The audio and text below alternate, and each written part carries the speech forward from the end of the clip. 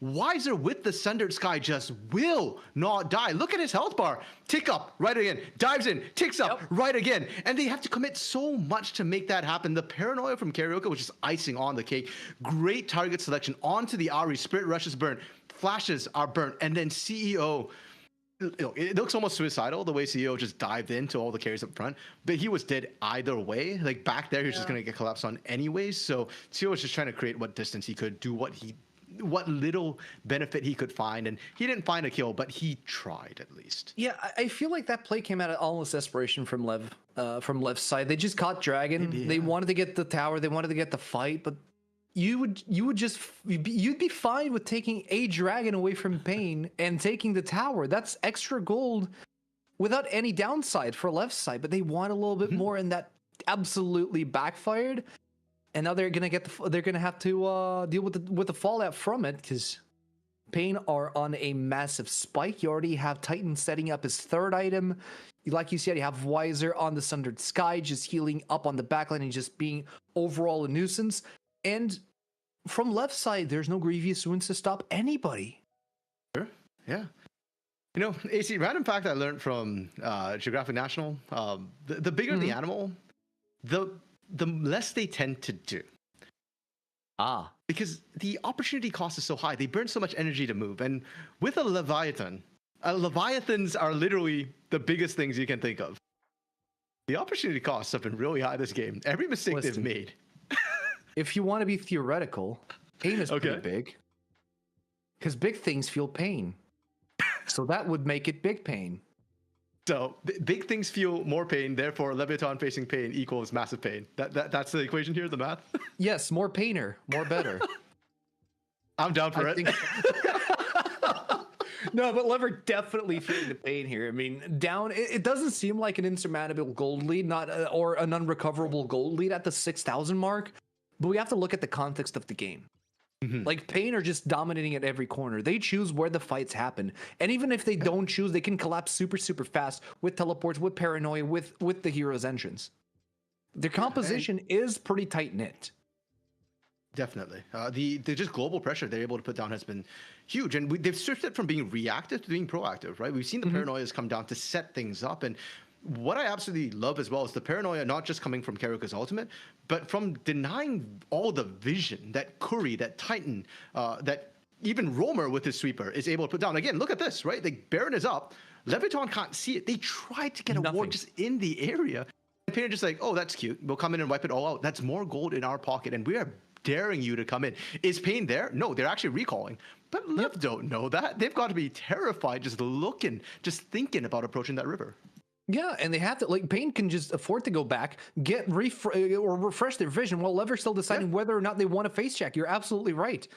This is a masterclass on how to macro with Pain Gaming, and Lev are just helpless to play into this game. They have to be a little bit, they can't do anything right now. They can't afford to be proactive on Leviathan's side. They just have to choose the right moment to maybe nab a kill or two from Pain, get a couple of shutdowns that would make it worth their while. I mean, if you look at Karaoke, he does have a 655 bounty on his head. That's pretty tasty. I mean, it ain't the pentakill that Tatu had, but 4-0-5 is still an incredible scoreline. Top lob. By Scary. Scary does get caught inside the taunt by Roamer, but they were able to disengage completely top lop, getting a little bit of confidence now that he has vision over Pain. So he decides to step up and maybe try to get something out of this. As you see into the bot lane, if you look at the bottom left corner, Jax is just willy-nilly pushing into the inhibitor, and he could even potentially take this inhibitor if he wanted to, but he's just opening up space for the rest of the squad to focus up on top side, because there's just no vision. Right now, the visions are kind of reset, or the vision overall is kind of reset. River is pretty dark for Pain Gaming. But you do have another dragon on the field. They might swap the dragon for this Baron pressure for now. Yeah, and for Pain, their vision, they just need enough vision to know that Lev is not sneaking Baron. That's it. Beyond that, they do not care. They are willing to walk into them. I say, as Curry loses half his health, doing just that. Now, the other thing that they were doing with Wiser in the bot lane as well, you push out that lane, and even if you don't get the inhibitor, you can collapse back on the dragon. If Lev don't apply the pressure that we're seeing right now and play so invasively, if you will, Pain would just have Wiser on Dragon. In fact, they're actually paying for it with the rest of the team, and Roamer just has to buy time up top. they're going to all in Roamer, or at least try to. Wasted a couple of abilities. LY in the meantime, Wiser just soloing Dragon, like you said. Lever trying to make a decision here. Do they want to go for the fight? They do have a charm on Curry, but even Curry is a little bit too tanky for the damage output the house has right now. They're slowly but surely recovering their vision territory. Roamer applying a ton of pressure, forcing the Spirit Rush out of house. And that's going to be a massive cooldown to not have from left side. To be fair, Malignance makes it a really short cooldown, so it does. If Pain wants to abuse it, they've got to go now, and that's why we're seeing so many pings come down onto Baron. The vision line is set up for Pain. They can try and look for a pick, and if they are able to pick House during this very small window, that's a lot of the threat that Leviathan have taken away. That charm is actually massive. Paranoia coming down. They're looking for it. Then Titan's in the front line there. He goes straight into the back, looking for Scary. Take down the Smiter if they can. Pain are all over that back line of Lev, and they're just doing nothing but run back. No Spirit Rush means no disengage coming down from House. He has to wait a little bit longer. It's halfway through, but Pain have already established their dominance. They take no one down, but they absolutely path the way to Baron. Zoffy finally gets the recall, has the teleport available in order to go. Titan turns around and almost melts Top Lop. Oh boy, they're still going. They're still fighting. Harris is forced to flash. Spirit Rush right about to leave cooldown, but that might be a little too late as Zoffy in the front line. No all out means that he's going full tank. Pain without cooldowns. I think they're going to recall and wait for the next fight. Yeah, a lot of resources burnt by Lev to try and force off Pain. They don't find a kill, but they are forcing Pain to look for the reset, and that might give them a chance. At Baron, Charmlands! Assault down on Curry. No shot. Wasted a lot of cooldowns, but Curry is still fine and dandy. Karaoke in the front line with Roamer and Wiser from the bot, trying to get something out of this. They steal the red buff, and Lev walk out of this unscathed. Yeah, you take that as up. That's an absolute win. Wiser has teleport, but he's stuck in the mid lane. He wasn't the one to reset. Now, Lev can't get Baron, but they did actually clear out quite a bit of vision. Not off of this, unfortunately. Lev, they don't. So here's the problem with Lev right now is now they don't have enough damage to actually melt Baron that quickly because CEO is the only thing. And yeah, sure, CEO's got a lot of damage and has the on-hit build, which is great for melting Baron. But the threat of Wiser and Karaoke being anywhere in the area means that they don't have safety to actually take that Baron. Even if you trade 1 for 2, if CEO is down, Titan, Wiser will happily clean up the rest of the fight, and Scary and House just can't actually take the Baron safely or quickly enough. Yep. I'm looking at CEO's build. He's going full AP after the Kraken Slayer, actually, which is an interesting approach considering Galio on one hand. But on the other hand, the whole the overall dynamic of the team. Pain still respectfully playing this. They don't want to rush any objectives. They want to make sure that what they get it in a stance where they can afford to actually push afterwards. But now we do have Wiser getting caught off. Ha's already forced to use the Spirit Rush, trying to go back in. Karaoke in the front line, eating that missile with a spell shield, and now pathing towards Baron. Once again, the Baron dance continues. And this is why I actually like the Void Staff from CEO's build. It feels a little bit random, but the idea is that Lev is not going to win a straight-up fight. Or they shouldn't win a straight-up fight up against 5k against that composition. And Kaisa. I realized as I said it, this is exactly what happened in the Grand Finals. I spoke too highly of Pain, so I got to tamper it back. But no, I'm praising CEO here for his build path. The Void Staff, the idea is you're poking with Void Seeker so that you don't have to straight up fight. And then you just kind of, weaken them. Because for all that Pain have a really strong brawly front line, they're not very tanky. And that damage really does stick. They don't have a lot of healing either on their composition. So good adaptation from CEO. Hasn't quite proven its worth just yet, but we've also not really seen the Baron dance start up in earnest either. No. We speaking of healing, we actually have I was thinking of Mortal Reminder, but no, we don't have Mortal Reminder coming out of Titan. We do see the Lord Dominic's regards to deal with Zofe, who has been constantly in the face of Titan. To some success, I would say. He's always forcing... it's true. He's always forcing Titan to be away from the fight, not actually have the space that he needs to dish out the damage that he wants. Yeah. It's working on a strategic level, but tactically, Zothby's 3 deaths do... It's part of why there's a 6k gold lead on the side of Pain. Let's put it that way. Yeah, absolutely true. 5,000 gold lead here on Pain's side. Still dancing for the Baron with the Dragon coming in. This is soul point for Pain. At this point in time, they've collected 3 dragons. And wait, I actually realized this is a second Cloud Soul coming in. Yeah. In a row. Yeah. And the mobility, the movement speed actually does matter a lot. We've now seen multiple times where Lev has not been able to chase down and actually secure the kills onto Pain. And Curry especially has been wonderful, masterful with the way he's been dancing in and out of these fights. He's been flirting with danger. He hasn't died a single time, actually, which is nutty when you consider the amount of CC that Scary and House and Top Lot bring to the table. And the highest kill participation of the team so far, nearly 100%, only 1 kill off. Scary actually starts to Barret Nasher. This is a risky play from Lev. Not because they're going to commit. I fully understand that they're not going to commit to this objective, but they're being debuffed. Yeah, and Pain love this. They're looking for the engage on their own end. House threatening the flank, and here we go, Korean.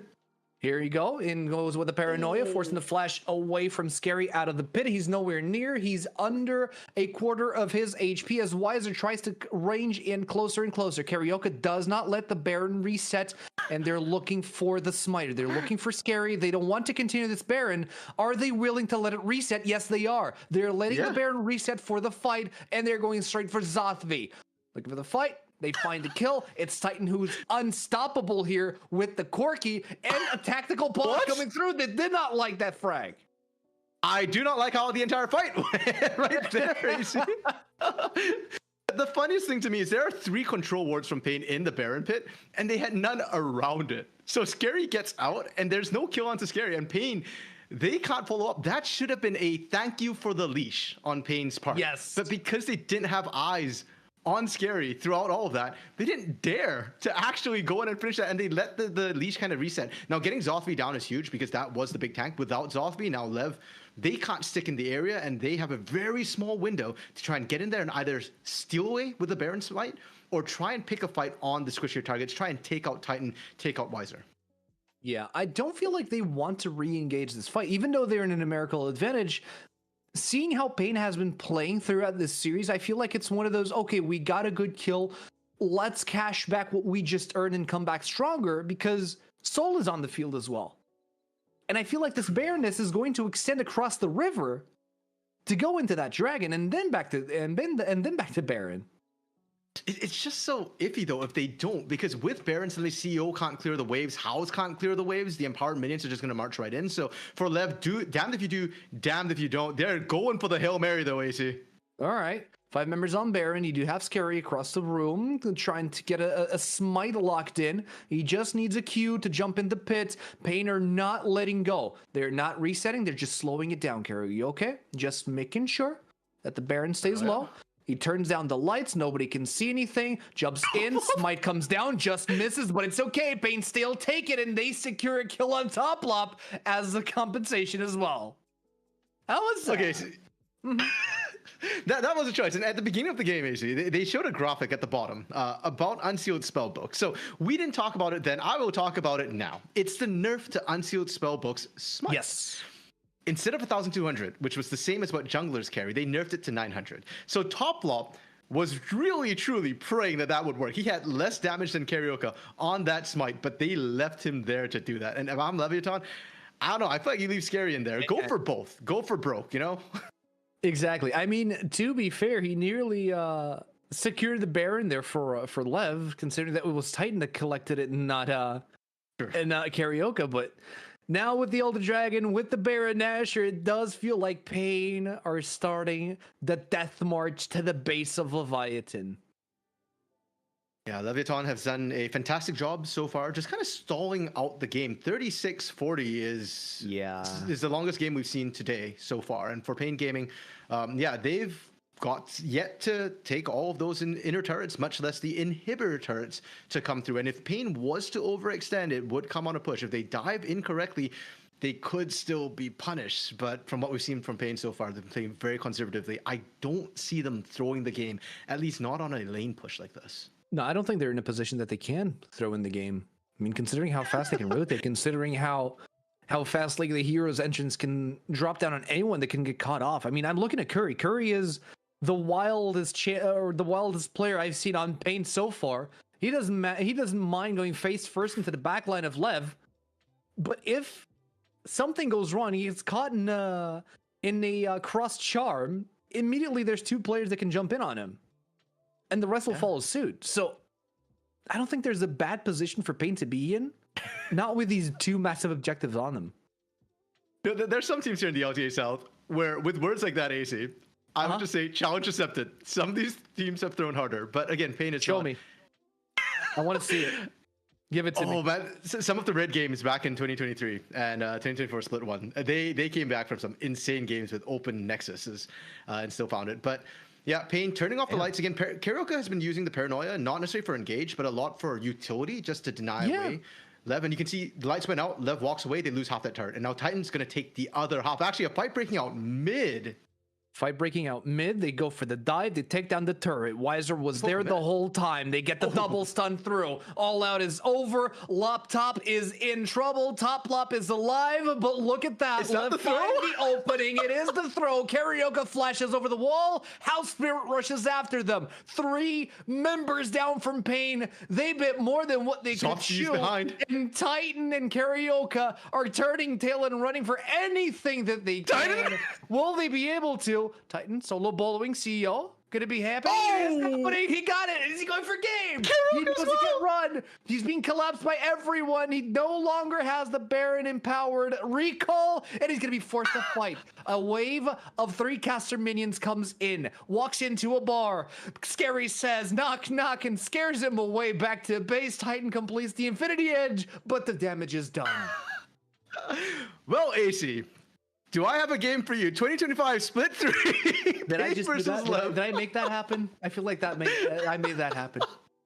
See, that's the problem praising the team too much. We praised Spain too high, and they did manage to throw. Now, the gold lead did actually shrink significantly. I know 6,000 doesn't look like it, but they were 10,000 gold lead at one point. I do want to highlight throughout all that chaos, though, Karaoke still finds the kill onto House on the back end of it, trading his life for a kill in a 1v2 situation. Titan still finds the kill onto CEO. You highlighted the Infinity Edge completion. I want to highlight the GA completion on Titan, because now he actually might win those situations. And the fight starts not bad from Pain. Weiser knows his Zhonya's, can afford to tank that up.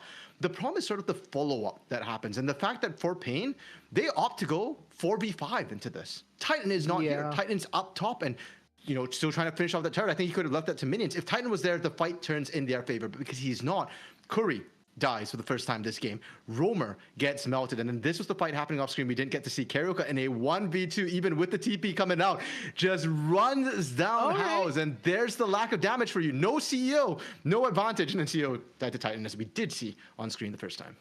I mean, still two inhibitor towers being taken out was a nice trade-off, I would say, for Pain. Pain, there's an item named after this. This is pure hoopers from Pain, honestly. Yes, indeed. You know, there's more than one item. I feel like this could arguably be Leandri's Torment, or a bit of Malignance, to be honest, the way they threw that one. It does mean, though, as you've already pointed out, the inhibitor turrets being down means there's less places for Pain to throw. There's only Baron Pit, Elder Dragon, under the Nexus, and one more inhibitor turret bot. Actually, never mind, I take that back. That's about the same because of the Baron and Elder. I mean, Top Lop getting caught off, maybe, perhaps. Nope, no CC lands, but there's a lot of damage being thrown out by Titan. He's got a lot of weight behind those punches, and look at that. Coming in with the ult, Vi tries to buy some time, but the lights go out, nobody's home. Pain completely re-engage out of this one and forced left to scatter all over the map, with a double kill falling in favor of Titan, looking for the triple on Zoltve, flashes over the wall. Roamer tries to get the taunt, not quite getting it. And now it's a matter of trying to keep Zoltve away from the base, trying to cancel out recalls, wasting their time as Weiser starts to push in the Nexus turrets. Pain looks for the clean 2-0. I think it's already there. Roamer solo bolo Zoltve on the Cassandra as the Nexus towers explode. Pain teleport in. They're trying to fish Leviathans out of the well, but the Nexus goes boom, and Pain secure clean 2-0. You know what, AC? It's not the cleanest 2-0, but it is still nevertheless clean enough. And they did not drop the game. They still show they're strong. True. Yep. Nobody needs to look at how they got there. And Leviathan, they were scrappy. I like what they showed us towards the end of game 2. It just felt like it took way too long for them to really start to come online to get their engines revved. And meanwhile, Top Lop. I feel bad for Top Lop. He doesn't know what's happening right now, the order of things, but they figure it out. Yep, things are happening. Absolutely, a little bit of a confusion there on stage, but ultimately, Pain Gaming walk out with a 2-0 against a team that felt like they had ideas, but ultimately floundered when they had to be proactive. Yeah, and unfortunately, like we said, this is something that we've seen from Leviathan. I think any sort of signs of life from them and proactivity and fight that we start seeing towards the end is sort of an improvement. But there is so much more ground for them to kind of traverse to really become competitive and to really challenge for the top.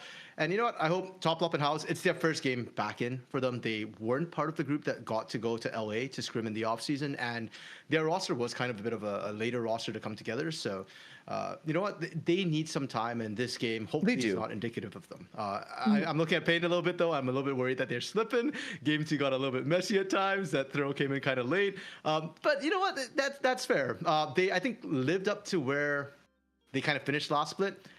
Not quite as clean as Furia, so we won't call them number one just yet, but still a very, very strong team and one that doesn't give you a lot of opportunities to make comebacks. No, and I feel like Leviathan still have good arguments to make. Their players individually were solid. I do feel like the Kasante was a solid match, and I feel like overall, Zotvet could pull some good punches, and he was creating chaos in the backline.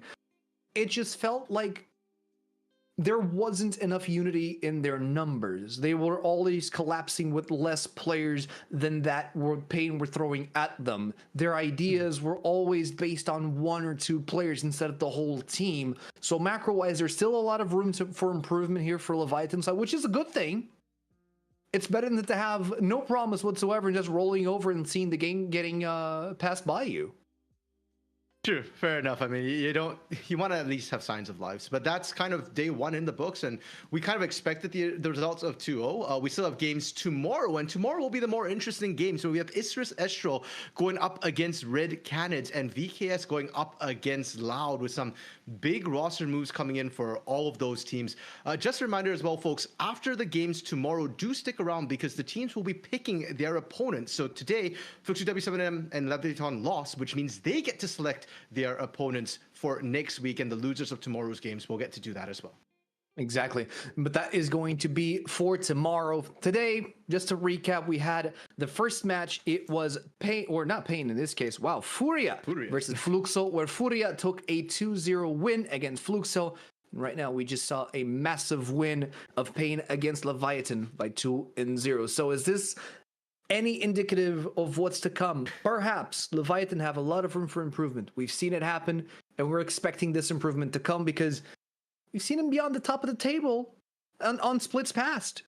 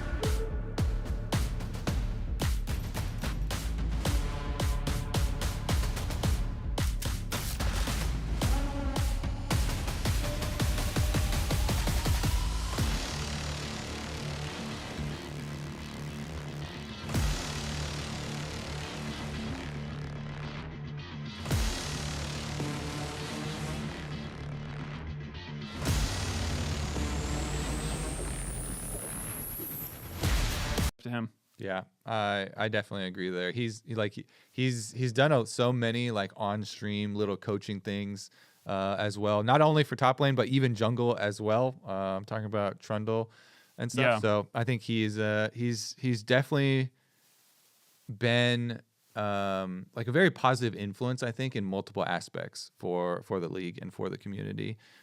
Even with a lot of the trash talk, which a lot of players, as you said, mentioned that when they play FlyQuest, they're very happy because of that trash talk to deliver losses to specifically Whippo or Inspired. But I think it is beneficial either way. And I just hope that this FlyQuest roster does continue to stay together because it makes it really fun to follow all the stories. we got the young bottom lane of Maxo and Busio and the elders with Whipple leading. I am a sucker Quad. for a team that keeps the same roster. I love it. Yeah. We just don't see it anymore. It's just so unheard of. Yeah. It's just always roster swaps. That's just the first thing teams try, and the fact that they're like the longest standing roster in the world or something with like 1 year. It's like, wow, okay. I mean, Says a lot. Yeah. Okay, so down the list, though, of the actual roster changes, the next one is Umpty, which people already know from TL's big announcement video. By the way, if you haven't seen the announcement video that TL themselves put out with Umpty, it is so good. It is very honest. It is focused a lot of Umpty's voice as well as Spawn's voice, and it is you should just go watch it for sure. You might start crying, but either way, it's very informative and definitely a heartwarming one. But I have to say, with the actual roster change, this is going to be one that makes me put Team Liquid a little bit further down, both because of the recent performance that the team actually had, but I also think it's going to take time for them to build up with Yuji. And I talked to LTA junglers from all of the other teams, and literally every single one said that they would be more confident and rather play versus TL that had Yuji in it than had Umpty in it. So that's one of the reasons I pushed them down a little bit for power rankings.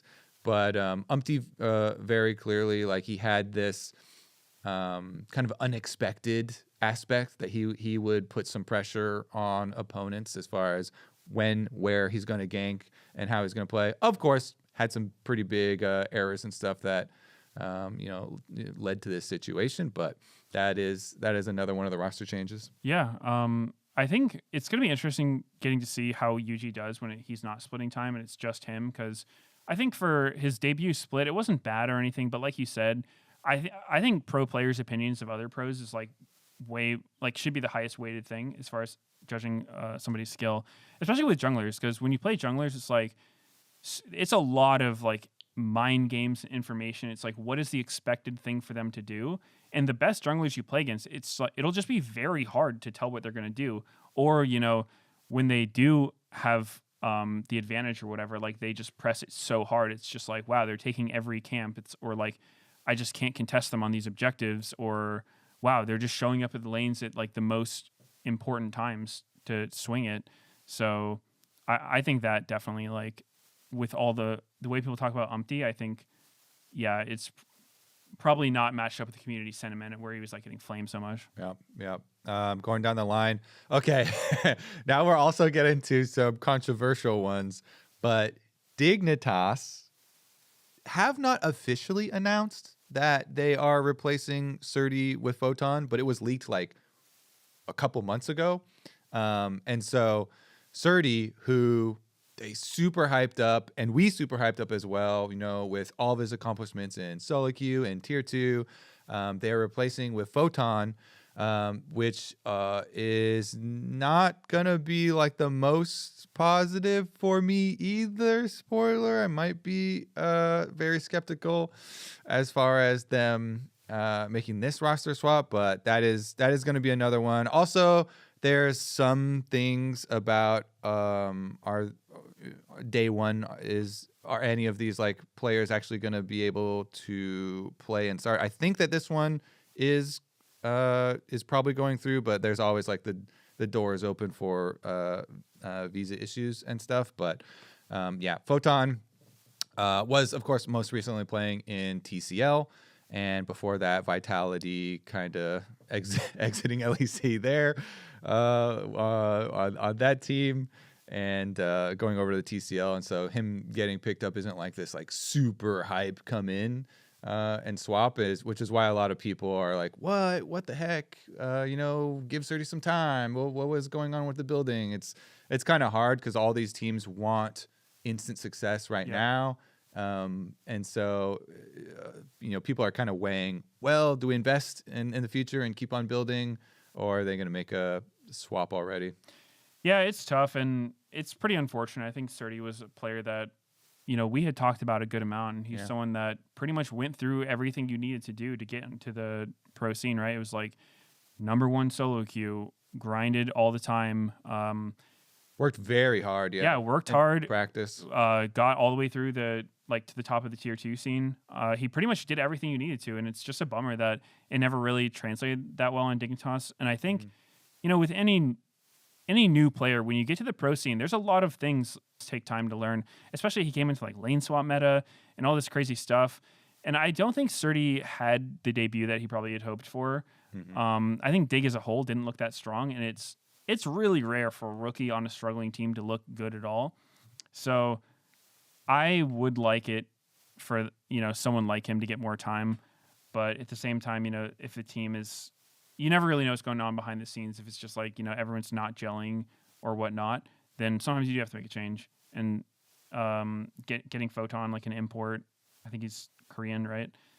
Maybe they just, like you said, they want that quick success, just like, go for somebody else. Yeah.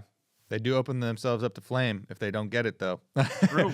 Another top lane change. Okay, so Disguised have two changes. One is, or excuse me, we'll do the top lane change first, and then we'll do the double Disguise changes.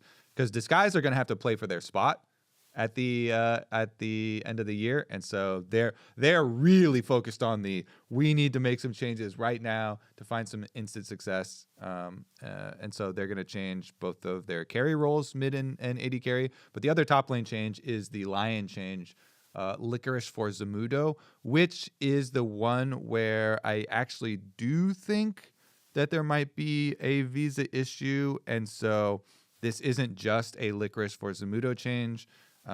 There is a possibility that Zamudo won't be able to play at the beginning with some visa issues, in which case I think that they might have to sub in a college or tier 2 top laner, which obviously is not going to be ideal. And so this change, I personally did not bump Lyon down because whoever knows with these visa things, like maybe it actually just works out anyways. But this is something for your tier list. If you're like, weighing that in also, you could bump Lyon down or drop Lyon down, because if they don't even get Zamudo and they have to use a different sub, then it could be rough. Yeah, visa issues are such a killer for teams, because it'll be like sometimes you definitely don't get as much practice time as you need to, and then you miss the first week or 2 weeks of the split, all of a sudden you're facing elimination real soon, and the entire time you're playing catch up because you didn't have the time to scrim, get on the same page, figure out how you want to play the game. It's just like you just start throwing band-aid on band-aid on band-aid. It's just like, what can we do to get a win now? And then it's kind of like a shaky foundation or whatnot. So hopefully that doesn't happen. Zamudo's a player that I would be really excited to see. He played on, what was it, like the Maryville team? Yeah, Maryville, and then the name merged when they were like Dark Zero Dragonsteel. Yeah, the edgiest team that's ever been. That's badass. But one thing that stuck out for me with Zamudo, on top of being a very good player, like skilled, high rated in solo queue, was that Thanatos actually praised him, which Thanatos doesn't usually do that, right? Like you ask him about other LCS or LTA top laners, excuse me, and he's just like, like they're whatever. I don't care about them. But he actually said he was impressed by Zamudo from playing them, which is very high praise coming from Thanatos. Yeah, and Zamudo does do like some like super damage heavy builds, which people get uncomfortable with sometimes. I think the Gwen one, definitely famous for like the full damage Gwen with like malignance and everything, so like being squishy but being a really big damage threat. And so he's a player that I hope that whatever like rumors on the possible issues that they're facing actually starting in week 1, I hope that they can like solve all these things, and we don't even have to worry about any of this stuff. I hope that all that stuff gets solved, because I would definitely be excited to have him start and to be in there. Of course, he is Canadian, And so that's probably where some of the visa stuff is coming from, or at least those rumors. So we'll get into the disguised double change here. Of course, Abadaga and Scary Jerry, disguised as a whole, like didn't have the best of times, of course, in the league. And so You say that. I'm not exactly surprised that they're making changes. I did see more community kind of reactions for Scary Jerry, because it's kind of similar to like Surdy or something, where they're like, oh, give him a chance, give him some time or whatever to build on, because people did see some improvement from the very beginning when he started into what the team was able to get to. But they are making the double change for their carries for Darkwing and Rahel. Yeah, I mean, definitely feel a bit bad for Scary Jerry. I will say that he was one of the players that at the beginning of this team, when I watched their games, to me, it felt like he wasn't ready. A lot of times rookies, they're not going to be perfect. They're going to make mistakes, but I just felt like Scary Jerry was not ready for the pro play. He struggled, and he did improve throughout the season. And I actually got to sit down with him over on like the C9 podcast and talk to him. And he's like a really cool guy. So I would have liked for it to go better for him. That being said, though, these teams do need to, Win. Their bottom gonna line have is to- winning, right? Like Yeah. they have to win. So it kind of makes sense based on how things go. But I guess he's going over to content or being a sub on the team. So it'd be cool to see him again. But obviously, I think Rahel is a lot more experienced. Yeah, he's coming from LEC, was playing on SK. I mean, it's also not like a super hype replacement, so I think that's leading into part of it. But we'll see, because they need the results now and instantly. Yeah, I mean, they got eliminated in LEC super quick with the format, So did Disguise. because they only won He'll that be right at home. that one game. So exactly, there you go. Yeah, and the other change coming for DSG is Abadage is out and Yeah. Darkwings is coming in. And I guess it kind of makes sense where like Darkwings is another like top prospect from tier 2.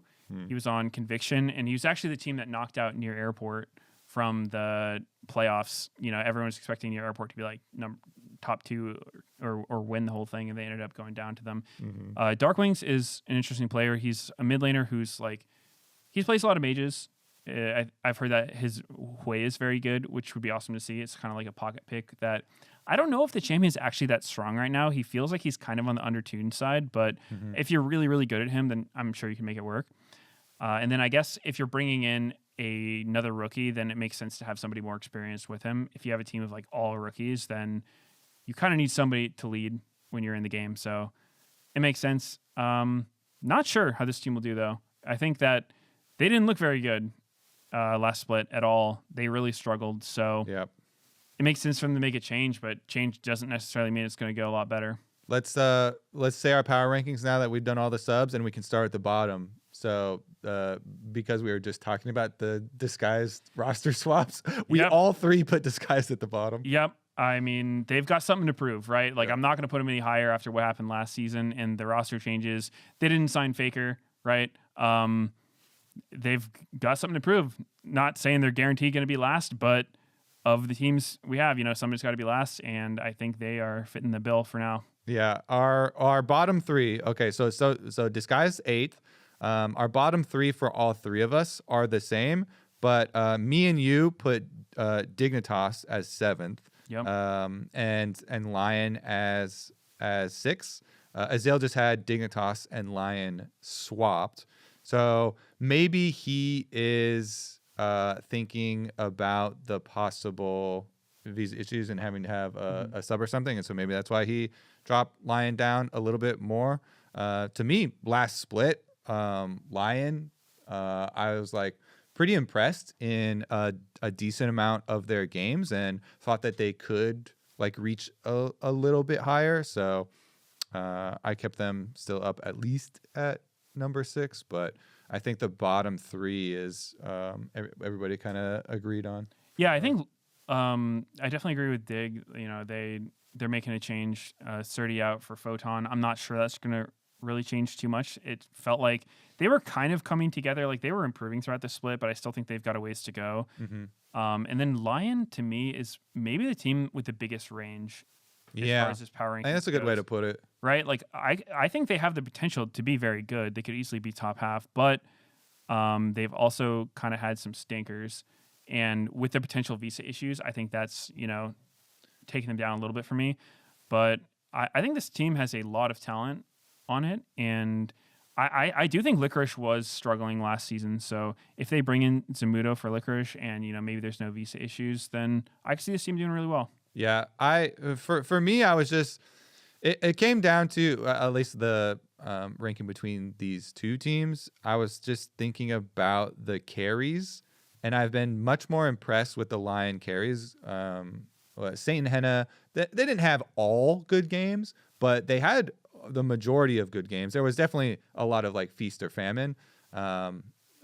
Especially if like for Saint had some really high highs, also had some had some stinkers there. But I feel like both of them are very good carries to have, and the synergy that you could see them build up with Adilan throughout the split to me was very impressive, because the last several games that Lyon played, they actually got really big early leads by skirmishing in the river with Adilan, and they won a bunch of 3v3s, somewhere on the top side, somewhere on the bottom side, and so it didn't actually matter like who's participating in, but I thought that they actually showed some pretty promising things.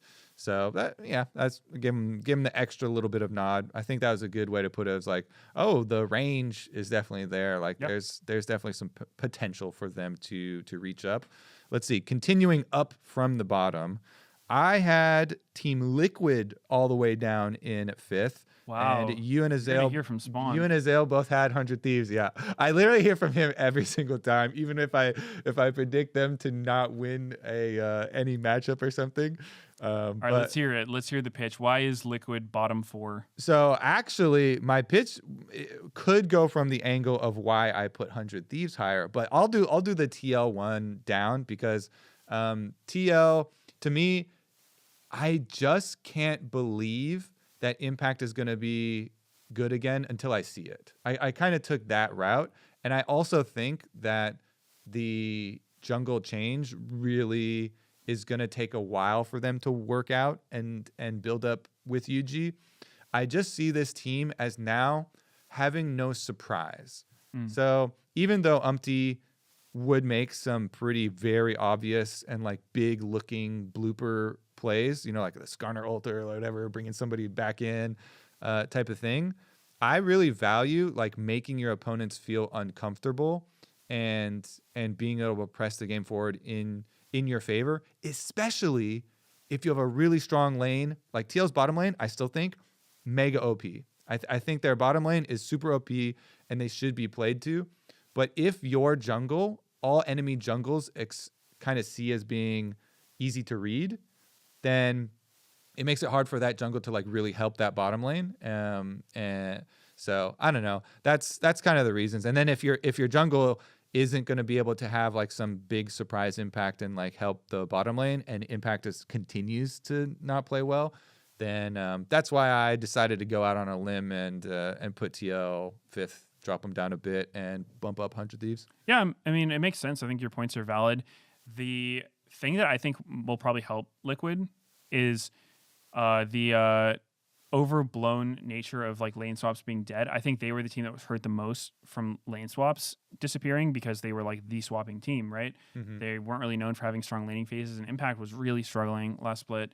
So, but as we saw MSI, it doesn't matter. You only play the first couple waves anyway, and then you just go ahead and swap. Just go through. Get out of those lanes, and I think TL's got good map movement. But how much that was Umpty. He's a creative guy. Will usually be able to fit in, because that's not something you learn in solo queue, how to do a lane swap or whatnot. So we'll see. I have them 4th. I have 100 Thieves 5th, just because, kind of like you were saying, I don't think they're bad or anything, but somebody's got to be 5th.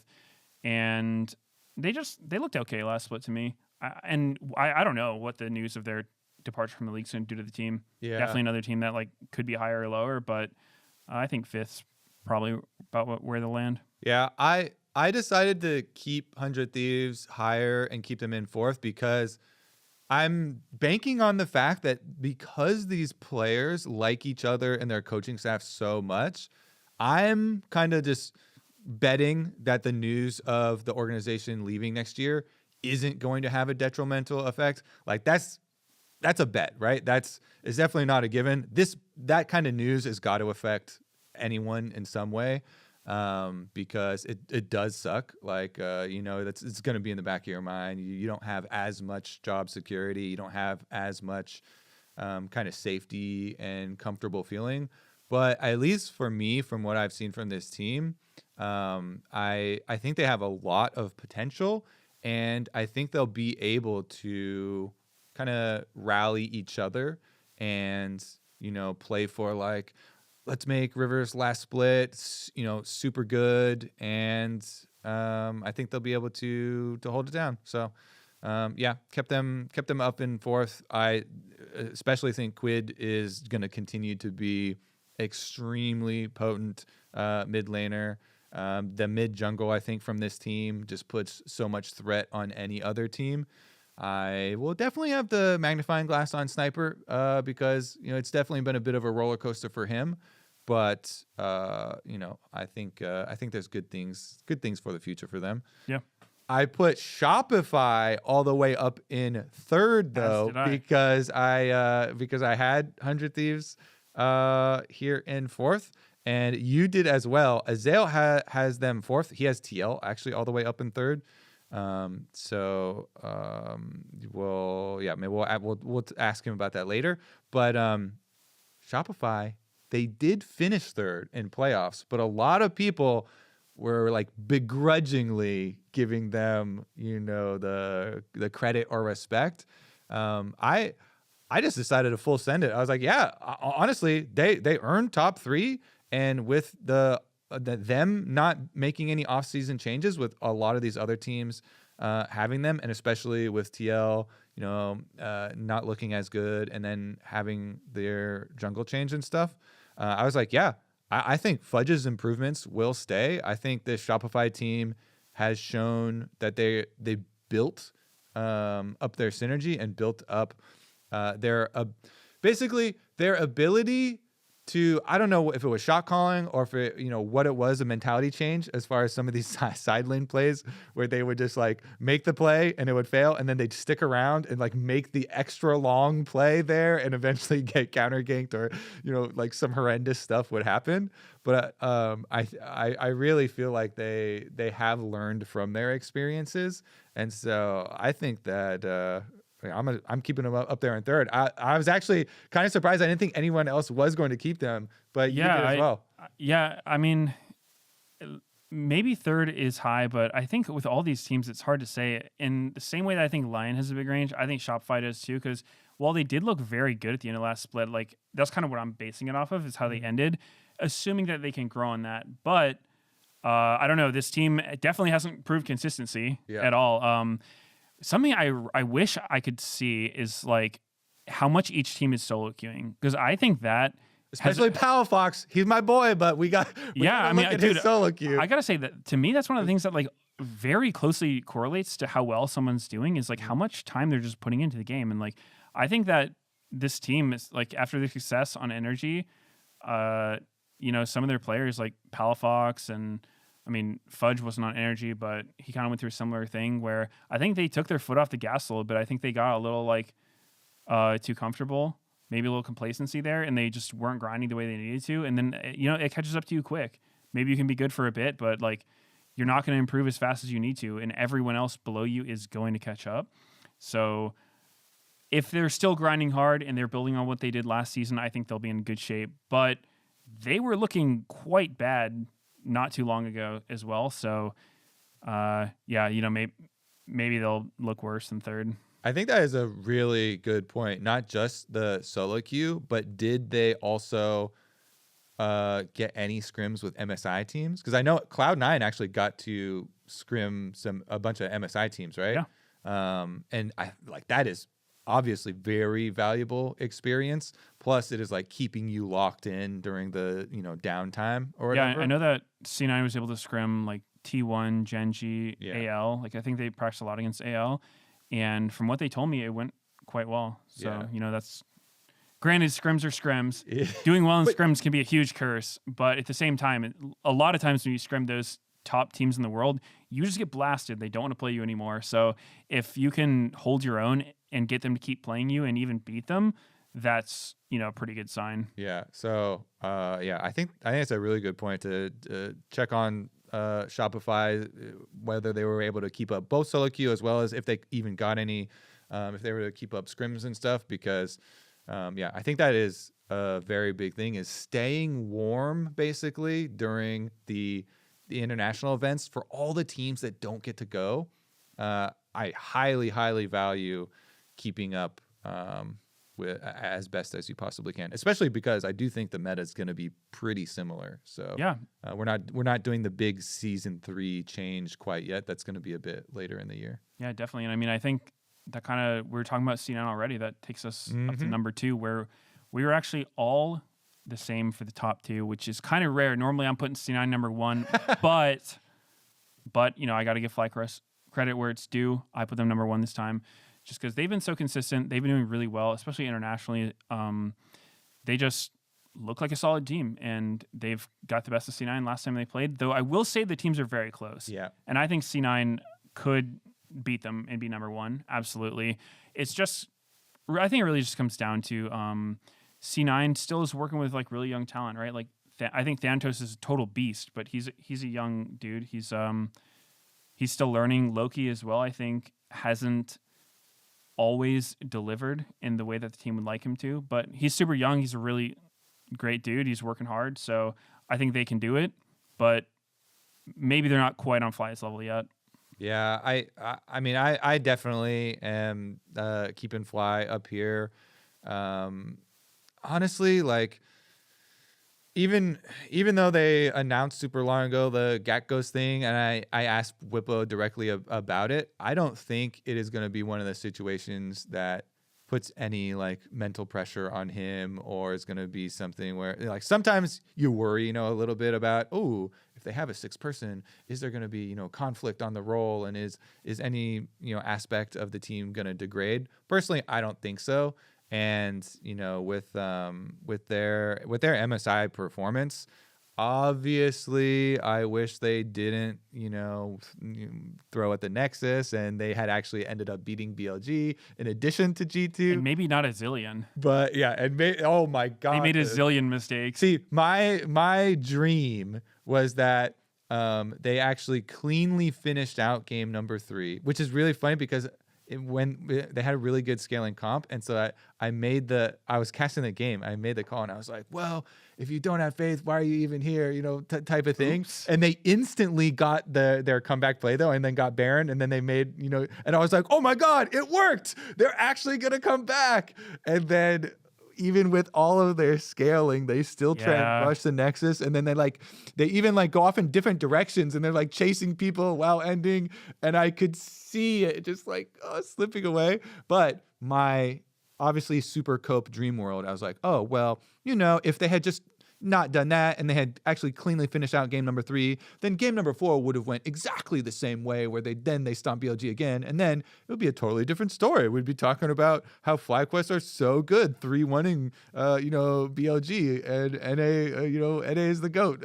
But obviously, because of the timeline that is true and that we actually went down, then we had to see that game 5 as well. Wish I didn't. Which we wish that we didn't have to see, because that was over in the first like 4 minutes. I haven't looked at every single content piece, but whenever I see anything related to that, I try to find the explanation for what happened to Masu at level 1, where he was standing just outside the bush as Lucian, and then got jumped on by Ashe and Shen. Because I put myself in AL's or BLG's shoes in that moment, and I'm like, what are they thinking when they walk into the bush and they see a Lucian just one step outside of it AFK? Like, that's such a bizarre thing to happen on game 5. Like, so here's my theory. Okay. So, you know, he was using the High Noon Lucian skin, which is very popular because it has all these default like animations that just like go off. You know, the cape is always moving and stuff. It looks super cool. And so I don't play AD carry that much, but when I have and I play that skin, I like just move around a little bit just to like, get him like twirling his guns and moving the cape and stuff and looking at it.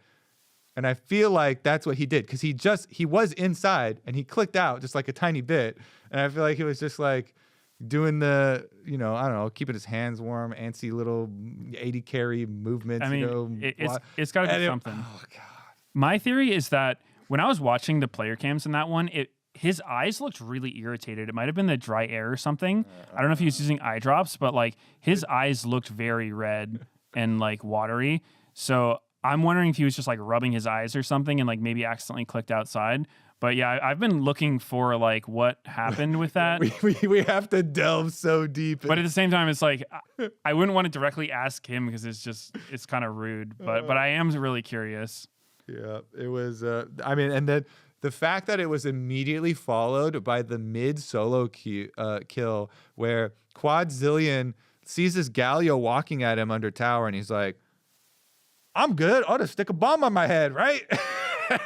And Knight just full combos him and walks away, and I was like, "What is happening?" I was so freaking hyped up. Like my adrenaline was like at the top right now because we just came off really good game 4 for FlyQuest to like even it back up, and then for the beginning of that game 5 to be so deflating. Anyways, we got off on the whole game 5 was but we got off on we don't need to rehash those memories. We all know what happened.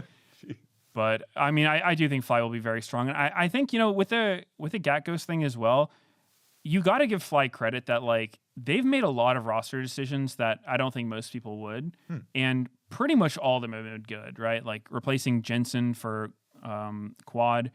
People were like, what is that? But he fit into the team very well. They picked up Masu and Busio, who were kind of unproven rookies, and they've looked very good. So if they do decide to do something with Gakos in the top lane, there's probably a good reason for it. And I think they deserve the benefit of the doubt. Yeah.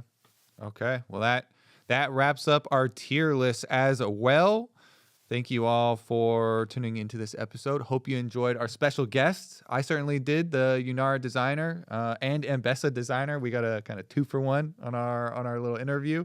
But that is going to wrap it up for the drive driven by Kia. Be sure to get your LTA tickets opening weekend at the link in the description. Remember, if you're watching on YouTube, hit that subscribe button so you don't miss an episode of The Dive. You can also check us out on Spotify and Apple Podcasts. LTA returns this Saturday, July 26th at 1 p.m. as FlyQuest themselves take on Disguised. That one might be a little bit lopsided. But then Cloud9 play Lyon later that day. See you there.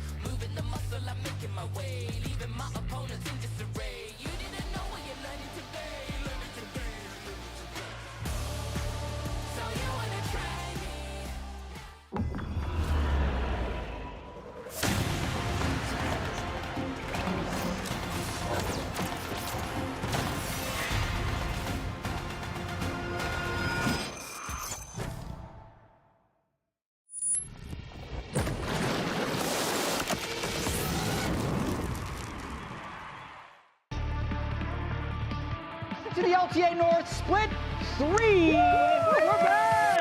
It's day 1, baby! Previously known as Summer Split, or I don't know, it's tricky. Yeah. We were having a discussion earlier. Technically the first Split 3 we've ever had. It is. This is history being made right now in the North. Yeah. But it's also Currently summer. Does it bleed It's into currently autumn? summer.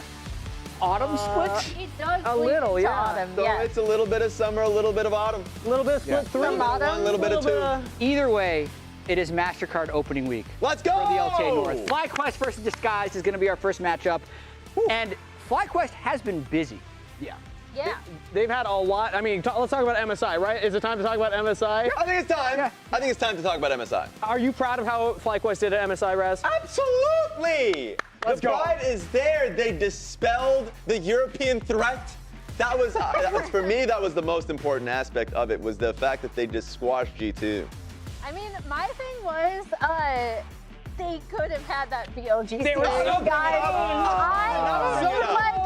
It actually killed me to see BLG come out with a win in that one. Like, Yeah. I was dying because I was actually off of show that day, so I was just watching with Chronicler, and he was like, I've never seen you this invested, this emotionally invested in any team. I'm happy we only showed one replay from that series also. We only Yeah, got good the call. one. We didn't even, I think the fact that we showed that one replay was a problem already, and you brought the mood down. So you I'm gotta, sorry! you They gotta are take good enough to beat But, BLG. hey, you know I the maintain important that. part. Let's celebrate the important part. We beat EU, baby! And I actually checked the tape. I checked the tape. It has been 1,024 days since EU has beat NA's first seed at an international event. And I want to celebrate that. And just to give context for that, because I feel like that's a big number. That's kind of hard to tell how much that is. So I actually asked production to create a graphic for me. So we're going to show that here of no. other things, other notable things that took a 3-year period in order to accomplish. So up number 1, I think we're going to get it on screen here in a second. Or am I supposed to move for it?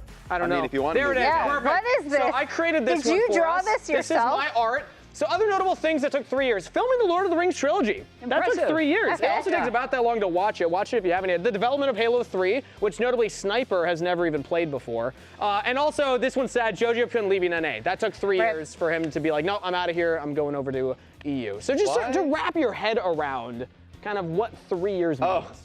I think the actual countdown was covering it, so I was like, where's the R coming from on the, no, this other. The word is other. I was like, I was hooked on that for so long. It's just creative accounting. I appreciate the creative accounting. Yeah. You know, I Riot tried. international events. Yes, that Riot First International. seed, First seed. Yeah, best of series. You know We're what? I'm doing just a telling lot you of the doctoring stats, here. Jad, this is the truth. Yeah. This is just what the stats tell me. So we got Lawyer Kangas now. Is that your new character? Langus? Langus? Langus? Lawyer? Lorgus? Lakangas. Lakangas. We'll workshop it. I think that's his French version. I got to put an accent. Nobody wants that one. Notably bad at those. But we're also back on the live patch, and there have been some changes as well. So let's talk about some of the cool changes. My first cool change. Are these the patch notes? What is Listen, this? I have a bit of a bone to pick. Yeah. Okay. I don't think patch notes need to be this long. What? Oh my God! This What is so, this? What? Wait. Yeah. Oh, look how long He's these running patch with notes it. are. That's ridiculous, What? man. Let me Grab go it. in. All right. This hang isn't on. the What patch.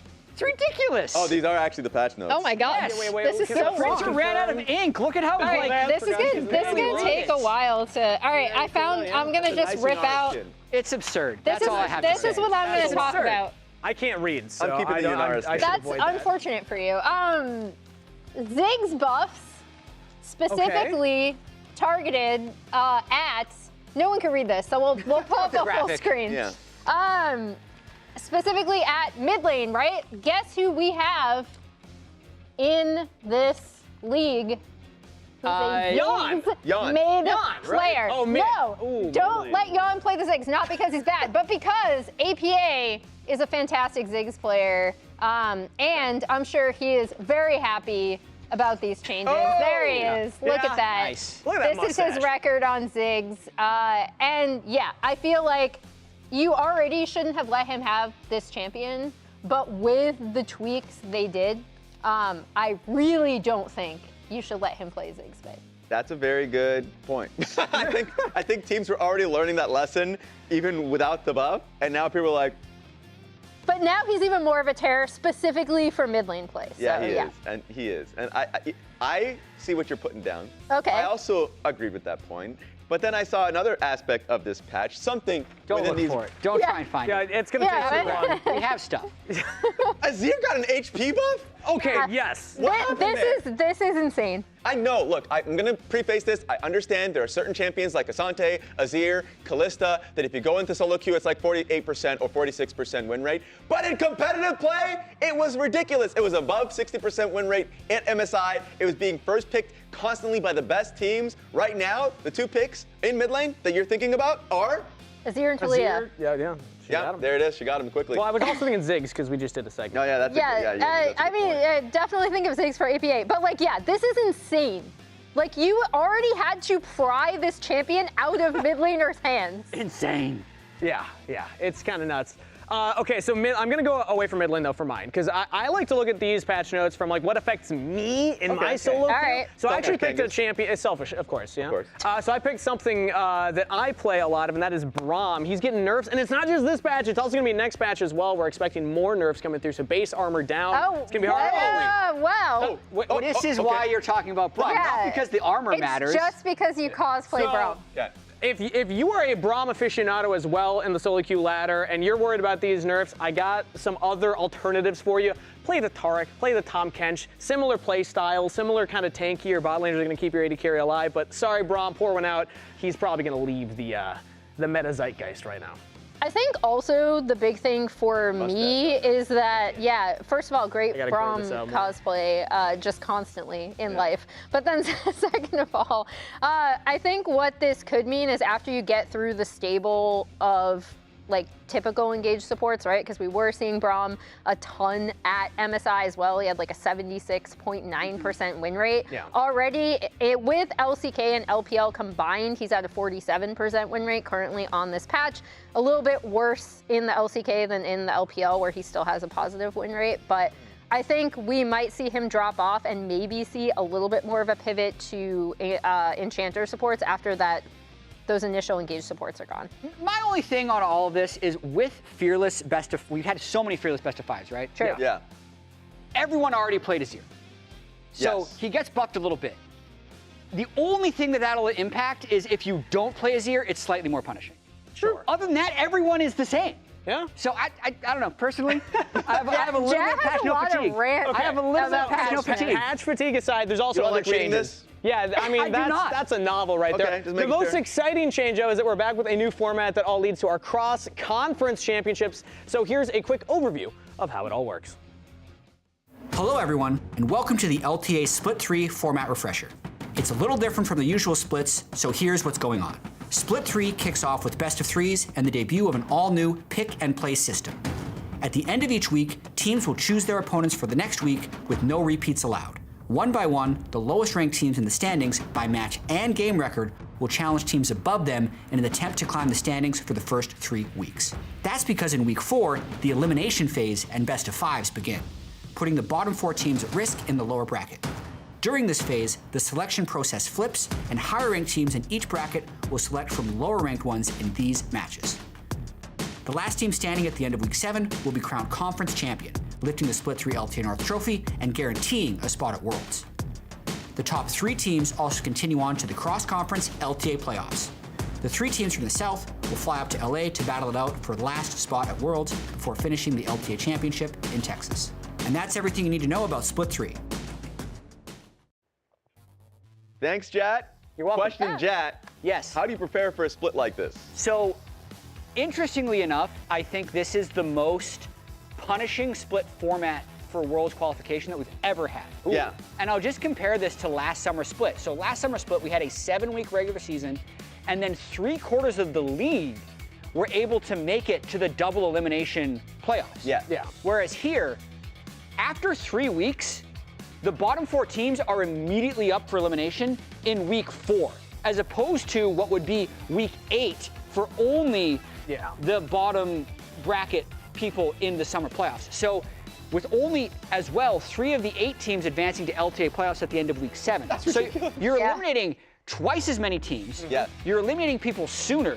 So your need to be good right away, I think, is higher than ever. Yes. And I hope that teams have really analyzed this format, because if I was to put myself in a position of like preparing a team for split 3, you're no longer in a mode where like, oh, let's try to add Azir to our champion pool. Like, let's try to play some top focused strategies. I don't think it's smart to do that, especially in the first 3 weeks. Now, I do think that if you're able to be top 4 after 3 weeks, then you're gonna need to find ways to add some champions in once you're in best of 5s and once you've given yourself that double elimination buffer. But like, the fact that after 3 weeks you could be in that bottom 4 and immediately be in like last chance for the rest of the season, I feel like no experimentation should happen in the first 3 weeks. Oof. Tough. Yeah, I mean, I think my advice to teams would be, and I think most teams have already started doing this, especially when I talk to them about going to international events, but it's basically like find your own identity and the way that you play best and really get that to carry you to the point where because it is so punishing. Like losing early on in this format is really punishing. Yeah. Yeah, and my take is a pretty quick one, scouting your opponents well, especially if you have that 3-week period, if you're going to be picking one of 3 teams. And if you're a team like a DSG or a Dig and you have to make a choice, scouting your opponents well in scrims or in solo queue. I know a lot of teams are pretty unsure when it comes to how strong a 100 Thieves, a Shopify Rebellion, or a Lyon are. Making the wrong choice on that, especially if you lose your first game and you start slipping, immediately you're going to be up for elimination in the 4th week. So picking smart, very important. Also, let's fix our Game 5 drafts, everybody. Come on, let's have a game plan going into Game 5s. That's all I'm going to say. That's all I'm going to say. But also, there's another update that we want to give everybody, because I don't know how much you've been paying attention to roster changes. I don't pay attention. Raz, but we have a lot of new players coming in. So I'm going to run us through a couple of these, okay? You know what? Hey! We got a lot of players to meet.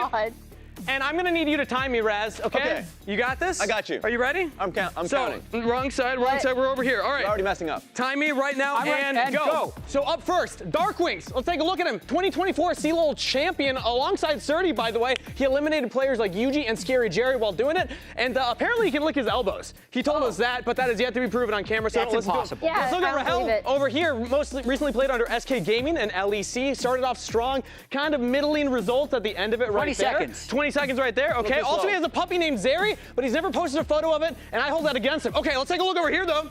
So we have, we all know Bwippo, right?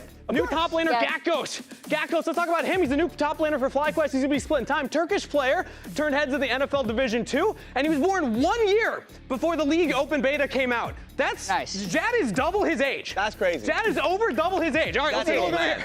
Keep going. I feel like you already ran out of time. This is not the right thing, but I'm sure it'll change momentarily. There we go. That's a you problem. That's a you problem. That's a you problem. LTA North. It's coming. Get faster, Kangas. Oh my God, my heart rate is going up. All right, well, let's just talk about it. Go to Zamudo. This one is going to be, okay, let's just hop over here then, because I want taking some time. Zamudo, let's talk about him. The Pocket Big Prince, the Meta-Defined Menace. Long have we waited. Zamudo activated. He's finally in the league. Raz, what are you doing with it? He's not playing this week. Is that? Visa problems. He's too Canadian for us. Who's playing for him? What are you talking about? Look behind you. Oh, hey, there he is. Okay, Lyon Yayo. Let's talk about Lyon Yayo then. Venezuelan player who has split time in Tier 2 Amateur in NA and LATAM. Rough showed in NACL, but bounced back in CLOL. He signed with Fisher College and had back-to-back deep runs at CLOL playoffs. How'd I do, guys? 1 minute, 36 seconds. We missed Photon. That was a run through. By the way, I want to talk about Photon. First team All-Pro, I have a question Winter for 2023 split. when he comes on, which You need is to work on your how cardio. You need is to work Where's my shirt go? Let's put that back on. Derby, one of his favorite games already. That's okay. Wow. All right. I mean, That's a good, good change. Kangas. To me, the biggest takeaway going back to the format is this really sucks for Lyon. Yeah. Yeah. Like, they got rid of Licorice to bring in Zamudo, and now they're playing with, I think, what would be a downgrade to Licorice. They were hoping Zamudo would be an upgrade to Licorice in week 1. And if they fall early on in the split, if he's not back for week 2, I think it's quickly turning into a disaster. And it goes to your point, too, of like, you don't really have time to experiment early on, so it's the worst of both worlds for Lyon. You might recognize Yayo, formerly known as Bajani, and he has played in the Tier 2, just name change. So if you're like, who's this guy, where'd he come from? He has split time in like Tier 2 for LATAM teams and here in the North. People might remember him from like CLG Faith. Yeah. But yeah, I mean, expectations, I don't know. I don't know what to expect from this player for Lyon. Yeah, I don't either. I mean, I'm glad we retouched on the format, right? Because I'm curious to see, it's day one, everyone's pre-split power rankings. I feel like we're all united. Previously we were talking about top 4, bottom 4. Oh, wow. Now it's a very united top 2. And then for me, I like Kobe. I know Kobe talked about this on the dive. He's like, you know what? Shopify finished 3rd. They didn't make any changes. I think this roster can be really good in terms of working together as a unit. But I have no idea what this little middle part is going to be. With Shopify, TL, and 100 Thieves, that was the most difficult thing for me because I'm like, I don't. Like, this is kind of, that middle part is kind of a top 2, middle 3, bottom 3 is what the current rankings are. And Raz and I have friends. Raz, I'm not alone. You believe in 100 Thieves. Whoa, what is this? What is this? Let's go. But why? I got flamed for this take last split. What changed? Look, what's changed is the circumstances. Right. Not only do I think this split is going to be a little bit like less punishing, hilariously enough, than the last split for them, where they were one best of 3 and then got thrown into the lower bracket. But also, the change in the coaching staff. I think bringing in Dokla specifically as a top lane coach is going to help them a lot. Big Dokes! And then B, this is the farewell tour for the squad. And they talked about the motivation that they've had about like having what is perceived to be Rivers' last split, like be their best one, but also 100 Thieves' last split. Like it's the last dance, last hurrah. So I'm pretty confident that. And I mean, the middle is the hard part to talk about, right? Yes. Like we already acknowledged that. I actually put Team Liquid lower than Shopify, specifically because they only really looked good with Yuji in that one series. Other than that, Team Liquid really struggled. So it's going to come down to them getting Yuji on the same page as everybody else for me to put them higher, but this is just gut feeling expectations. Like, I didn't really see that spark out of Team Liquid other than that debut series with Yuji. I mean, I almost put Team Liquid second. Oh! This is a little off topic for the show, but since you brought it up, I mean, listen, 2 things going on here. Yeah. I think Team Liquid had a lot of turmoil trying to get Yuji in because Umpty was wanting to leave the team the whole split and was kind of playing out of obligation. Not a great environment. I think that boomed their environment. I think C9, with how good they were and how them, like Fly and C9 dominated the split, the tragic way in which they lost, with Blabber failing that engage in Game 5, straight into sitting on the couch for a month, flying to EWC, losing in a day, flying back. Like, the mental toll, sometimes losing finals can be the worst possible thing to happen to a team, especially in a Game 5. So if it can't, I have experience. 2021 TL lost that Game 5 in finals, and it boomed us for the early part of Split 2 that year. So that would be my fear. I didn't put them below second. I don't think it's going to happen, but there's a risk. And look, FlyQuest and C9, they're playing today. Fly versus DSG, C9 versus Lyon. The thing that we were all in agreement for is that those are going to be the 2 best teams this split. Correct. So like, that's something that we're expecting. That being said, before we dive into the matchup, let's check in with Kobe, who's on stage right now with the defending champions. Hello, I am here with Amasu. First of all, congratulations on getting back. I know you guys have had a crazy schedule. Have you readjusted to the jet lag, and have you guys been able to practice at all? At this point, I feel like I've adjusted pretty well. We've been traveling a lot, so it gets easier every time, I would say. Okay. In terms of rest, we only had 1 off day after we landed, and then we were scrimming again. So hopefully after this series, we'll have some time to rest. Yep, hopefully you can. Well, your opponents today have actually made some roster changes. So how much do you know about your lane opponent, Rahel, so far? I remember he was on DK Challengers, I think. And I watched him a little bit back then, and he seemed pretty good. So I'm excited to go against him. All right, well versed then. Yeah. Now, I noticed Busio also, he has 2 pieces of gum here. Is this some sort of like pre-game ritual? And is one of those pieces for you? Nah, he's greedy, so both of them are for him. But I think he just takes one, and then when the flavor runs out, he might take the other one. Or he just takes both of them. I don't know what he does. Fair enough. Now, we also had Genji after MSI. You know, they've gone back to LCK. They lost. Their big streak was broken. Also, AL, they also just lost to BLG. If one team in the LTA is going to beat you guys, what team is it going to be? and which player on your team is going to be the Inter? Okay, yeah. I think C9 or TL still, I would say, have the highest chances of beating us. The Inter, we have a lot of them, so it could be me, it could be Whippo. I don't know, we'll see. All right, either Masu or Whippo probably. Let's send it back to the lounge. One way to control that, actually, to see who the Inter is. You just int yourself. Then you pick yourself and you int yourself. Easy to control. That's good. That's true.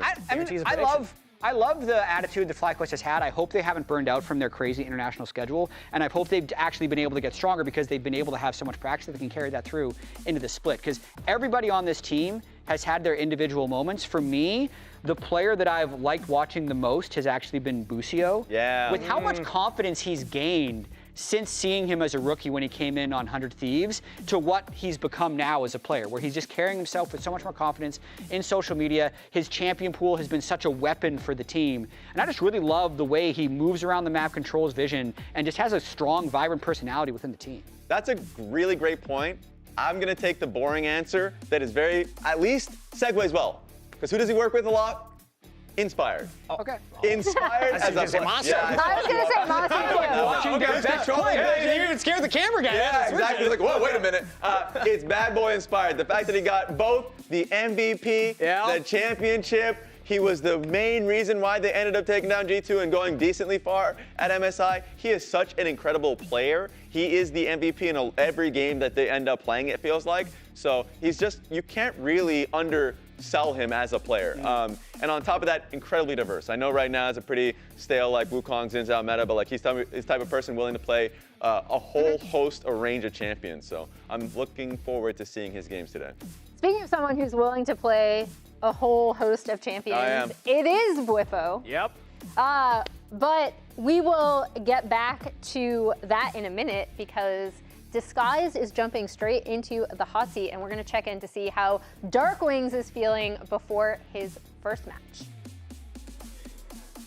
Hello, yes, thank you. Dark Wings, first of all, congratulations for making it to the LTA stage. You've been playing for quite a while for this. How does it feel? It feels really good. I'm happy that I finally got the chance to play LTA, so I'm really happy about that. Is there any mid laner in the LTA in particular that you're looking to play against that you're excited for? Honestly, I'm not sure if I have one specific person I want to play against because I want to play against everyone. But some of the Koreans like Loki, Saint, those guys are really good. So I want to play against those guys and Quad. I was going to say, Quad, your opponent today, a lot of the other mid laners last split said that he was the best mid laner. Who do you think was the best mid laner last split? I'm not too sure because I feel like most people have slightly different strengths. I think maybe Loki. Okay, some Cloud9 respect. I see there's a lot of Cloud9 banners over all the seats today. So we did a quiz and got some information about all of the new players. You were the only player that didn't put League of Legends as one of your top 3 games. Is that because you consider League work, or you still find enjoyment in it? I definitely still find enjoyment in League. I just thought the questionnaire was League was already included. It's a given. It's already a given. So. Okay. Well, the other talent that you listed is that you can lick your elbow. Is that true? I don't believe it. Can I see it? Yeah. Oh! Right there! Dark Wings, let's go! Back to the lounge. Oh my god! Oh my god, he went the other way! I thought he was lying. So he can actually dislocate his arm. I don't know if we can show that on broadcast. Holy cow! Respect to that brother over there. That's crazy. Oh my god. All right. That was glorious. Getting a chance. As Kobe mentioned, he's been playing in Tier 2, Tier 3 for over half a decade, since 2018, actually getting this chance. And it's difficult because when you join a team that's in the bottom of the standings, you're incurring huge risk. But it's taken him so long to get here, and I hope he does well. I had a conversation with him in Chicago 2022 Summer Finals. He was in the audience, in the stands, and I remember talking with him, be like, hey, what's up, Dark Wings? Because he was playing in NACL at the time, and he was like, one day I'm going to be on that stage. Ooh. 3 years later, now he actually has a chance to compete in the league. I think that's really cool. You've been covering him a lot more extensively, during NACL, because for me, when I saw him, It was like the Red Bull 1v1 tournament that he ended up winning, and he was like incredibly good at Cassiopeia. What other thing can you note from him? He loves the control majors, so Victor, Azir are definitely in there. So we talked about the Azir changes. I feel like they're going to want to pick something like that for him. And when I think of play style, he's going to try and hold his own in lane and then have big impact plays later on. I always saw him as the type of player where, like, if they're approaching the Elder Dragon or the Baron, more often than not, he's able to pull off like a big moment, but he has sometimes quieter early games. So I don't expect like flashy plays from him. I'm hoping that he can just stay solid and then kind of be a rock for the team in the mid lane. Pretty much everything you said from the Dark Wings section. We must move on towards Rahel. This is a surprise for me because SK shouldn't even have lost them. Yeah. He is such a good AD carry in my mind. So like, what he was able to do for the team at the time when they had Niski was a lot. And I think now that DSG has him on their roster, this is going to be a bot-focused team. Yeah, I actually think Rahel is really, really good. I'm also in the Raz camp of it was not his, like, SK Gaming's problems. Did not seem to be his fault. I think he could end up performing super, super well. I also want to point it out, he's actually played with both Saint and Thanatos at different times in the Dom1 Academy Challenger system. Yeah, I'm looking forward to seeing these guys, but I also do say they're up against FlyQuest, the number one team, the clear number one. For people wondering why the games are scheduled this way, it's part of the format. First place and last place from last split play each other, then 2 plays 7, 3 plays 6, 4 plays 5. That's the first round of the new pick and play system. And then the losing teams, the team at the bottom is going to pick who they want to play for week 2. And we're going to be running that for 3 weeks. But that's the new format, and that's why the week 1 matchups are how they are. I don't know what we're doing. We're fighting. Okay, but I agree. And I think what's interesting is going to be, what level is DSG going to be in coming in for week 1? And then on top of that, like, where can we see them at the end? Because it is a big split for them. By the end of the split, they will be playing for the promotion relegation tournament. Yeah, absolutely, Raz. We also know that FlyQuest did really well at MSI. And what does that mean? What does that mean? Are we the best in the West? Oh, I do think we are the best in the West. Take it away. Best in the West, baby! Take it away, Cowboys.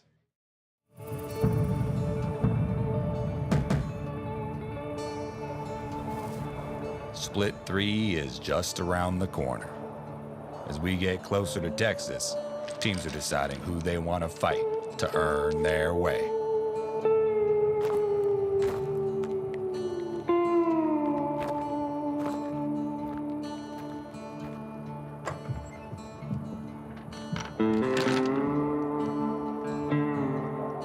I'll be back for y'all soon.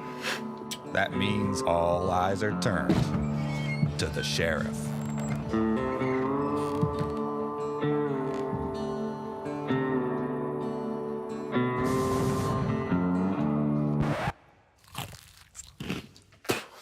Fudge really is the worst.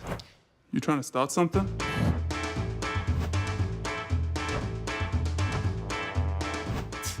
You're not even the one I'm looking for. You can't handle these guns? What is he doing? Old school trash talking. It's very unimportant. It's my best work of literature yet. Fine, I'll read it. The print is pretty blurry. Is it quid sucks or quad sucks? Yes. What? Honestly, both.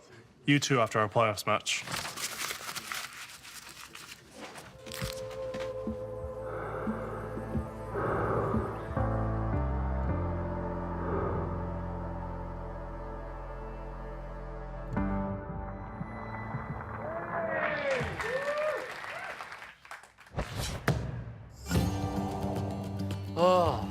¿Sigues intentándolo? Pensé que te habías retirado. Double or nothing this split?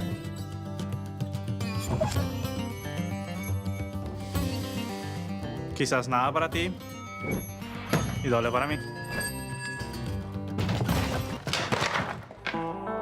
What's someone gotta do to get some service here? Seems like the newcomer in town is disguised. Actually, he's toasted. I'll take any one of you down and make a name for myself. Settle down, rookie. Despite all the challengers, none is the one Whippo is hunting. I know. Where is this guy? With the sharpest smite in the Southwest. Heard you were looking for me. About time you showed up, amigo. And just like that, with the fights picked, Split 3 of the best region in the West turned into an all-out shootout. where only one could be left standing.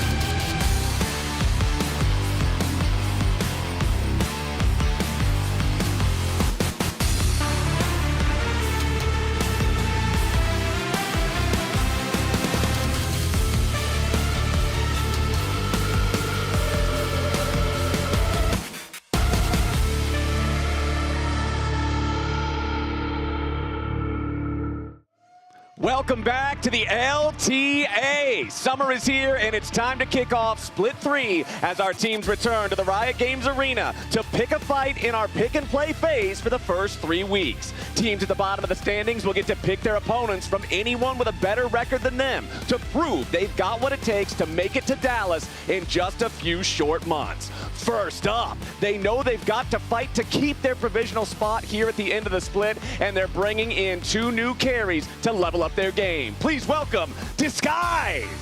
In the top lane, Castle. In the jungle, XU. At mid lane, Dark Wings, AD carry Rahel. And at support, it's Huhi.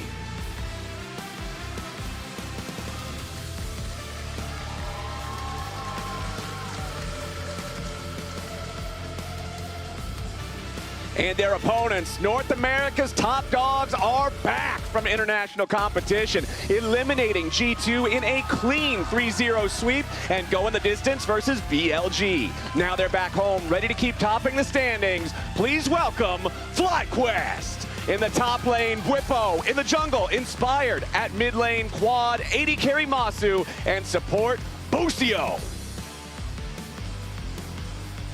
This first matchup, Kobe, this is going to be the top squad from split number 2 versus the bottom squad from split number 2. A bit of a challenge here to kick things off for Disguise as they're looking to prove their name against, honestly, the team that was the guys to beat for everybody else all last split. Yeah, we just turned the standings upside down. It's the top squad versus the reverse top squad. Yeah, I mean, a 1 and an 8 can both look the same number if you flip them upside down. One's a stick and one's a curvy thing. But honestly, I am excited because Disguised have to play for the spot at the end of the year.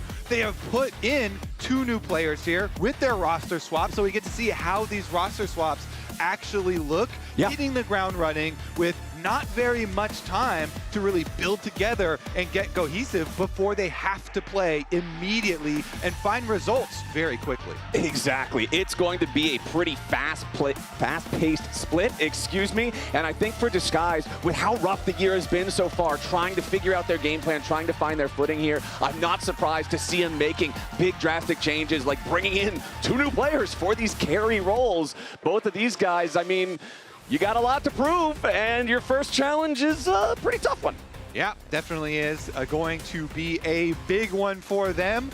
FlyQuest, of course, talking to Matsu, I actually expected them to be like jet lagged and tired and stuff, but he seems like he's just a professional now at being able to travel around and adjust to, all of the things that go along with travel. So we'll see how well FlyQuest can kind of hit the ground running here again in a new split, because by everybody's kind of measurements, this still should be the top team in the LTA. Exactly. They were the squad that everybody kind of had on their list of, we've got to be able to knock them off if we really want to say we're the best back in Split 2. But historically, we have seen our top teams, when they go to international competition and come back, take a little bit of a recovery period to really get back in form after all the traveling, after all of the extra responsibilities with the scrims and the games and the schedule. So it's always a curiosity of mine if that's going to be in effect here here if FlyQuest will need that cooldown timer before they start locking in again, or if they can just come straight out of the gate. So let's see how it works. FlyQuest starting out on the blue side here, banning away the Gwen, the Senna, the Vi,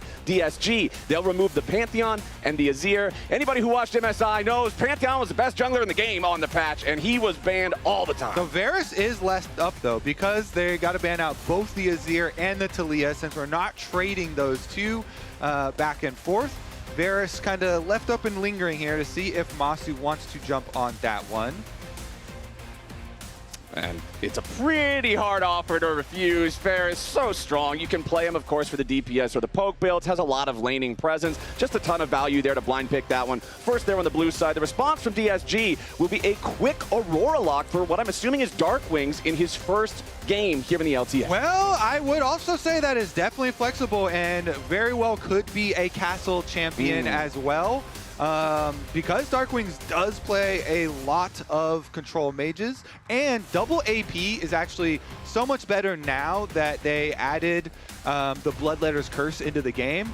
Ever since that thing got added, everybody's just been slinging around double AP solo lanes everywhere because you can shred for the other AP, so very well could be super flexible. Plus, you've already got an ideal jungler for that double AP type of situation. The Wukong providing a ton of physical damage threat there in the jungle role. Back over on the FlyQuest side, though, we are going with champs that keep it simple. We've got Varus, your standard archer, AD carry. We've got the most standard type of mage, burst mage in the game here with Annie for quad in the mid lane. And hey, we're just going to keep the standard stuff coming. It's when I think jungling, this is probably about the most, he's a jungler in the game. He fits into everything. He's effective early. He can skirmish. I'm liking what I'm seeing. And yeah, we were expecting the meta to remain very similar coming back to LTA because the patch changes were not very large. Yeah. We are going to stay on live patch continuing through this entire split for the LTA, and but yeah, the change is not super big, so we're staying with pretty much exact same style meta. And just to let people know real quick, yes, we know that Yunara is out live right now on the Rift. However, because of even when playing on the live patch, we still have a global competitive ban on new champions for 2 weeks. Teams are not allowed to pick Yunara here for the first week, so we'll get to see her a little bit later on this split, but not today. As I think that's definitely an Aurora for mid lane now. Sion locked in for Disguise. Big meatball there for Castle. Yeah, definitely setting up a very good team fight for themselves here. I mean, if you have Aurora plus Wukong threatening on a low mobility Varus, always like that, but then adding the Sion with the ultimate really makes you very, very wary of any sort of flank angles here. So Disguise actually crafting themselves a comp that has a lot of angles for attack to try and punch Varus and Annie. Although FlyQuest here soaking some bans for Bwipo. This guy is very well aware of Bwipo's potency in counter-picking top lane, and since they early picked that Sion, they know something is coming, but they want to at least take out that set that he really does love.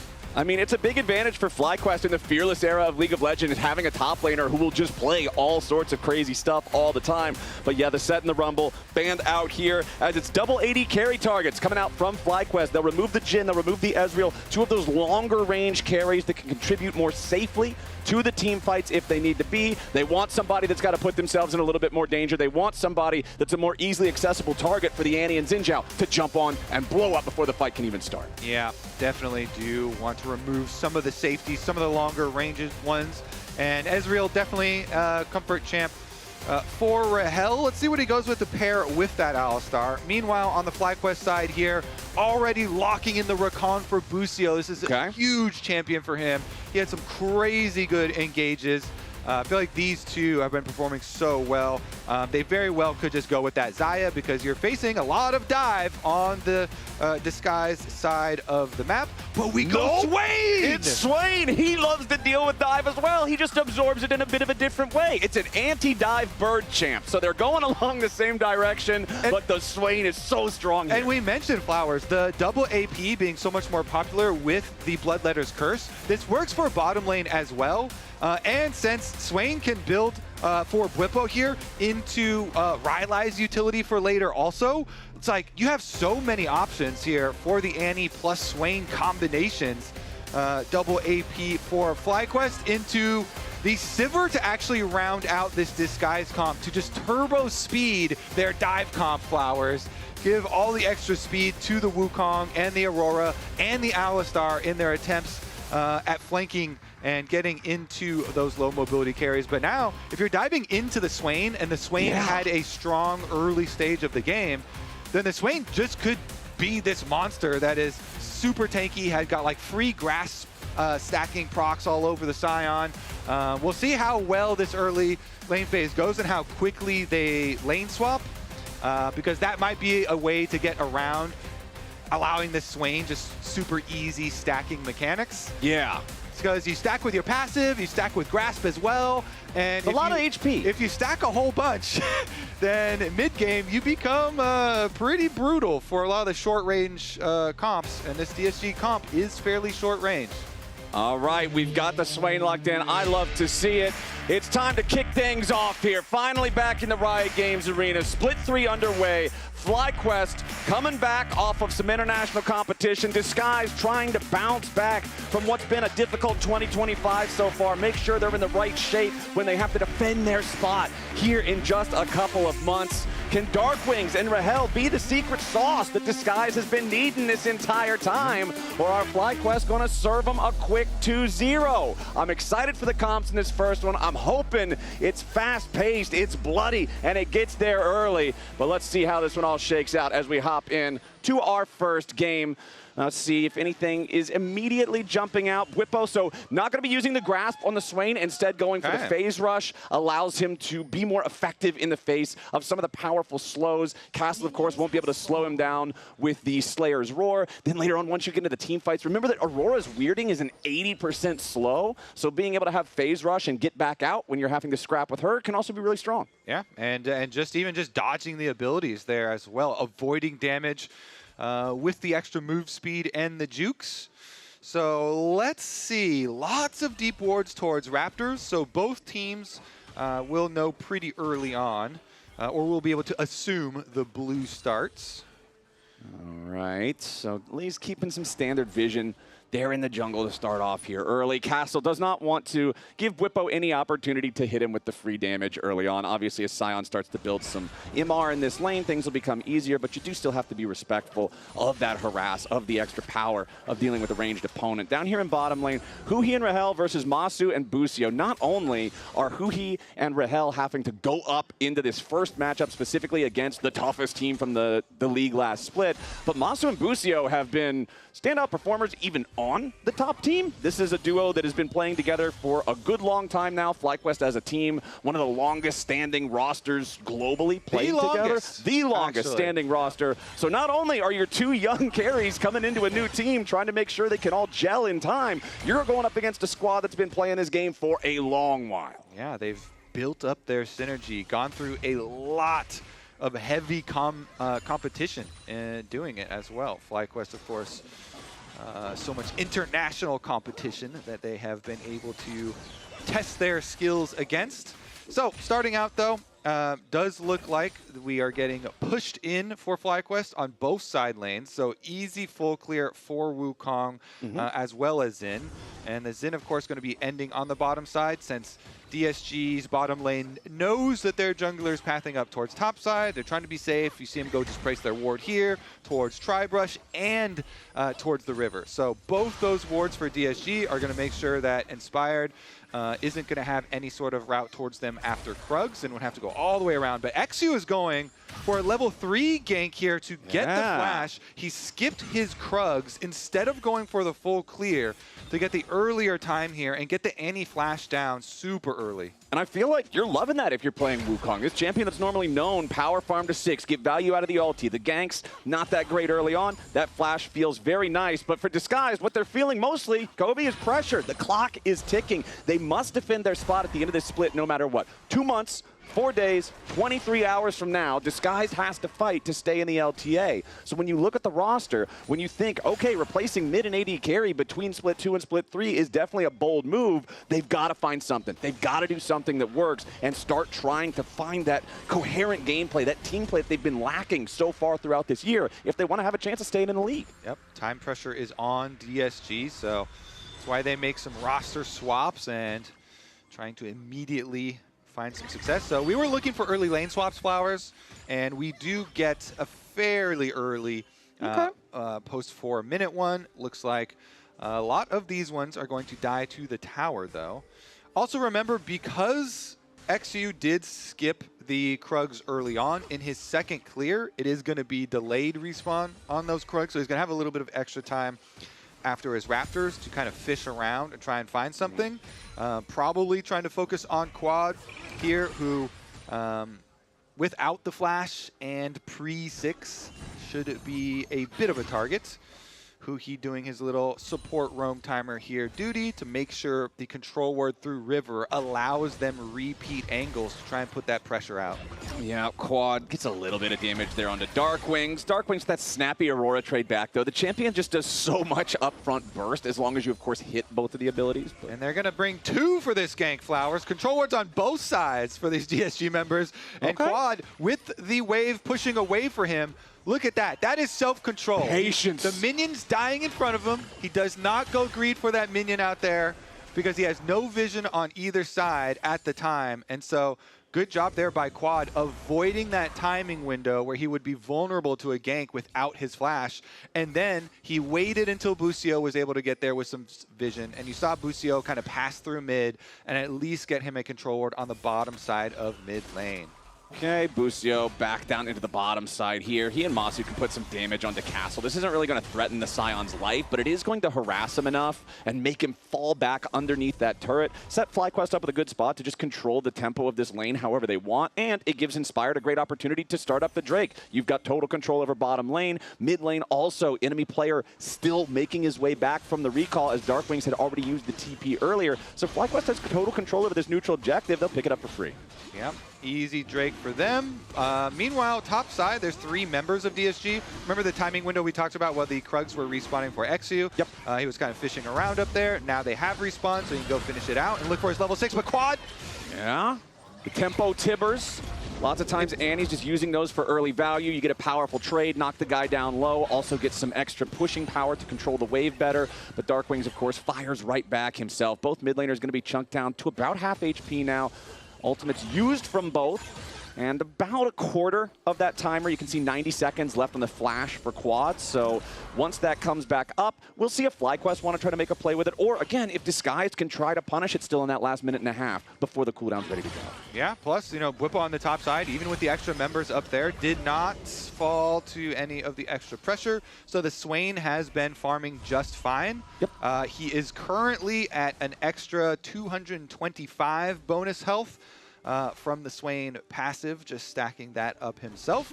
And as you can see, is going into the Catalyst. So we'll get the Rod build. So he is going for the scaling, big, beefy Swain here, just to be really hard for this DSG dive comp to try and work around. Because Wukong and Aurora, like, they gotta go in, Flowers. Yeah, you don't really have a whole lot of other choices on those two champions. And even as Sivir is kind of like bouncing stuff off the front line, she is still short range. So Whippo here trying to scale up into the mid game with that Swain counter pick. And Castle is just going to have to farm up whatever he can here. You can see a little bit of fun facts about Darkwings down in the bottom of the screen as Whippo forcing ulti for ulti here from Castle. Castle will at least get enough distance that Whippo will not continue the range for the ulti there. Won't find himself a kill, but he maintains the pressure. So didn't you cast that Red Bull 1v1? Yeah, I'm pretty sure that's the one that I casted. Yeah, because I did the Red Bull 1v1 you had a couple row years seat back. to Darkwings. Yeah, I got that was my first introduction to him as a player, was winning that 1v1 competition. So we know that he's got the mechanics, we know that he's got the skills, but it's also always such a different environment. Seeing a player go from solo queue ladder environments, 1v1s, even playing in tier 2, the step up to tier 1 here on the LCS, LTA, whatever it's been throughout the history of the league, onto that biggest stage. It takes a while to adapt to it, so we'll see if Darkwings has what it takes to learn that quickly. XU down here in the bottom lane now, forcing the flash back out of Whippo. Doesn't get a whole lot of damage, but hey, at least the summoner's down. Yeah, he's going through, getting some very kind of efficient timings here to just instantly get the flash, then recall. Didn't use his Wukong ultimate or anything, still has his own flash. As Dark Wings goes for a little bit of a trade here. He's got the safety of Huhi behind him, so feels just fine there, and does have his Aurora ultimate backup and available. But Inspired, back to doing Inspired things. So even though we mentioned, oh yeah, getting Whipple's flash was really quick and pretty efficient, Inspired's like, it wasn't that efficient. I'm going to at least take your Raptor camp here. So even though he only showed for 3 seconds or something down there, Inspired's like, well, all right, you're recalling. I'm going to take your Raptors real quick, and gets +1 extra camp. Well, he got the Raptors. He also secured the Grubs while XU was on the other side of the map there too. So despite the fact that XU, yeah, he got a flash off of the enemy mid laner early. He got a flash off of the enemy top laner now. The scoreboard still says 0-0 on kills, but both of those neutral objectives have gone the way of FlyQuest through Inspired securing them. Keep your head down. Keep on farming, Flowers. Okay. Be a good jungler. Farm. Well, he's level 7 now. We've got the power unlocked. A Wukong with ult and flash. There's a lot of playmaking potential usually here. Quad just going to continue scrapping with Dark Wings, though. Both of these mid laners just want to find those really fast, really snappy electrocute trades. Back away. Yeah. And everybody kind of farming up towards their first item power spikes here. Of course, Sivir usually has to wait a little bit longer than everybody else to really bring some big power and focuses more on the minion waves early on. But it is also going to be Masu with the on-hit, of course, Varus, because he went with the lethal tempo, and you're seeing the build into the newly buffed Blade of the Ruin King a little bit, especially since he's going to be hitting a lot of melee and short range champs. As Huhi goes for the flash follow. Yeah, Huhi though just getting way too aggro with it, and now Masu and Busio returning a ton of damage. Huhi's already about to die, and the arrow finds his heart. Disguised, forcing the play way too hard, thinking they had an angle, but Masu and Busio keep cool and collect first blood. Huh, yeah, okay. So, like I said, keep your head down, keep farming, and then sometimes the first blood comes to you, Flowers, under the tower. And look at that. Quad roaming over here is like looking for some really deep stuff, trying to find any stragglers there on the Annie, because as soon as you finish your Malignance, you're like, I gotta use this. Let's go. Timbers is burning a hole in my pocket. let me I need him to burn a hole everywhere else. I need to throw this bear down somewhere. Might be right now. Okay, Huhi wants to follow up, help Dark Wings on this one, but honestly, Quad, yeah, he loses his flash again, but he does a ton of damage to Dark Wings on that one. Could interrupt Disguised's opportunity to try to use this play for any type of tempo, as Dark Wings already has to take the recall now. No teleport to join back up with the rest of the team, so Disguise doesn't actually buy themselves a ton of control over this bot side river. XU, he takes the crab, but he has to use his smite to get it, and that means there's no smite available for the Disguised jungler, as FlyQuest have a 4-man push that they're ready to just take this Drake with and dare Disguise to challenge. Okay, I hear the Sion ult coming down through. You can see him through mid lane. Yeah, he wants to arrive, but he only finds Busio. Now Whippo's made his way down with the TP here as well. Disguise looking to come in and try to contest the Drake, but Inspired's already got that one secured. Whippo putting the pressure on. Inspired is dead. XU taking the kill on that one, but it will be a 1-for-1 trade. Here is the enemy top laner also falls. Nice kill to Dark Wings as he picks off another one. FlyQuest firing back. Who he's about to drop next. Nice stun there, run over hell. And FlyQuest will just wipe them in this fight. They lose Inspired. They get the Drake. They get 3 kills. They get a win here in the team fight, and they get the feats to boot. Yeah, Inspired was like, I like these odds. He's the only one from FlyQuest still inside the Dragon Pit. All of the Disguise members around him, and he still secures the Dragon. Meanwhile, Whippo Swain, as we were saying, we got to see it live action here, and he hasn't even stacked up his Rod of Ages or anything. Yeah. He has not even like scaled into this game, and the Swain already just gets to run rampant through this entire team fight. So we'll take another look at it, but you heard the Sion ult really early on, so they know it's coming, and they channel the ult nice and early here. Busio is then able to soak the Sion ult, but look at the Dragon Pit. There's everybody in there with Inspired. He ults on the Xin, still is able to get it. And then Whipple comes through after they have already killed Castle, chases everybody inside the pit. And as you know, it is FlyQuest getting all of the chase down here as well. Yep, they did get the extra kill onto Busio there too at the end. Dark Wings finding that one with his Aurora, so trying to get a little bit of something back, but again, still 3 kills to 2, favoring FlyQuest. The objective going to FlyQuest there, also big for Inspired. And man, look at the individual gold advantages. It's Masu's Varus that is out the furthest ahead. 1,500 individual gold lead for him. He's got his Berserker's Greaves empowered with the feats. He's got his Blade of the Ruin King newly buffed, like you already said. I love the fact that he's going with the lethal tempo build this game, since honestly, your poke's not going to be super effective against things like Scion or Wukong. Sivir can spell shield it. The piercing arrow build just doesn't feel like it would have the same efficacy as it can have in other comps in this one, but there's so many targets to be shooting at, and this guy's damage is primed to just be a problem for Disguise now that we're going to start seeing more of these big fights. Yep, he certainly is the big problem on the Rift. The question will be, I mean, maybe they've got Darkwing's Flash here with the Aurora. You're still probably trying to look for one of those flank plays. Quad is under attack, though. Yeah, we got some problems for Quad up here. Disguise going in for the kill, and Darkwings gets him with the weirding. Nicely picked up there by Disguised to find the FlyQuest mid laner out of position. Nice pick for them. Opposite side of the map. Doesn't seem like there should be any sort of response from FlyQuest either. So that is just a very nice, clean pick here for Disguise. Get themselves some money back into this game. They are not too far behind just yet. Yes, the objectives are also stacking up against them, so that is going to be some extra pressure and will be very annoying because FlyQuest, on top of everything, are also going to be able to get the Rift Herald. So Dragon number 3 is only 2 minutes away. And actually, maybe they get another side lane attempt there. Wukong is also on the bottom side of the map, but Whippo, especially with Flash, is probably too much. Yeah, man, it's a Swain, and you have Scion and Alistar. It's pretty hard to kill. I also love he went for the Boots of Swiftness, and since they got the feats, you get to get the Swift March boots. Those things are actually insane. They just got Phase Rush, so he's fast. He's going to be cruising all over these team fights.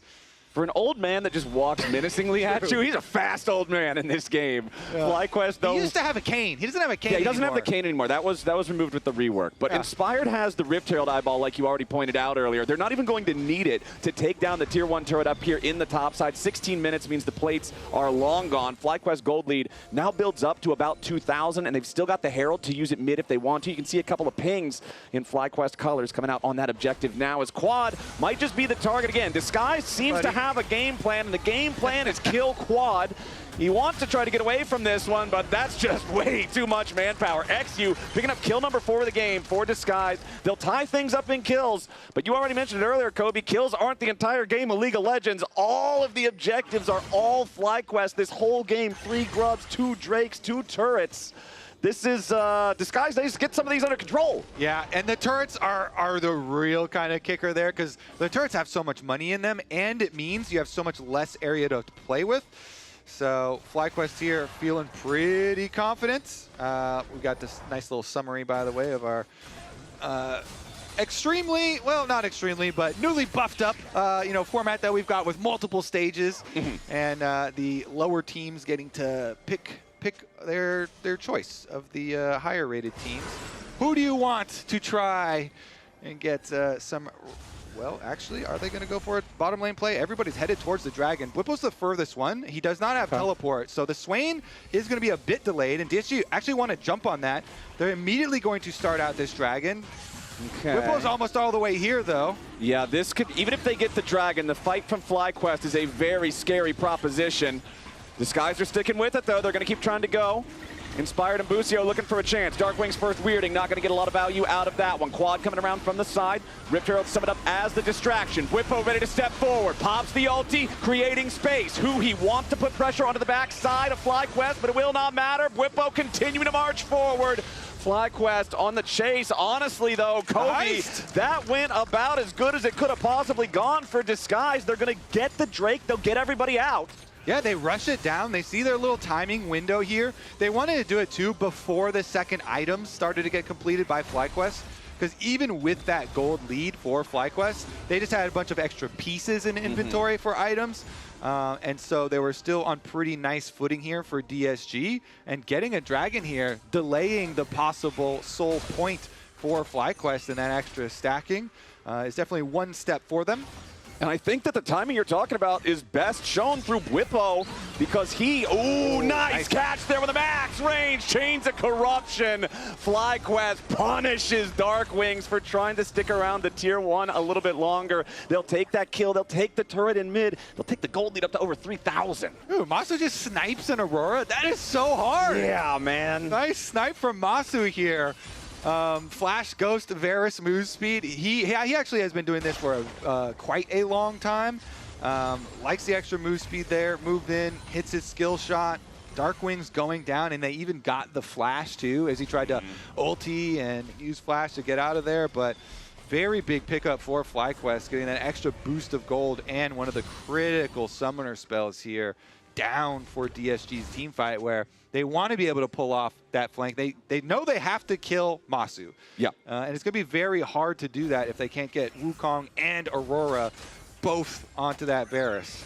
And what you were talking about with that last dragon that DSG executed on so well, it's not true anymore, because right after we got done praising them for taking that window, which I agree was the right thing, bam, Bwipo completed the Rylai's. All of a sudden, you can't be near that Swain ulti anymore. That's going to be 2 kills that was previously a DSG disengage. Now you've got Masu with the upgraded boots and the Rage Blade also completed. The DPS is topping the charts. These upcoming fights will be a problem as Bwipo will be a target. DSG going in for the 3v1. Bwipo staying alive for now, draining as much HP as possible. It's taken him a long time to kill him. He flashes away to keep it going. XU doesn't have the damage.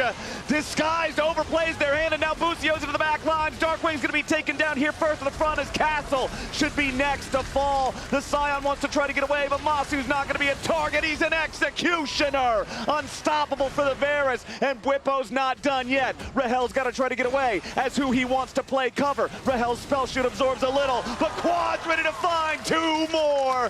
FlyQuest just bulldozed Disguised. They tried to find a pick, but you can't go after the Fed Swain. Yeah, with Phase Rush, with the Boots of Swiftness, with the flash available, he can just create too much time, and FlyQuest, actually ideal team fights are if you do start out on Bwipo. He uses his flash there to flash into the brush. You see multiple wards then put down by DSG. They're like, quick, we have to get vision. We have to be able to kill this guy quickly. Otherwise, the rest of FlyQuest join, and the rest of FlyQuest will finish him off. Nice little flash there as well from Inspire to block the escape path from Castle. It's just, they're going to walk him down now, Flowers. No escape in this game.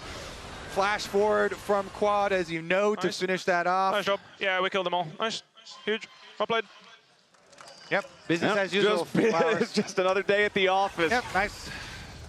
Well, okay. Earlier, we were on a little bit of copium, but it's looking rough for Disguise now. And honestly, this has been their 2025 so far. It has been a rough road. Remember that back in Split 1, they did get an individual game win against Dignitas as well, but because that was a best of 3, it's still a loss on the record. Split 2, the best of 1 against Team Liquid, their only true win so far this year. This is why we have the changes. This is why they're bringing in new carry players. This is why they're trying to mix it up and find that recipe for success, because what's been going on so far hasn't been it, and they know the time is ticking. And honestly, I mean, this is the toughest competition that you're going to have. Like, they have to start out playing FlyQuest. Yeah. So don't be super quick to immediately, you know, call it over here on the new squad, because as you say, you know, bringing in 2 different carry players is definitely going to need some time at least to work with, and they are really not going to have a lot of time, especially left in this game. Inspired and the rest of FlyQuest invading the jungle. They don't even have Bwipo or Quad with them. No, FlyQuest just wants to scrap in a 3v5 here. Ton of damage on the Castle, gonna kill him before anything else even starts. Masu, the target for Disguise, but they can't put the pressure onto him. Who he ends up knocking the Tibbers away.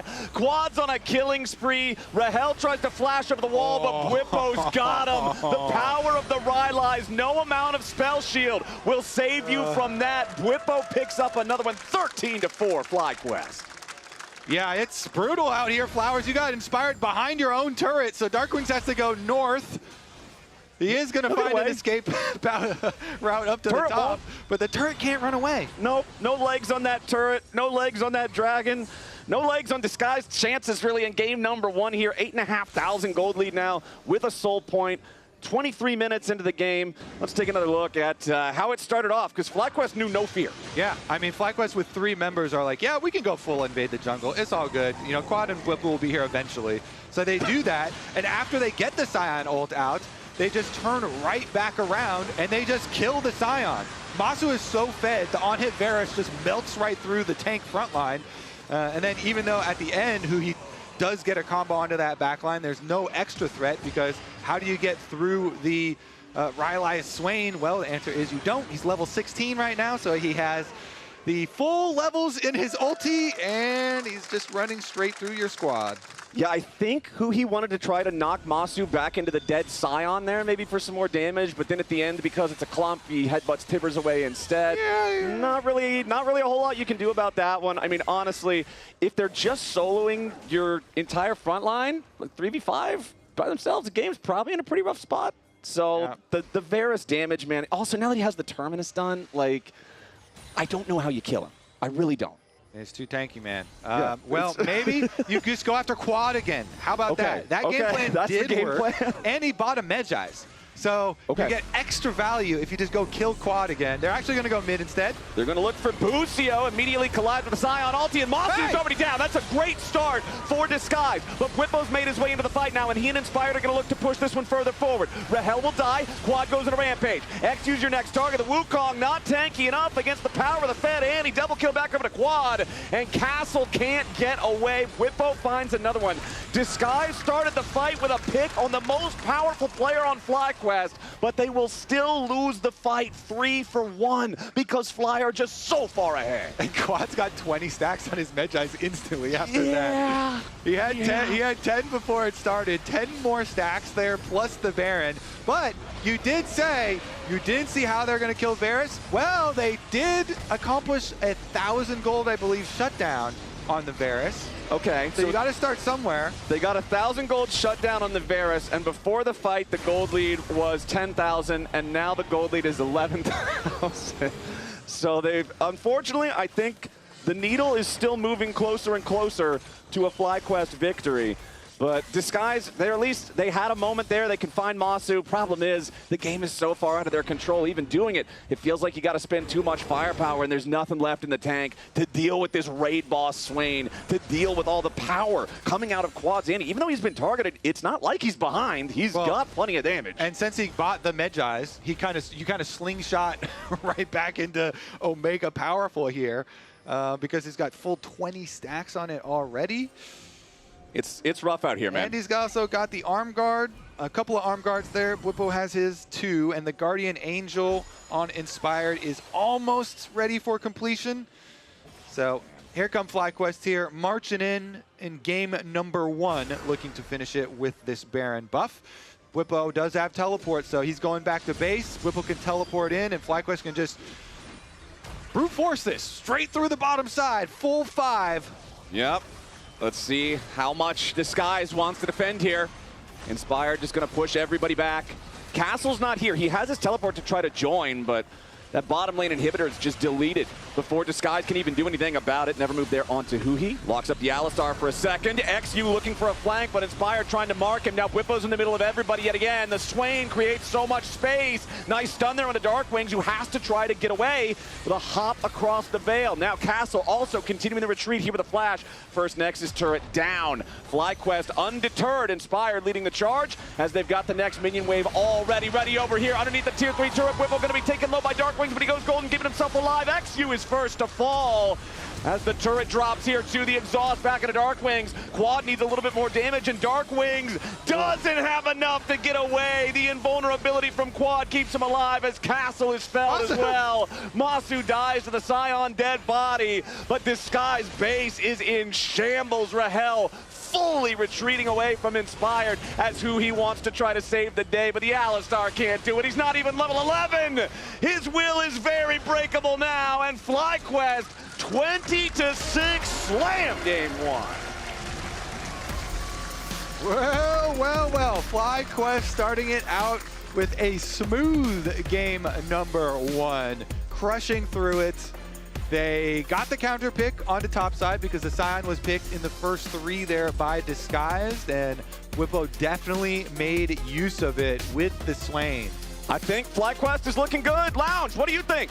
Looking very good. Pretty good. I will say it did seem like DSG had more bright spots than they did in last split.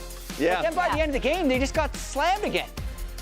Yeah, that was a tough one. That was a tough look, especially at that first fight. But the first question, is it a swangle? It is a swangle. It's a swangle? It is definitely a swangle. Confirm swangle. This is something that we have seen Whippo be willing to pick previously, especially since the patch buffs. I tried to draw a crow in like 3 seconds. Pretty good. It didn't really work. Yeah. But yeah, these ended up looking like bats. But let's hear from FlyQuest in their recent victory.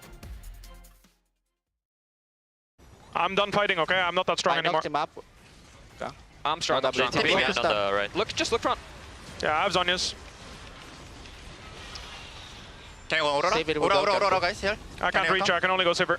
I have EN2 quad. Sivir, no flash. I can hit the thing for you. No flash. Nice one. I can shield. No flash on Sivir as well. Nice. No flash on Sivir, but I can't reach her. Careful, Master. Okay, I'm dead. IAB.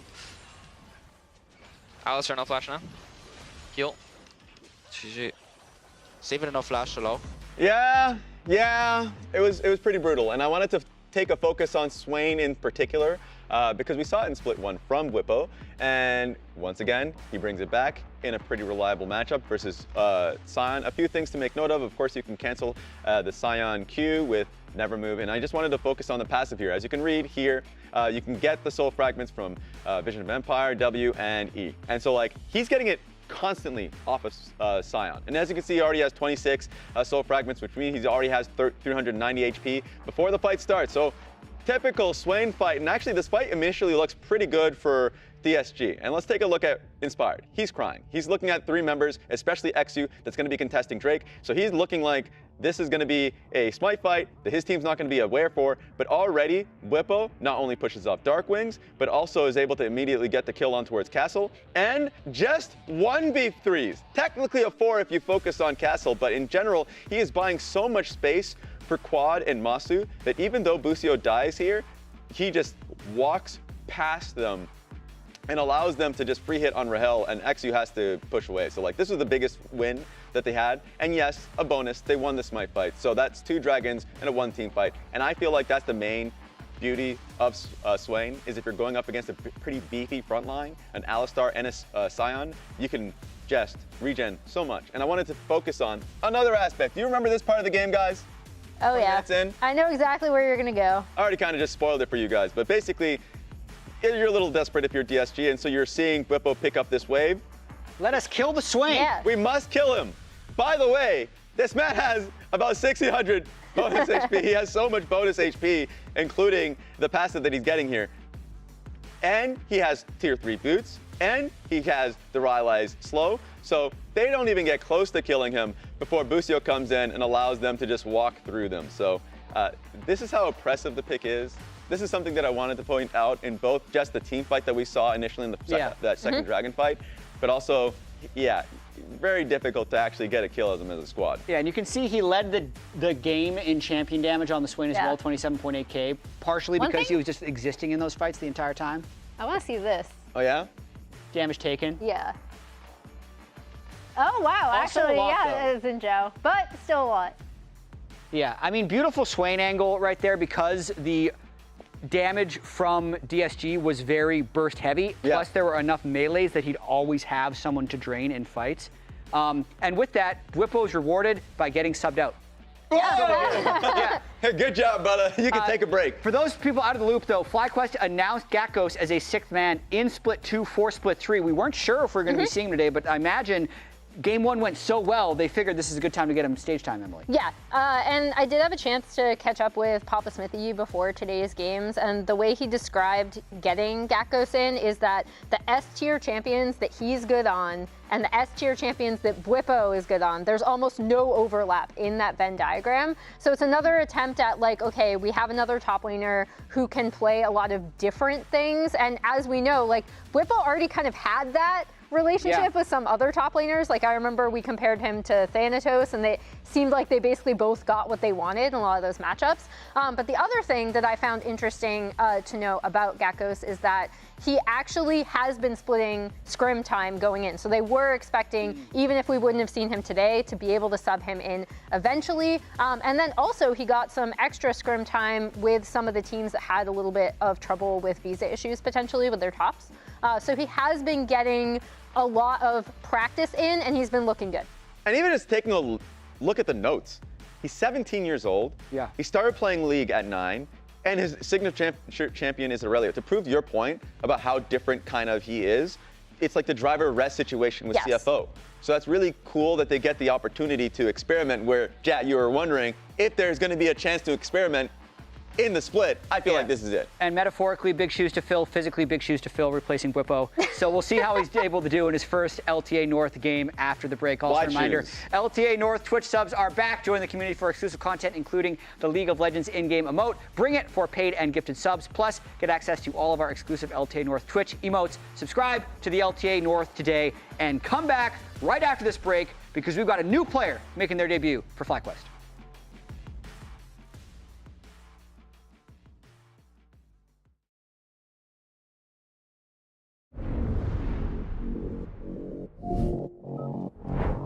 Ready, set, go!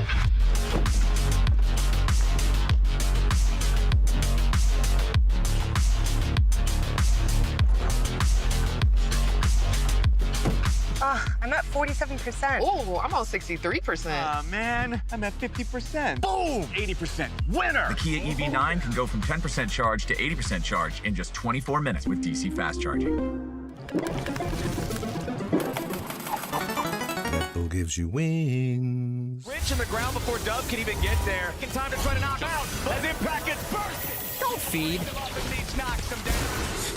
Get fed. Scan the QR code for LTA deals only on Uber Eats.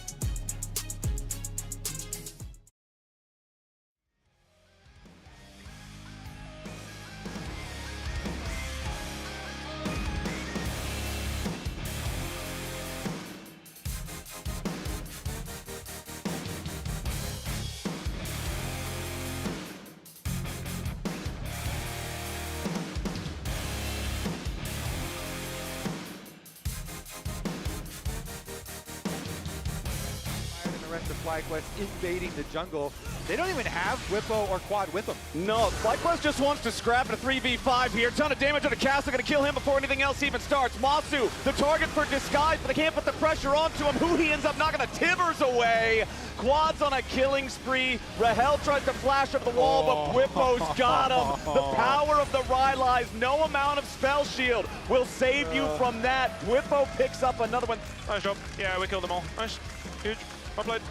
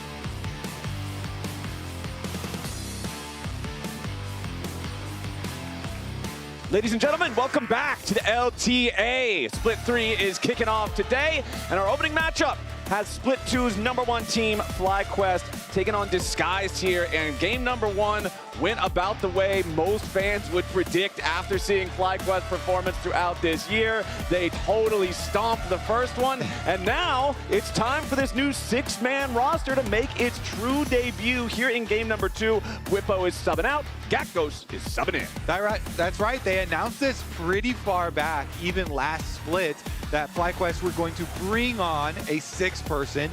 Is Gakgos here for the top lane? And now people were still wondering, in split #3, is he actually going to get to play some games? Because Whippo is such an integral part of this FlyQuest roster. But as they said, you know, they want to do some fearless stuff here, some different champions. A lot of the time, people are looking at Whippo and they're like, well, there's like some meta champions that, you know, he does not excel to the S tier on. And one of the big ones to me that always kind of stuck out was Gnar, and that is a huge champion for Gakgos. So, you know, maybe we do see more of those types of things here for their draft, for fearless plays. And, you know, see if they can actually find some success with it. Also, if you're coming in and you're playing Disguised and you already won a game versus Disguised, I think FlyQuest feel pretty confident and comfortable. I think it's the best possible time to introduce the new guy, give him some stage time, give him some reps. And also, you know, if you've been watching international competition so far this year, if you were watching First Stand at MSI, you probably saw the Flying Oysters. You've probably seen the Flying Oysters kind of impress everybody with their double top laner strategy. So FlyQuest is just cooking a little oyster magic here. They're going to see if they can find a little oyster magic. A similar type of success. And maybe they will. Cooking with Captain Flowers and the oyster dish. I'm ready to go. We got the oyster sauce. We're cooking. I'm down. I'm ready. Captain Flowers gonna cook you up some oyster magic. We got some oyster sauce with Chef Gakgos here, and we're gonna see if he can cook. I'm really excited to see how this plays out, though. Obviously, we mentioned it a little bit last game, just waiting to see what kind of form FlyQuest is in after returning from being in internationals, while everybody else has a much less intense schedule between the end of the previous split and the beginning of this one. Definitely seemed like they were all still pretty locked in there in game #1, as Disguised really struggled to ever find an answer to him. I also think that FlyQuest draft, the very end, having the Swain, it was just so hard to play from Disguised position. Yep, very good answer there. They really utilized, you know, Whippo's talents there as far as the counter picks go. We'll see about the draft and the counter picks this time around. Of course, because they are subbing in Gakgos here, we have a little bit of extra time because they are thoroughly checking all peripherals and everything and getting them all set up. But yeah, I mean, they scouted him really early on. He is the youngest player in the LTA. You know, he played in LFL Division 2, played in TCL a little bit, but coming here into the LTA stage, only 17 years old. He was literally half as old as I am. Yeah, like, I was hoping we were going to start doing comparisons. Well, I'm just saying, Uncle, all right? Uncle Flowers and Uncle Kobe. The number attacked me when I read that number, all right? That was like a hold on now, but we are into the draft. Partner. Hold on, slow your roll. Okay, we're into the draft though, and this time Disguised is over on the blue side. They'll ban out the Vi, the Nico, and the Talia. Over on FlyQuest side, they'll ban Aphelios, and they'll ban out the Pantheon. Talia and Pantheon just continue to maintain their presence at the top of the ban list. You mentioned last game how the patches between MSI and now weren't huge ones, and so a lot of those power picks are going to stay very powerful. These two ran the show. Yes, they did. And some people may be wondering, like, yeah, why are we banning Aphelios? I mean, we saw it get played sparingly, but it is also the first main champion that Rahel ever played, and he also self-described it as his signature champion. Okay. So he does deserve those Aphelios bans. Meanwhile, looking like we're just going to get that lock-in real nice and quick, super comfortable champ. Azir here for Darkwings and Disguised. Yeah. Disguised decided they wanted to remove the Talia, but since they had first pick, they didn't feel the responsibility of banning out both of the big mids there alongside the Azir like they did last time on Red. This is one of the big, not only power picks that you give over, but, okay, so they don't actually lock it in. But Gwen is also another one that self-described. Whipple's like, yeah, I'm not one of the like S-tier Gwen players, so they often play into it or have counters or something, but maybe that is something That is, you know, part of their idea with playing some Gatghosts as well. Some Gnar picks, some Gwen picks, type of stuff down the road, but not going to be anything early on as they opt for the tree for Mr. Inspired first.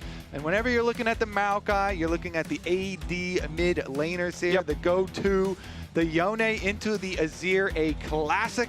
So you've got Maokai with point and click flash W engages, and of course your amazing teamfight ultimate combinations for later, but just pairs so well with that Yone. Okay, over on the other side, the Sejuani locked in for Disguised, and then they've got the Jax up in top lane for Castle. Sejuani Jax, a pretty classic top lane jungle combination. Strong 2v2. I do like this. Disguised draft this time around looking very nice to me. Let's see what the answer here for FlyQuest will be into the Jax. They just go with the bread and butter here, the Rumble. Fairly standard and is going to pair well with Maokai CC, although it does mean your top and jungle, you don't want to fight that 2v2 necessarily, since Merc Tread value for the Jax is going to be insanely high, playing into a Rumble and playing into a Maokai jungle. We're also not getting to see any of that super spicy oyster sauce here in the top lane for the Gatghost debut. Rumble, about as standard as it gets in recent metas for top laners. We know we've seen Whippo play that plenty of times before, but it just means we'll have a more direct point of comparison. So here's my thing though, quick while we saw that shot, all of the seats in here have Cloud9 banners all behind them. Cloud9 aren't even playing yet. Is that allowed? Is that legal? Is Jack coming in here? Jack is waking up at 7 a.m. He's plastering Cloud9 stickers over every square inch of the studio. Open it! I see it there.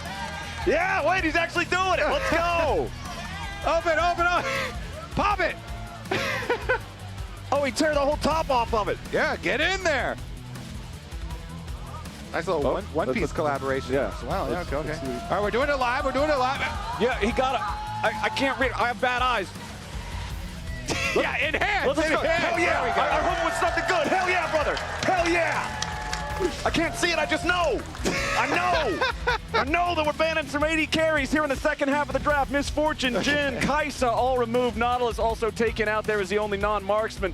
And now FlyQuest will lock in that Ezreal here for themselves. Some of that long-range safety. Remember that him and Jin also banned out in the second half of bans in game 1. Yeah, exactly. Okay, so into the Ezreal here. Let's see. Looks like, yeah, we are looking towards the burst damage of the Corki here. Should be pretty nice game for Corki. Having the extra move block when you're playing against the Maokai Rumble combination is always nice.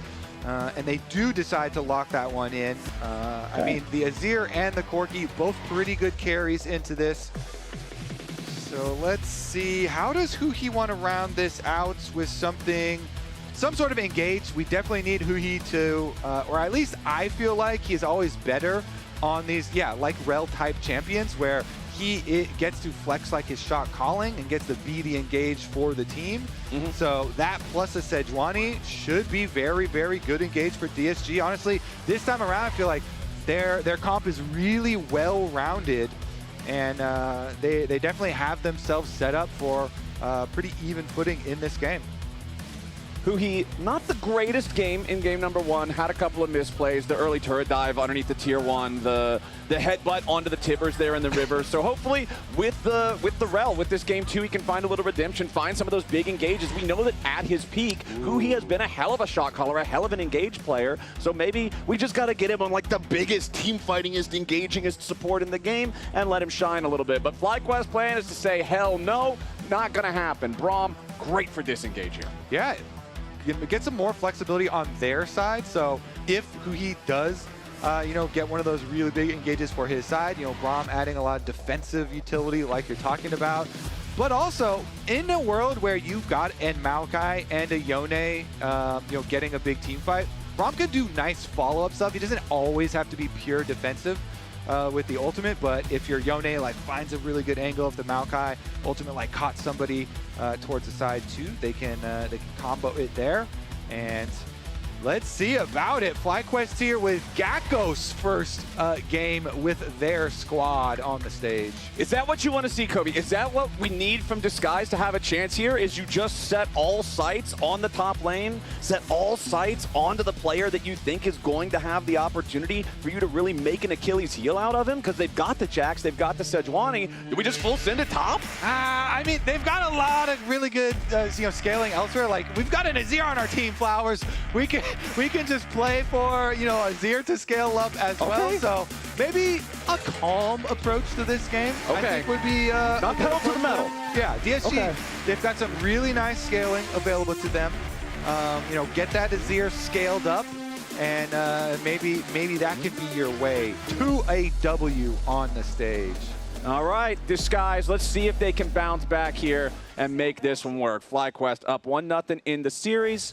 Masu immediately going to find the first Mystic shot over the wall there onto Rahel with his Ezreal. But here's a little look at Gakko, 17 years old. That means that he was born in here we go. 2008. For those of you guys who don't know, League of Legends, the game, released out of beta and into full release state at the end of 2009. Yeah. So he's just about as old as the game itself, just slightly older. And he's 6 months younger than the iPhone. iPhones were on the earth before Gakgos was, but an iPhone has never made it to the LTA stage. So clearly, he's already on the right path, and I want to see how well he does in this first stage game here in the LTA. So this is my favorite, because Papa Smithy here with this quote, this looks like copy pasta to me. that is like, I can already envision the chat taking over with that, because it is very complimentary. And just looking towards the future here with building up talent. And you have to say, FlyQuest,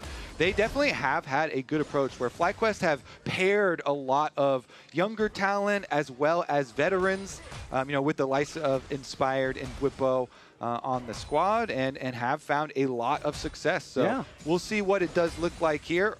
Obviously, we're going to focus on Gakos a decent amount early on. He's got some vets beside him. He's got the Pasta Smithy blessing. He's ready to go. He's got all of the intangibles there that should make for a good start here in the LTA. As we'll see Castle have early control over this lane, get pushing with the Jax. I mean, doesn't it just sound like some tasty pasta? It's like Gakos is a player with unlimited potential. Every time I watch him play, he does something special that captures my imagination.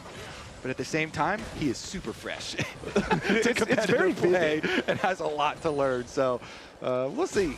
We'll see what the future does look like for him, as well as the team overall. But in this game, should be some pretty smooth farming early on from both sides.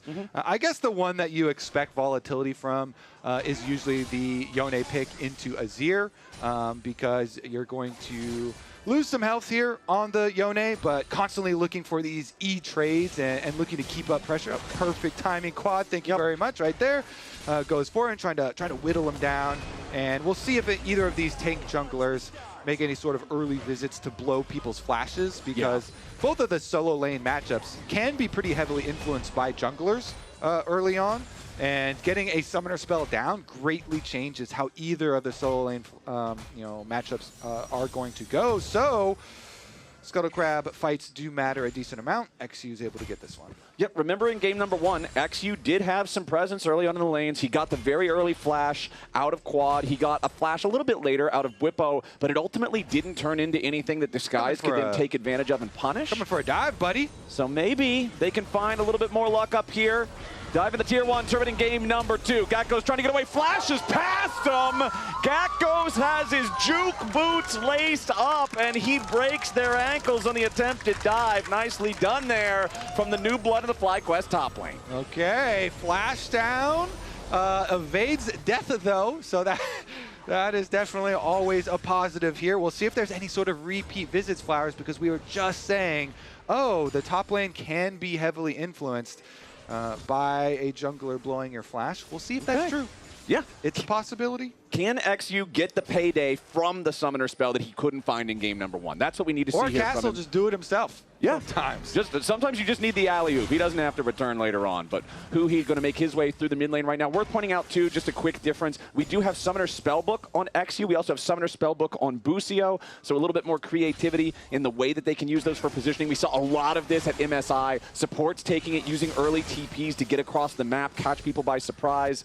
Obviously, to take Smite later on, too, you can do some really crazy steals. Yeah, and we also did see the early swaps of them too. So your duo lane that you're talking about. Moving on up here, Huhi with his Hex Flash activated and ready for use. So maybe it's them that actually gets the benefit of that flash being down off of the Rumble, because DSG were the ones to do the swap first. Castle really just wants to farm up as much of this as he can, but so much poke just constantly from Masu's Ezreal is such a pain to deal with, as FlyQuest are going to mine their first plate. Castle should be able to pick up a couple of these, but Busio just being such a pain, making it difficult for the Jax to collect really any of this farm. You can see he is slightly behind compared to where Gakos is, who's still just chilling up there top side. Yeah, he's also not going to have a great time in a 1v2, but at least you've got Electro Harpoons. Yeah, and you've got Inspired over here hovering for him because they know this is a place that you can punish. No flash on the Rumble. So Inspired hovers, and he threw a little sapling before he leaves. So he leaves behind a sapling in the Tri-Brush and a ward here as well, just to make sure there will be full information and full alert for Gakos. And now that he got his level 6, Inspired is fine to leave because of that right there. You can use your level 6 for Rumble, just clear out the wave. Yeah, the Equalizer is so good for those just early tempo ultis to ruin what your opponents were trying to do. And you can see now it's the recall from Rahel as bottom lane, Masu and Busio just continuing to try to keep the pressure on. Yeah, meanwhile, without the luxury of an ultimate like the Rumble ultimate, a lot more difficult for Jax to scrap together CS. So a little CS lead here for Gakos. Definitely accruing. Meanwhile, Quad absorbing some pressure in the mid lane and can easily snap back. I like how when you're Yone, you can just run at the guy 1v3 with 2 CC heavy champs right there, and then immediately. You like that, huh? Oh yeah. I sense a little bitterness. No, yeah, it's just I love playing against it. You love that? Yeah, oh, it's just my favorite thing to not be able to punish melee carries. So Captain Flowers loves Yone. It's a very powerful skill, very powerful outplay tool. So Quad's obviously off to a fine start here in the mid lane. Honestly, both mid laners happy to scale up, happy to just hit those first big item breakpoints, scale towards being the massive late game threats that we know both of them can be. Both AD carries stacking their tiers as well, but of course, Ezreal with the super low cooldowns is going to stack much more quickly, especially if you're constantly landing those mystic shots like in a 2v1 you're pretty easily going to do, constantly bullying, having the lane shoved up. But top lane, Spellbook teleport from XU. There he is. The top side. Ganked. Got that ward. Let's see if Gakos can maintain his nice little farm. It's actually really annoying because of the wave being right there. So Gakos actually got a recall off of that. So the teleport up to clear the ward while the wave is pushed up like that is a bit annoying. So Gakos goes for his recall, resets, and he's going to come back out. Okay, well, we've got the Void Grub spawning, so a slower neutral objective game in this one compared to game 1. Remember that in game number 1, FlyQuest got an early Drake around 6 minutes or so. Then they also secured the Grubs. This time around, XU not worried about the early Drake really at all. Instead, though, is going to put that pressure on the Grubs as soon as they spawn. Disguised have already acquired the first 2, and this third one should go their way as well. Nobody from FlyQuest is even in the area, so all 3 Grubs here for Disguised. When you've got champions like Jax and Azir on your team that can really push turrets quickly in a side lane, this could give them the opportunity to balloon some gold off of early turrets. Yeah, good little start there for Disguised. The extra experience from the Grubs as we have a little fight on bottom side is going to be nice because XU is a little bit behind Inspired, so he wants a little bit to catch up there. And the Grub's going to help a decent amount, but Inspired, they don't immediately for FlyQuest answer with the Dragon, and he goes for his recall first, so he's got his mask plus his Faded Ashes on this Maokai before coming back down, and I assume they will also answer with a Dragon pickup of their own. I'll try to push the wave as quickly as possible. All right, Busio misses the Winter's Bite there. Yeah, you can see, obviously, like you mentioned for the Maokai, building towards the Liandry's there for the burn, but it's not full Forest Fire Maokai early on. He doesn't have the red pet. He's still got the blue pet. So you've already got Rumble on your team. You don't feel the need for all of the extra burn damage, but FlyQuest can easily just make sure that they grab that first Drake. There it is. So neutral objectives tied 1-1, and still no kills on the board. You were right, Mr. Kobe. We are not pedal to the metal at all. We are taking a relaxing Saturday afternoon drive in the first 10 minutes of this one. Yeah, I think both of these teams feel comfortable working towards their first items, power spikes. Of course, Yone becomes a crazy monster when he gets Blade of the Ruin King. Both of our AD carries are Triforce AD carries that also want a tier stack, so both of them are kind of similar timelines for themselves also. So we have a lot of people that are kind of happy to farm away in this game. Okay, FlyQuest.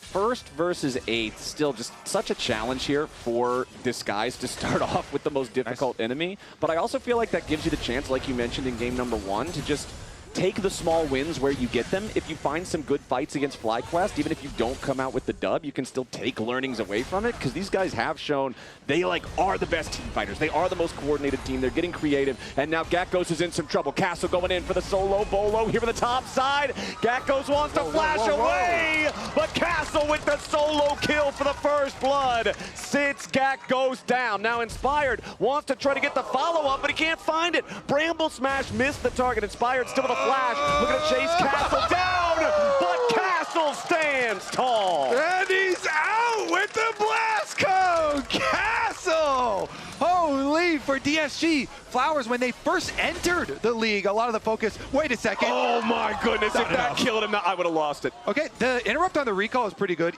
Yeah, obviously killing him and having enough damage to kill him would be better, but even interrupting the recall is a little bit of something there for him. XU, I don't see him actually killing a Maokai, but... Nah, probably not. But regardless, remember when Disguise, we always used to focus so much on Castle, and at the beginning had a lot of, decent games for himself. Let's see, with a kill onto Jax here. We're funding those Merc Treads that we were talking about in Champ Select that are so beneficial when you're playing into a top side that is Rumble Maokai.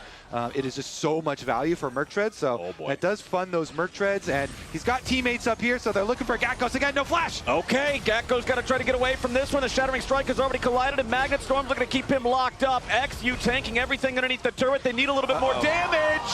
They don't have the firepower to kill him. XU with a flash in for the W2 to get the kill. Busio and Inspired show up, though, and now they're looking to trade back more than just one. So Disguised, yeah, you brought a 3-man attack, but it's a Sejuani and a Rel, so they had to have some damage there. I will say that actually trading is good.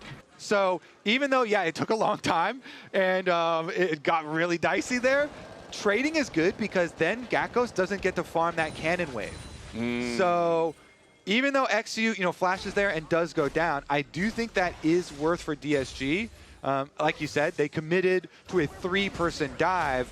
Immediately, there is going to be the move over from it. So this is the very beginning. And this shows the mini-map, so you can see Inspired heading over. That's why Gakkos flashed down instead of into his turret, because he was flashing down towards Inspired. But as you know, some escape maneuvers there got him out. And then this time around for Gakkos, he does get hit by the Rel combo, but they just don't have the damage. Even with all that CC and the Sejuani and everything landing, they couldn't quite finish him off. And so he makes them invest the flash, which does result in the 1-for-1 plus the flash for Sejuani being down, and that flash from Huhi as well. But as you know, like that cannon minion wave up there dying to the tower is kind of the little determining thing. With the extra flashes, they also invested though. Flowers, your payment's looking pretty big. Yeah, it was costly. There was a lot of hidden fees on that one. That was not the ideal, but we'll see. All right, Toast, how we feeling? Yeah, we got Toast in the building here. He does look a little bit concerned. Better in this game, way better. Game 2, okay, see, he put up a 2 for game 2 is looking way better. Okay, it's still a very close game in terms of the gold, right? Yeah, FlyQuest have 1 dragon, they're up 500. That shouldn't matter that much. Gakkos, though, trying to burn through Castle a little bit up here. Castle with those Merc Treads that you mentioned earlier. Yes, a lot of power in it, but of course it does slow down that first spike, moving towards your Trinity Force. So once he gets that, he's going to feel a lot stronger in that matchup. Still is the only one on his team who has a gold advantage over his individual opponent. I'm Made a Liar now as he eclipses Busio by a powerful 27 gold. I mean, Mikhail's completion, too. Mikhail's completion is kind of sick. That is Sejuani ultimate on the other side is definitely good. There could be a high value of Mikhail's here. It does also put a lot more pressure onto Huhi then, since XU's single target engage can largely be invalidated by the existence of the Mikhails. That means that Huhi's got to find multiple targets. Lots of value there with the Magnet Storm. First items completed. Multiple different players here as the engage from Disguise is completely botched. Quad ready for the counter here with the Fate Sealed. True Shot Barrage over the top. Disguise just gave it away for free, and FlyQuest happy to punish a triple kill for the Yone. Disaster for Disguised in the bot side river. Oh, Flowers, oh, that one was painful to watch. Oh, that engage just whiffing for DSG, and the instant clap back from FlyQuest. Ooh, that was a painful punish right there. They're going to get a lot off that too. Dragon is right there for the taking after all these kills. Yeah. We said that Yone is a completely different beast when you get Blade of the Ruined King. Yeah. He's also just collected 3 kills into the hands of Quad. Yeah, Quad with the triple kill there. Right before the fight broke out, I was going to mention, yeah, we're seeing these first item power spikes. The next fight could get really intense really fast. Yone with Bork, Ezreal with the Trinity. The True Shot Barrage hit multiple targets in that fight too, even though Masu wasn't directly in the fight. And now, with the bonus control they have over the Rift after winning that one, FlyQuest just going to try to convert that into another objective take up here. They will secure themselves the Rift Herald. Now can they get everybody out of town? Disguise, they've got players around, but Kobe, they still don't have the engage mechanisms ready to go again. Magnet Storm and Glacial Prison are both still on cooldown, so there's no chance for a punish. Honestly, Flowers, you got to take a breather after that last one. All right. After the last engage, I think they do need a little breather. That one just cruises by Inspired, and then the Crash Zone also kind of cruises just next to him, and you see Quad with this massive counter engage. The Yone just completely dumps on them there. Quad is able to pick up the last one as well. Well-deserved triple for him, because that was, nothing to say there. Yeah, you know it goofed, and the punish was just massive, like you said. So now it's a 2-dragon lead. Now it's the Herald lead. They've still got that Herald available to use to try to take the first turret if they want it, but they've already secured defeats through kills and neutral objectives. So FlyQuest really taking dramatic control over the game here in just a couple of minutes, as Inspired wants to make his way down towards Dark Wings. Quad follows it up here with a Fate Sealed and True Shot Barrage. That is the second time Quad sets it up with a Fate Sealed. Masu knocks it down with the True Shot Barrage from all the way away. The man's back over in the mid lane, Kobe. Yeah, you know, I like that because I was, well, let's take a look if Quad actually gets caught here. Okay, XU and Huhi going after him. They don't have a ton of damage between the two of them, but they didn't need a ton. They had enough to kill off the Yone. At least that shutdown goes over to Disguised. All right, maybe Castle, does at least solo get the flash here. So they're trying to follow it up with plays on the top side too. DSG looking for some of these answers to FlyQuest, because FlyQuest are just starting to run away for it. Ooh, this one could be dangerous though. Is he gonna wait until Inspired shows? Okay, Inspired shows.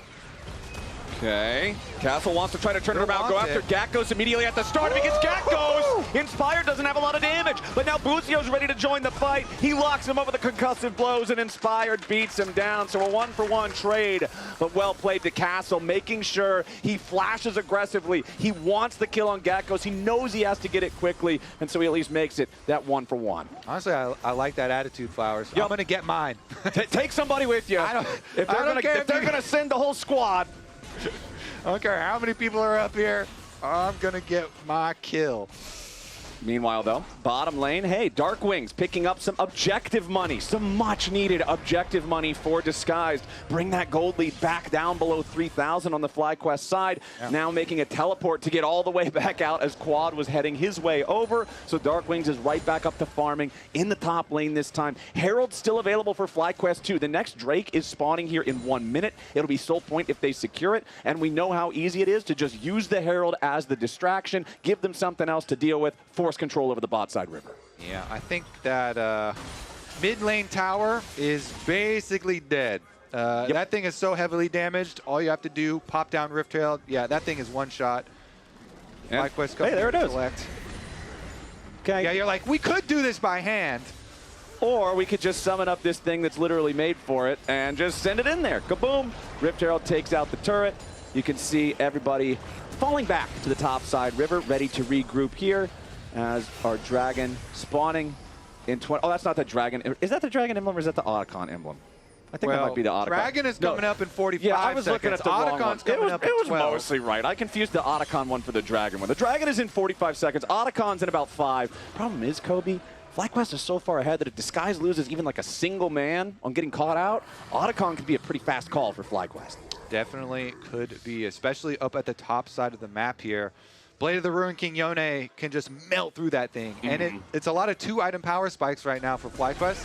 So I do expect them to just force the Otacon regardless if they get a pick or not. But a little support combat here in the mid lane results in one support getting way lower. Yeah, Busio and Moss are now falling back. He at about 400 HP. If this Rel tries to engage, he's going down pretty much immediately as Masu's got to be careful here. Darkwing's putting a ton of damage into the FlyQuest carry. That is exactly the kind of start they need to have any chance in a fight. The entire time, Quad is still putting all of the work in on the tier 2 up there in the top lane, but Castle's going to TP out to try to come defend it. And as soon as Castle TP's out, Quad's going to TP in. Darkwings using the Shurima shovel to disengage as FlyQuest goes after him. But now, with the way that the pieces have all shuffled around the board, DSG is nowhere near the Drake. And they can just go Otacon after the Dragon. FlyQuest, they still have their teleport on Gekgos. Just keep Gekgos bottom, have him push out bottom, send everybody else up to this Otacon fight, take the Otacon fight while you have your 2-item power spikes. Oh, actually, a lot of big purchases right now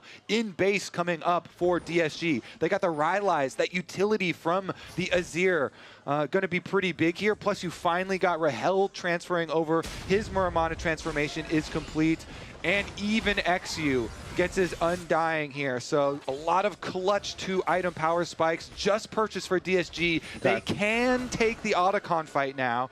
It is still going to be difficult for them to actually pull off and win, but they're in a much better position to actually fight now.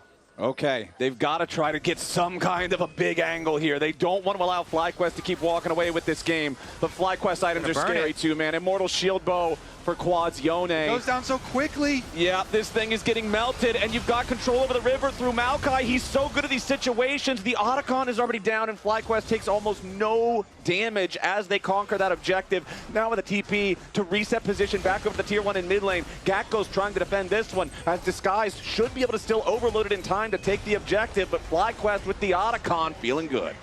Yeah, they at least get their consolation prize of the mid single tower, just an outer tower though. And Otacon power here is going to be long-lasting for FlyQuest. So DSG got up to their couple items there. Not quite into position to actually take a fight, though. So just opt for the safer trade instead. Okay, DSG, the game is starting to run away from them. This next dragon fight here in 3 minutes or so, this is the big one. If you let them have an Infernal Soul with the lead that they've already got, we're kind of feeling like we're at the point where it now requires a big throw from FlyQuest.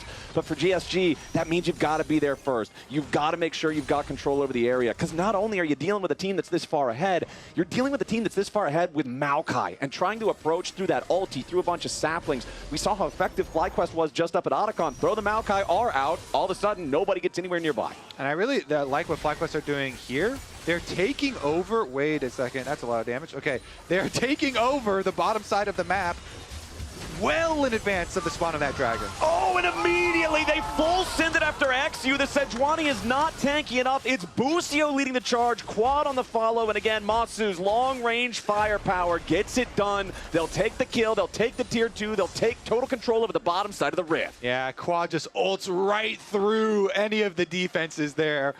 Easily able to follow up on that one. The Yone is just insane at the moment. He ults on through, they get the tower, they get their kill flowers, and like we said, they leave a trail of wards leading up to this Dragon Soul fight that is well in advance. So that just makes it really easy for them to place the next line when they're actually looking for the setup for the fight. It's like one of the worst feelings when you're the jungler, especially when you're playing a frontline one like Sejuani, and you're thinking, oh no, they're not gonna full send everything after me. I'm not the Corki, I'm not the Azir, and then, well, all of a sudden. Quad has been just so good on this Yone. He has been full sending every play. Even so, the bottom one, I'm thinking back to, the bottom tower dive that they pulled off on Azir, where Inspired throws his Maokai ultimate, and he kind of backs out of tower range, right? So you're like, oh, he's not taking the turret. So yeah, Quad's probably not going to full send, right? No, he still does. No, he does. He was like 70% or 60% HP, and he's like, you know what? It's fine. I'll just take the tower myself. I've got enough damage to finish it, and he just full sent it anyways. And yeah, he has just been an absolute terror on this Yone so far for FlyQuest. So Flowers, we're a minute away from your dream fight. The action will pop off in 1 minute here. It's a dream, or if it doesn't go well for Disguise, this is the nightmare, my friend, because giving away that Infernal is just not a winnable game state. Or a pick beforehand. He finds Busio here in the brush, but going after Braum is often not an effective strategy. You can see there the self-Mikhails to stop the stun from Sejuani from locking him up any further. Busio takes, 5% of his health in that scrap? Not worried about it at all. But Disguised, starting up a sneaky two-man Baron. It's not particularly fast, but FlyQuest doesn't seem to be aware just yet. But now everybody's moving into position. The Scryer's trinket into the pit, sees what's going on. Disguise backs away. It's interesting because the dragon is spawning so soon. You would think that you would want early position towards the dragon, but they're actually just still sticking around on this side with no wards for DSG down towards the dragon. FlyQuest should have priority, and so DSG are just threatening, hey, if you go for Soul, we're going to start this Baron up again. You saw us start it up before. We'll just go right back there. We're going to do it. Well, now they're being corralled up towards it.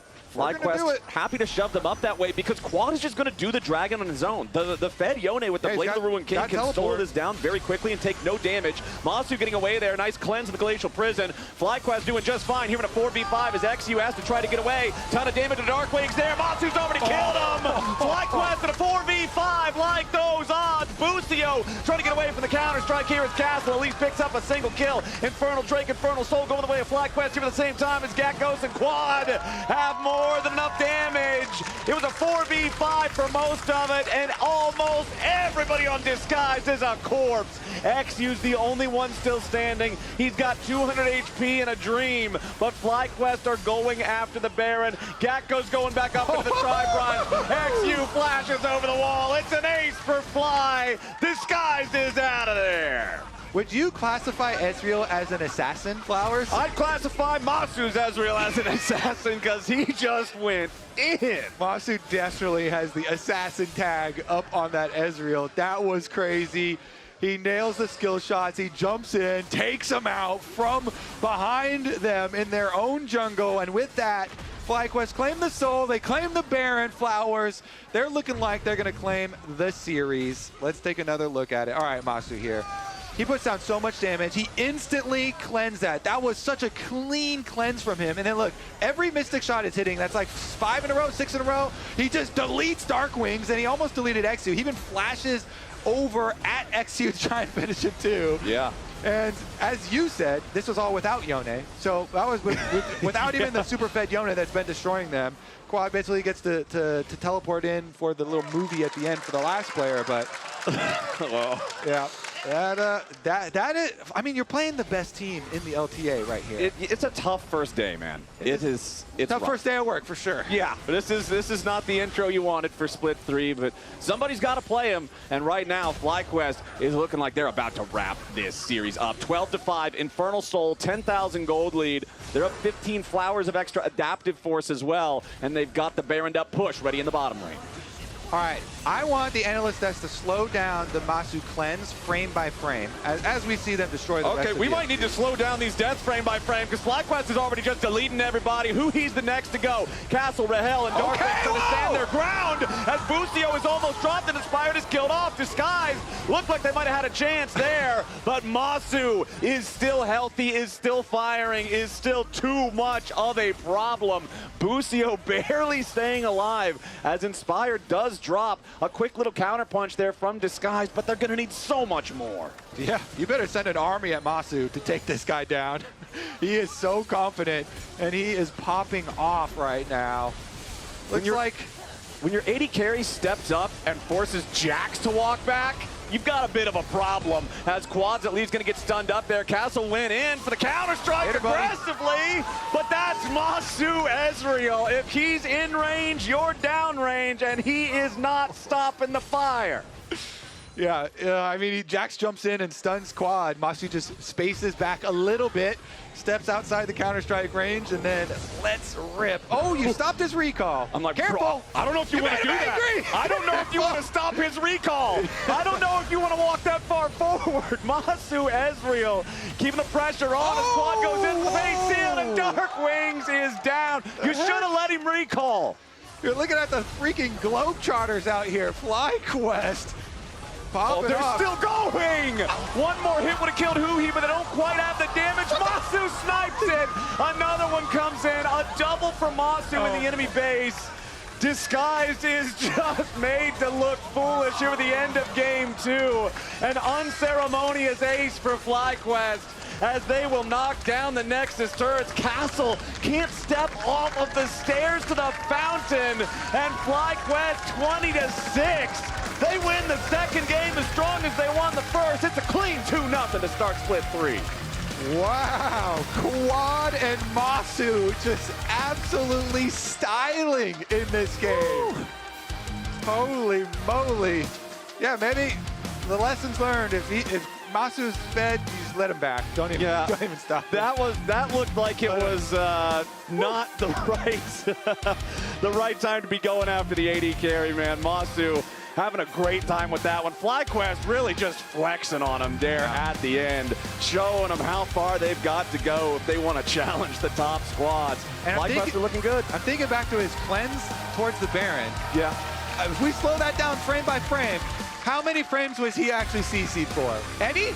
It was not much if it was any. That was buttery smooth. That was a buttery smooth cleanse. Captain Jack classic right there. Masu just doing everything he needed to do. I mean, obviously they were already playing from a position of strength, but then to just be able to have the confidence, play so aggressively, just completely slam them and lock the game away. The first game ended in, what, 28 minutes? This one ended in 30. Quick work for FlyQuest, as we are going to take one more look here, I think, at the last team fight of the game. Oh man, this one was a nice angle from Quad. He eased over and then gets his ultimate just to be able to grab Azir, barely snipes him out, and then here we start to get Styling Flowers.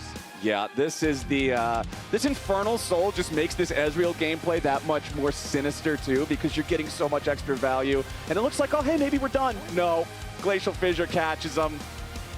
Oof. And he fires his ultimate over. He buffered his ultimate too while the Sejuani comes in for the knockup, and the ultimate from Masu just barely clips on the side, so he left just enough room there so that there's no space to dodge, and he covers kind of both angles. Kind of crazy from him. Then Quad, of course, comes in with another one. Yeah, Rahel had a lot of gameplay right there. There's a whole lot that he could do. I mean, when Yone is this fed, I can see why Yone is your favorite champion. Yeah, he's just really powerful in a large number of situations. Rahel, yeah, you can't leave the fountain like that. Castle, I mean, you're on Jax. This is normally a very difficult to kill champion, and you just can't even get anywhere out of there. Now, though, we got Raz standing by at the fan zone for an interview.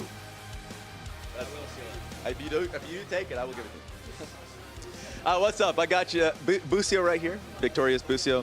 First question is just kind of how you guys are doing right now. Did you take any break coming in from MSI, the EWC, to now?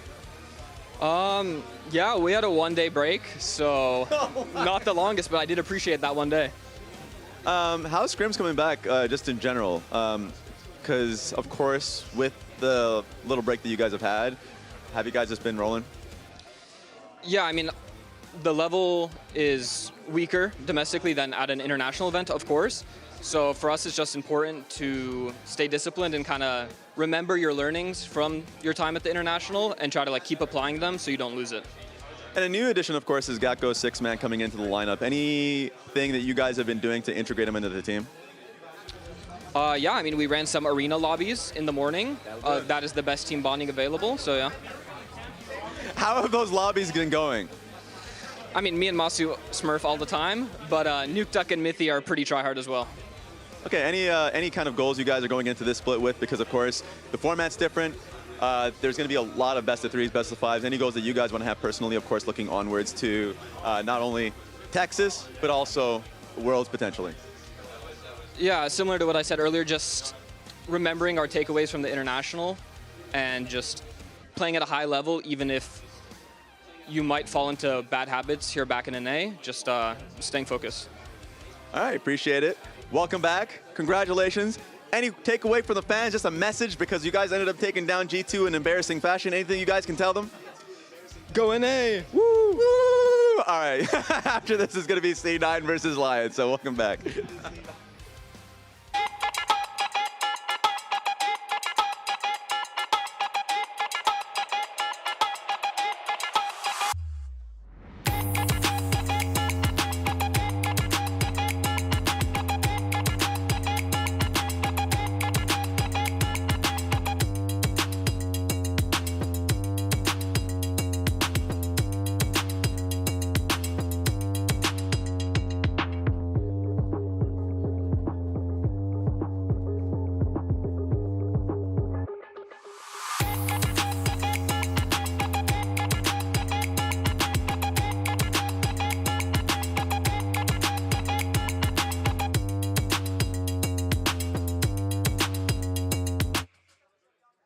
AT&T has a new guarantee because most things in life are not guaranteed. Like common courtesy. Really, Brenda? I know you can see. When they say, I'm on my way. no way. Pretty blue, though. Or a fun night at the movies. Yeah, that's not guaranteed. Yo, hold on. Let me put you on speakerphone. You know what AT&T guarantees? Connectivity you depend on, the deals you want, and the service you deserve. Or we'll make it right. That's the AT&T guarantee.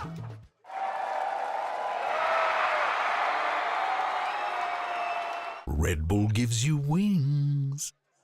The human body was built to move.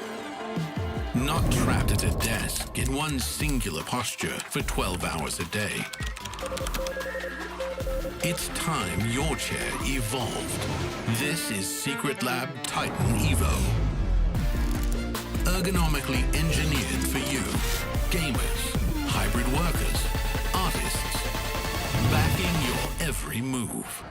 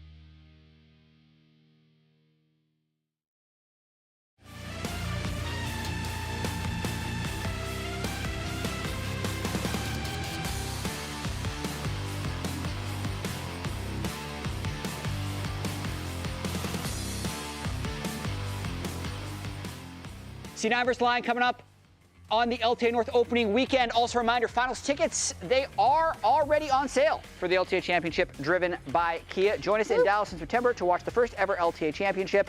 Visit Ticketmaster now to get your tickets. My phone. But I gotta say, I need the ticket right now. It's a QR Prez, code. I think you'll be able to go. Yep. Are you sure about that? You never know. Don't take tickets away from the good people. As you can see, though, Cloud9 versus Lyon. I want to welcome back Cloud9. Let's do it. Yeah. Yeah, because they were so close. They were so close to being the Split 2 champions. They were ahead in Game 5 as they slowly stumble out of their car. It was all that running. Then blocking everyone else. This is so big. Yeah. Where's everyone else, guys? There are doors on the other side too. So you know what? They're hidden. They look a little nonplussed right now. I would say they're not super enthusiastic about their arrival. They had to get their sunglasses on. One would say they're dilly-dallying. Dilly-dallying on. But yeah, here's some reminders of what happened at the end of Split 2. An incredible best-of-5 series they had against FlyQuest. They honestly looked like they were going to win it in Game 5. Blabber had a failed engaged in mid lane. They weren't able to close out the Game 5, and then FlyQuest went on to 3-0G2. C9 went on to lose in a day at EWC, and now they're here.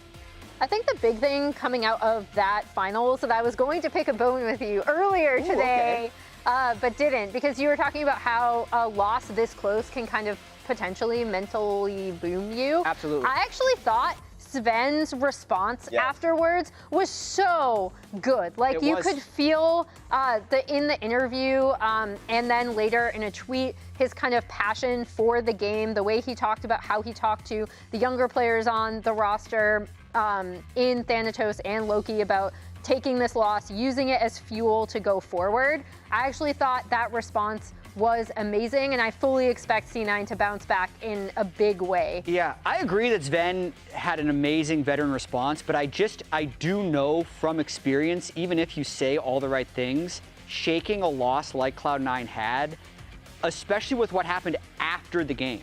Like to watch FlyQuest go and get all this recognition at MSI, and then watch C9 wait, go to EWC, get embarrassed very quickly, come home. Because who knows, like it was very difficult. They traveled like 20 hours, played the next day, traveled back. That stuff can accumulate. I'm not saying it will accumulate, but I'm not surprised if Cloud9 has a sluggish start to the split.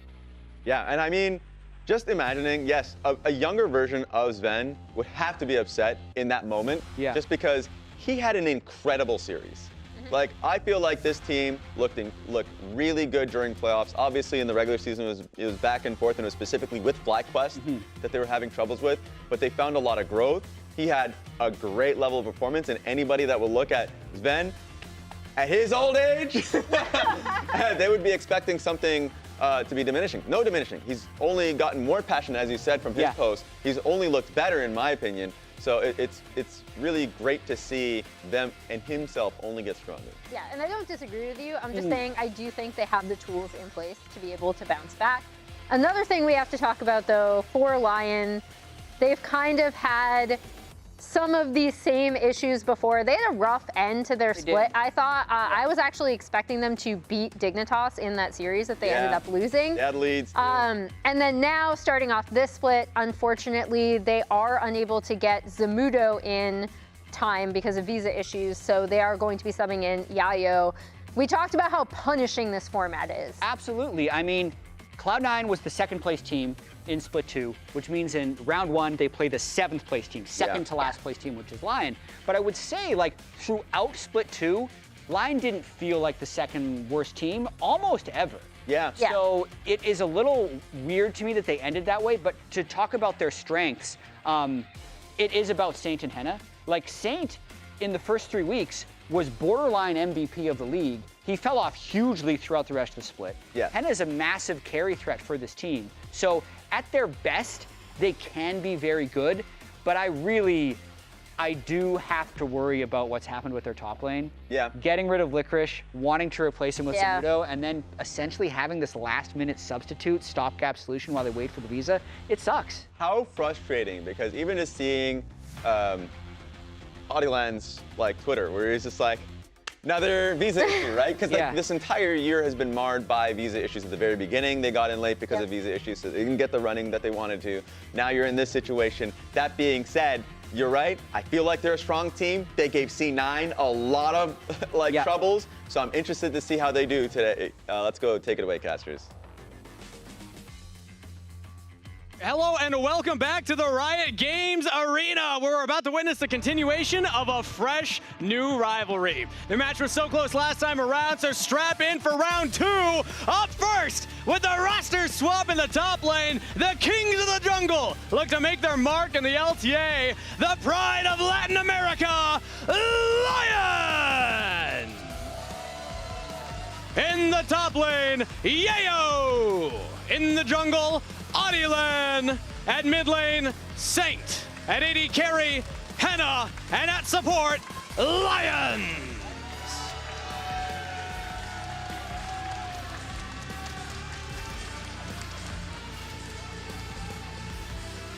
And facing them today, royalty of the region, founding fathers of the franchise era, and forever committed to claiming a championship once more. Put your hands together for Cloud9!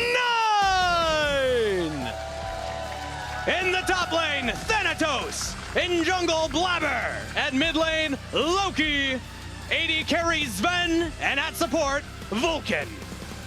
The newcomer versus the veterans, the upstarts versus the establishment, Lyon versus Cloud9. Hello and welcome back, everybody. It's Kangas and Azael bringing you the action for this best of 3 fearless match ahead of us. Azael, it feels good to be back, casters of League of Legends. Yes, sir. It feels really good to be back here, and Cloud9 going to get an opportunity to start things off on the right foot here once more. They were competing at the top pretty much the entire split last time against Cloud9. It was FlyQuest and them going back and forth through the positioning phase, through the best of ones. They were always fighting, at the very top. They played against each other, for that tiebreaker to see who was actually going to be first seed going into the group phase. Then they both topped their groups. They played off for first seed in the playoffs. Then they played off in the upper bracket. Then they played off in the grand finals. Those they two were so teams close. were so close, back and forth, all year long. And Cloud9 clearly want to show that they can not only compete with FlyQuest, that they can best them. So yes. I think they are going to be really hungry coming into this split. And it starts with, I would argue, not an easy opponent for Cloud9. If you remember last time these two teams went against each other, Lyon almost took that series. They pushed Cloud9. So I think that Cloud9, this is a great start for them in that sense that they can get a tougher opponent out of the way here, but they have higher aspirations for their end. This is a team. This is an organization that's always striving for that championship. Yeah, they really are. Lyon, it's going to be exciting to see how they do. Of course, unfortunate for them that they do have some of the visa issues, so Zamudo not getting to actually start here. I was excited for him. Yeah, me too. I was very excited to see how he was going to do, but we'll have to see how they actually do here with Yayo.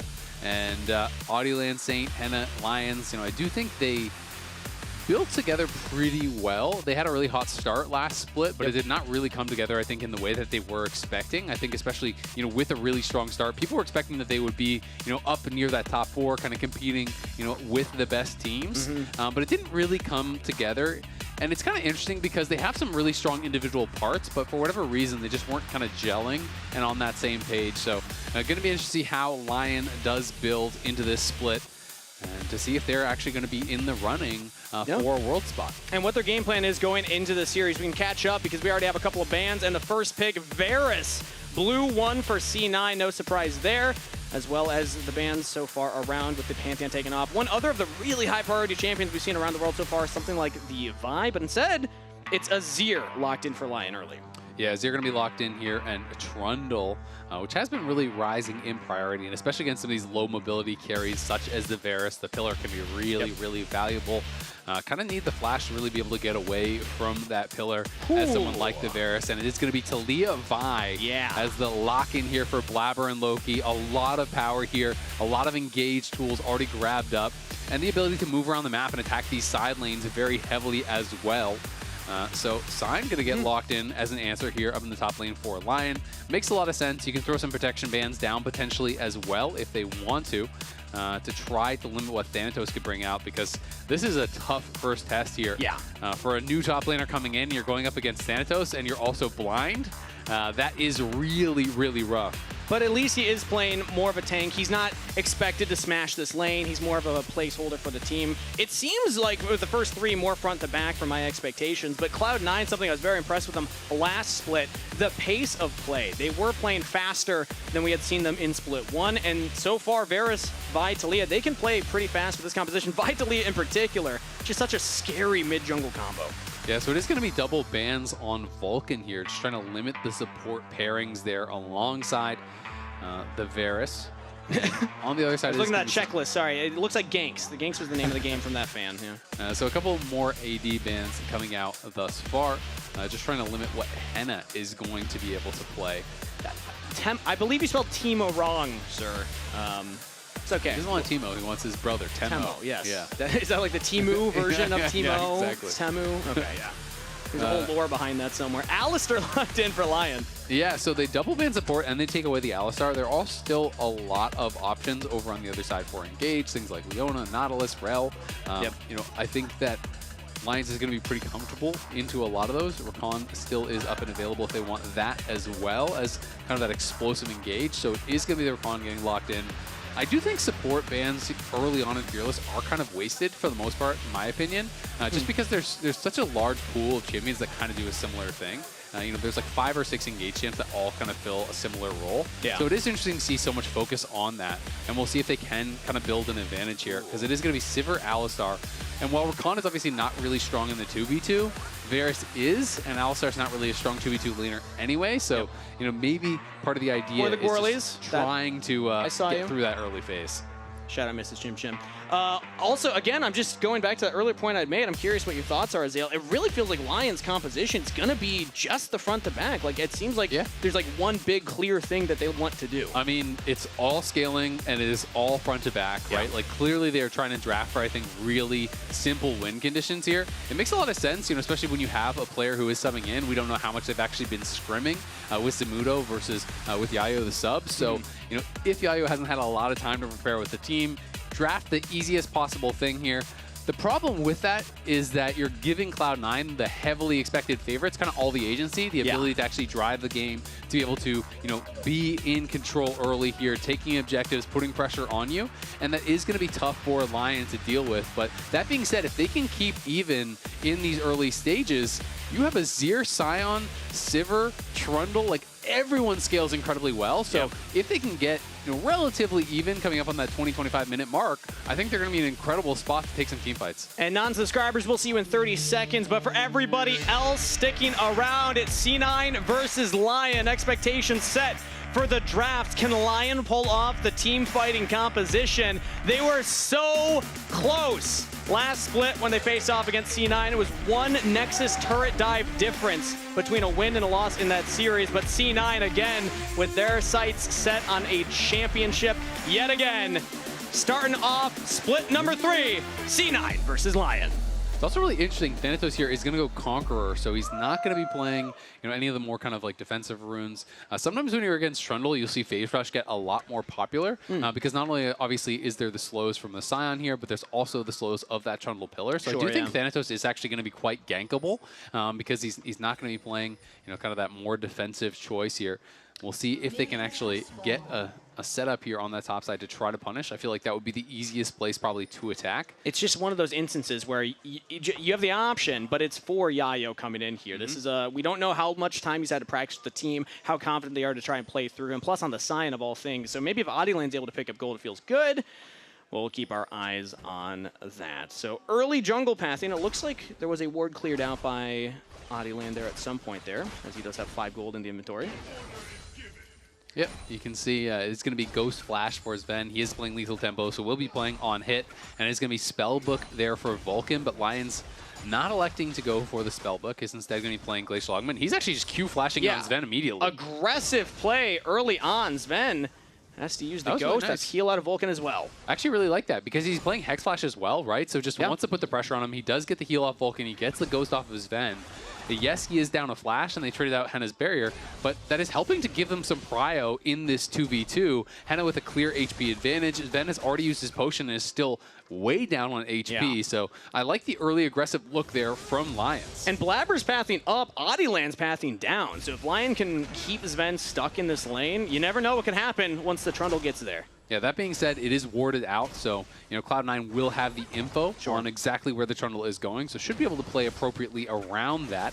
And Sven does still have his flash, he just used that Ghost, but this is the mid lane matchup that we're looking at here. Last split, pretty even overall between the two. Saint, I do think, showed a lot of promise, and there was actually more hype around him, in the LCKCL than there was around Loki. So there are high expectations for him and what he can become for Lion, and I do think there's quite a bit of pressure on Saint because they need to have that primary carry, and they haven't really had someone, step up, whether it is Henna or Saint, that can kind of consistently get them across the finish line in these games. So I think they're still really looking for who is going to be that big star on this team that they want to constantly be playing towards. And couple that with Saint was the one piloting the Silas the last time they played C9, but bot lane, Lions goes for that Hex Splash play onto Vulcan this time around, though. Rakan can get away from those quite easily. So no more action there. But the point I was making was Saint was unfortunately the one that took those chains under the turret and then died with the team there. So I think Saint, yes, he can carry games, but we're always looking at him of, is he going to be consistent enough to pull off the victory? Absolutely, and Adiland did show himself down on that bot side, so cleared out a ward. So it is just going to be a full clear here for both junglers, trading scuttles top and bot. And Blabber going to be walking in, getting rid of that vision plant, just going back to base as Loki has already recalled. TP's back in with the tier, and he wants to try to keep Saint locked under tower right now. See if he can force him to take a bit of a bad recall, as Sven and Vulcan trying to fish to see if there's any opportunity to interrupt a recall there themselves, but couldn't find it. I like that from Lions, though. Body blocking in case the Quill came out from Vulcan, saying, nope, not going to stop my AD carries back. Yeah, and they're actually going to TP the Sion down towards bot now, so they are going for the lane swap here. Henna's heading out towards top side. Very common when you do have the Sion to look for these sorts of plays. Obviously really strong in the 1v2, hard to dive, and it's pretty well timed. Of course, Thanatos will be able to TP down towards bot side if he wants, but they're sending Sven down towards bot. And Thanatos is just going to walk right back out toward top, hold on to his TP, and look to match, which will mean they are going to have that TP advantage still. Especially when the Dragon's coming up here. And this was clearly planned from C9 because they saw that TP. They would have known by the time Sven and Vulcan could have chosen where they wanted to go. So C9 happy with this lane swap as well. Not going to contest it as Dragon is spawning here in 10 seconds. Yeah, and Thanatos is only level 5, but of course, will have 6 in a couple waves, and then he'll have the Equalizer to try to keep himself safe on a potential look for a dive, but is going to have to be playing pretty safe until he does hit 6. Lions and Henna are up here. We know that they're likely not going to be playing towards a Dragon, which does mean Audi could be pathing up towards this top side, and there could be a look for that 3-man dive. So Thanatos is going to have to be really safe about this. He should know that there is potential for this to be coming. Getting it before he hits level 6 is so important because he can't equalize the wave, can't get that extra damage. It's going to be Lions taking it up first. Adiland gets under the turret. Henna with the autos. Lions trying to juggle it back. Will still fall. First blood to Thanatos, but Lion get the top laner. Yeah, they're going to be able to take down that top laner. Kind of surprised that Blabber doesn't just at least soak that farm and experience. Instead, just going to go back towards the Grom, because that is all just lost gold and experience under that tower. Thanatos, though, able to get one back, going to be pretty happy about it, and does TP back, save that teleport, so that is pretty critical. He will be able to get that second wave as it does come in and crash. But still, good proactive play there from Lion. It's just Lions taking one too many tower shots. Yeah, I thought he was out of range. Even used the heal as well, but it was not enough to keep him alive. So Thanatos did burn summoner spells, but for right now, still ahead of Yayo as Lions on the Alistair, looking mid lane onto Loki, but Loki position on the correct side of the wave, as now Dragon looks like it's getting started up by Blabber. Yep, Blabber going to be starting this up. Didn't really have an immediate answer to that top lane dive. I thought that he was just either going to be there earlier to answer the dive or just heavily commit towards bot side. Kind of did a little bit of neither as he was just power farming, but they will still eventually get this Dragon, as obviously the Sivers up towards that top side, and if you have 2 members up there, there's not really any chance of contesting this, but very early, close game so far. I mean, it's only 100-ish gold, not even. That is kind of separating the two teams, as that's just bouncing back and forth. And it is only the one Dragon advantage for C9. And I want to go back to what we had kind of said, based on just the drafts, just on what each team's champion composition wants to do. I feel like if you're Lyon, I don't know how stressed you are in this situation, because if you're playing a front-to-back, more scaling composition, and your opponent team that can make plays isn't making many plays on you, theoretically, that doesn't feel too bad. No, I mean, they should be really happy about it, I think, the position in the game. But that said, it's only 7 minutes in, so it's not like Cloud9 are under the gun to make a big play.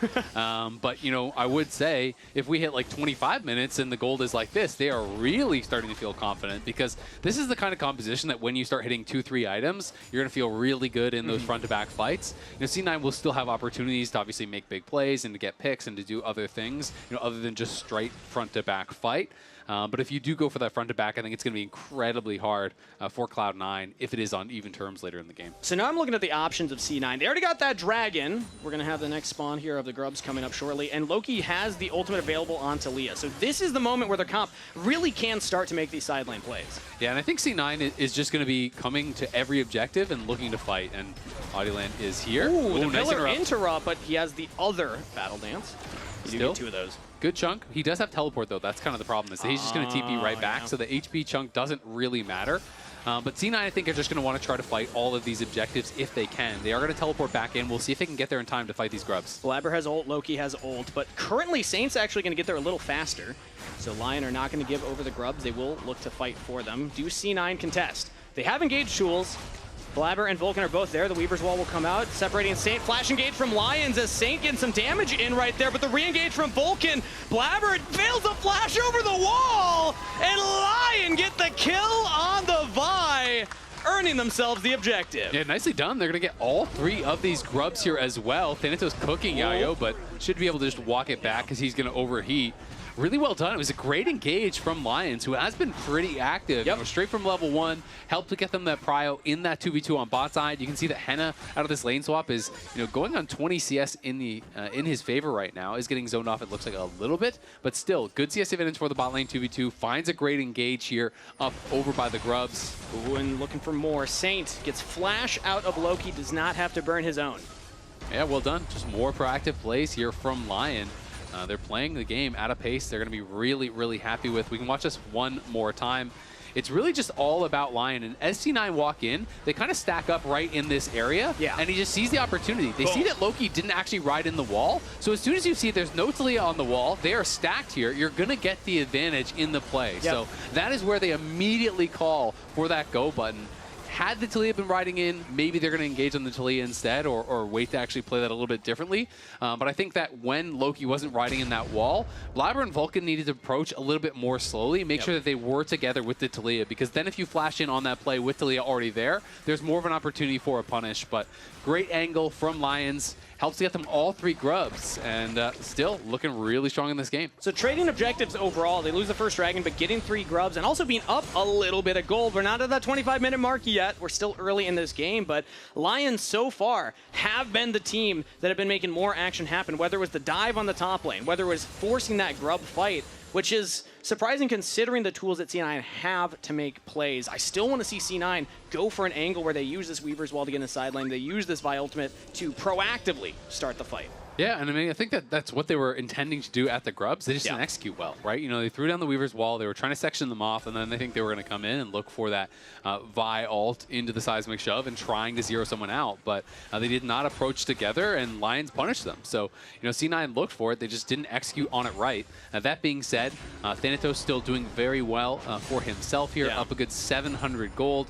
Yayo has hit a point where he's going to be clearing out these waves very, very quickly, and we saw even just earlier he was actually behind the tower just proxying, so he's really doing his job, just trying to not interact with Thanatos, who is going to be stronger on the 1v1 for now, and knows all he has to do is just kill waves, don't allow Thanatos to be taking towers or getting any sort of monumental advantage. But other than that, he's just chilling. And you know what? I give him A+ for that. That's all he needs to do. As a sub top laner coming in, we know Zamudo was the intended top laner. He has not been able to make it so far to compete here in Split 3. Yayo subbing in for the time being. And if you can have this type of performance, then the rest of the team can do what they need to do. And as they start to hit these items, it gets harder for C9 to actually kind of enforce their will on them. Especially if they lose this dragon here, because that is one of the only tools they have to really force their hand, because the wave clear is so good for Lion between the Sivir and the Azir and the Scion. But Blabber is looking like he wants to fight here, and they did get the earlier push. Oh, they have Weaver's Wall. Do they actually want to commit for it? Dragon is secured. The engage goes in onto Saint. Loki's there for the damage. Can they burst down the Azir? They got him! Cloud9 pick up 1. Now Henna's going to have to do a lot of damage here to clean things up. They get 1 in trade. Adilan will fall. C9 so far so good. Taking out the carries. They push back the front line. Henna will fall. Double the Sven. They don't get the objective, but C9 clean up the fight. Yeah, 4 for 1 there for C9 is massive. Really good fight from them. Dignitas arrived a lot earlier, and the fight was already looking like it was going to go their way, but then that equalizer across all 3 members guaranteed it here. As now C9 able to find that angle. The Weaver's Wall kind of leaving something to be desired. Honestly, you know, Loki jumps off on the wrong side of it, so isn't quite there. But Vulcan just barely is able to connect with that engage in onto Saint. And then the CC chain was just perfect. He hits him with the Grand Entrance, then he charms him up. Then the ulti comes through as well from Blabber. Everything just sent onto Azir. They kill him off. Sven is left just free firing. And Thanatos, great arrival to the fight. Has the equalizer across everyone. By the time Yayo gets there, the fight is already done. Can't really do anything but just kind of limp out.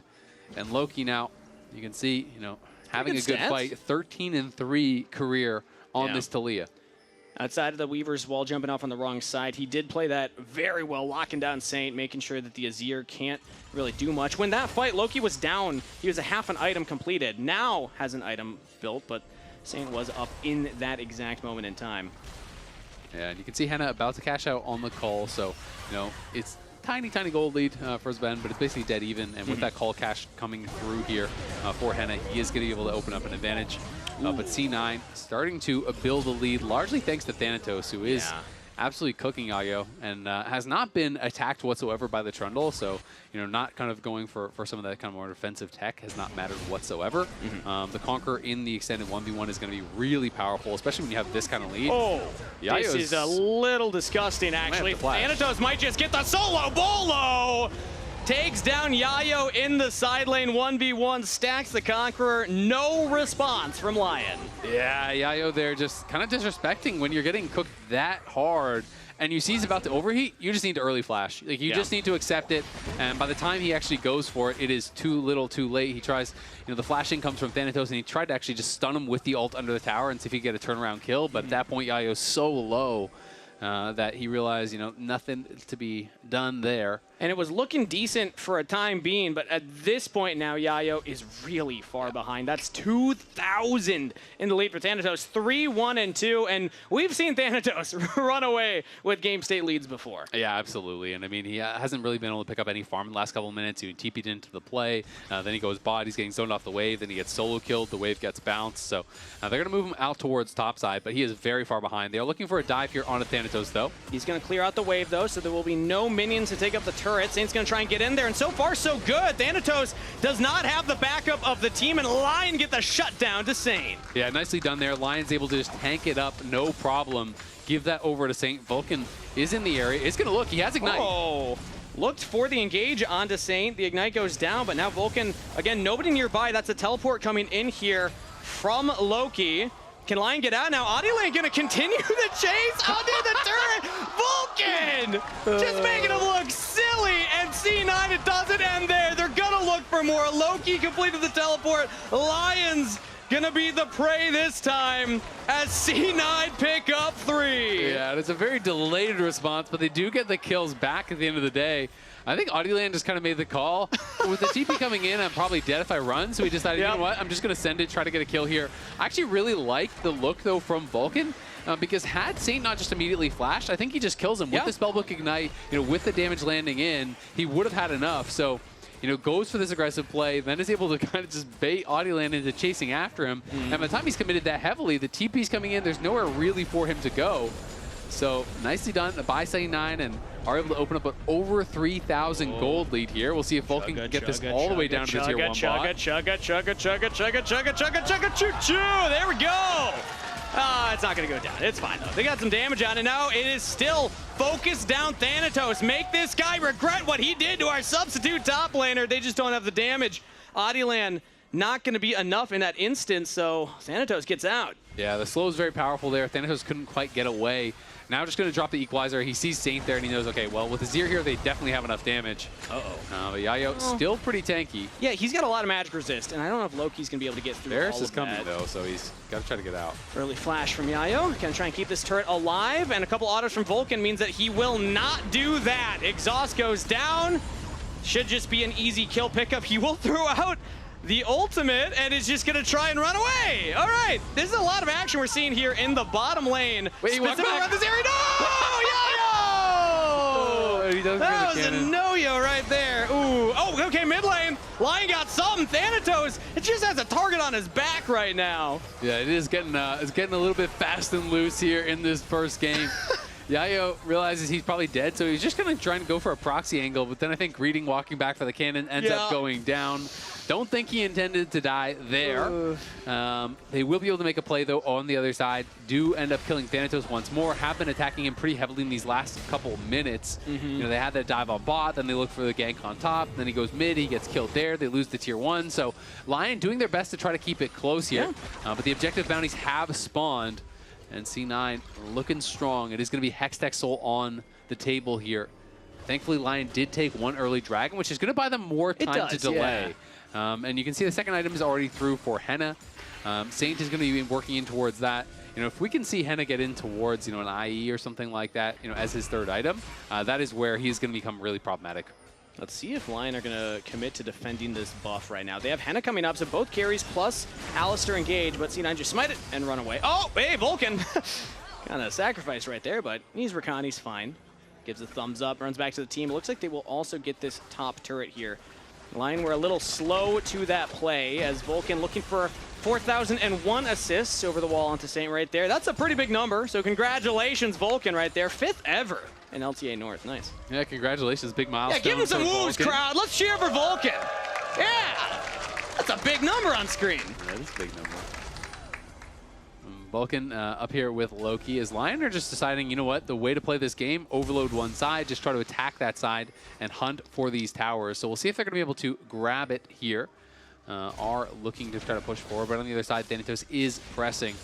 And Blabber down towards that red buff right now. Wouldn't be in a position to actually respond, but C9 are just going to make the call. You know what? We have too many members on the opposite side. We're not actually going to try to defend this tier 1. So Lion will pick this one up. Thanatos does not commit to the full push bot either. One more wave's coming in, but he decides to reset instead. So nothing to fight over immediately in the interim. Otacon will be up in 30 seconds. You always need to have your eyes on that just in case one of the teams tries to set it up. It's such a magnet for fights, man. Anytime a team starts it up, I feel some anxiety. I'm like, oh boy.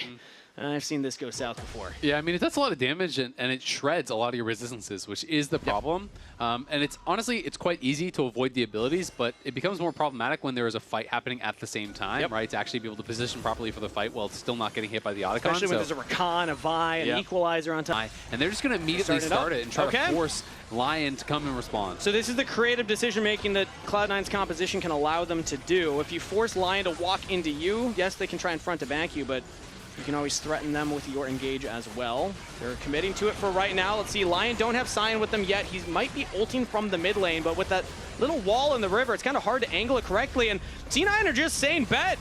Lion right now are not answering the bluff immediately, but they're just going to engage on the Vulcan. He tried to buy some space, buy some time. Lion pick up the kill. Now C9 are in trouble. They have to go for the flip. Blabber will secure the Otacon, but can they take the fight after? Flash forward, commit on the Saint, take down the Azir. C9 with precision in the team fight will equalize and get the objective. How much more does Lion want? I think they just have to back off here. C9 are now the ones saying, bet, you stuck around for too long. They were ready, they were prepared, and they will be rewarded. C9 pick up 2 and the objective. Yeah, Yayo gets split from the team at the end of it. Now they're going to look for even more here. Henna. Oh, beautiful Weaver's Wall onto the AD carry. Flash was used a little late there from Henna. Will survive, but at the expense of the support, Lions goes down. And it looked like Henna actually got stunned by the Unraveled Earth because the Weaver's Wall bumped him, and I think that counted as a dash. So I want to see that one more time, but that's what it looked like to me, as that he actually got bumped by the Weaver's Wall into the Unraveled Earth, and that, I think, may have actually stunned him. But Cloud9 at the end of the day, it looked risky. It did get close there for a minute. It was a flip straight up.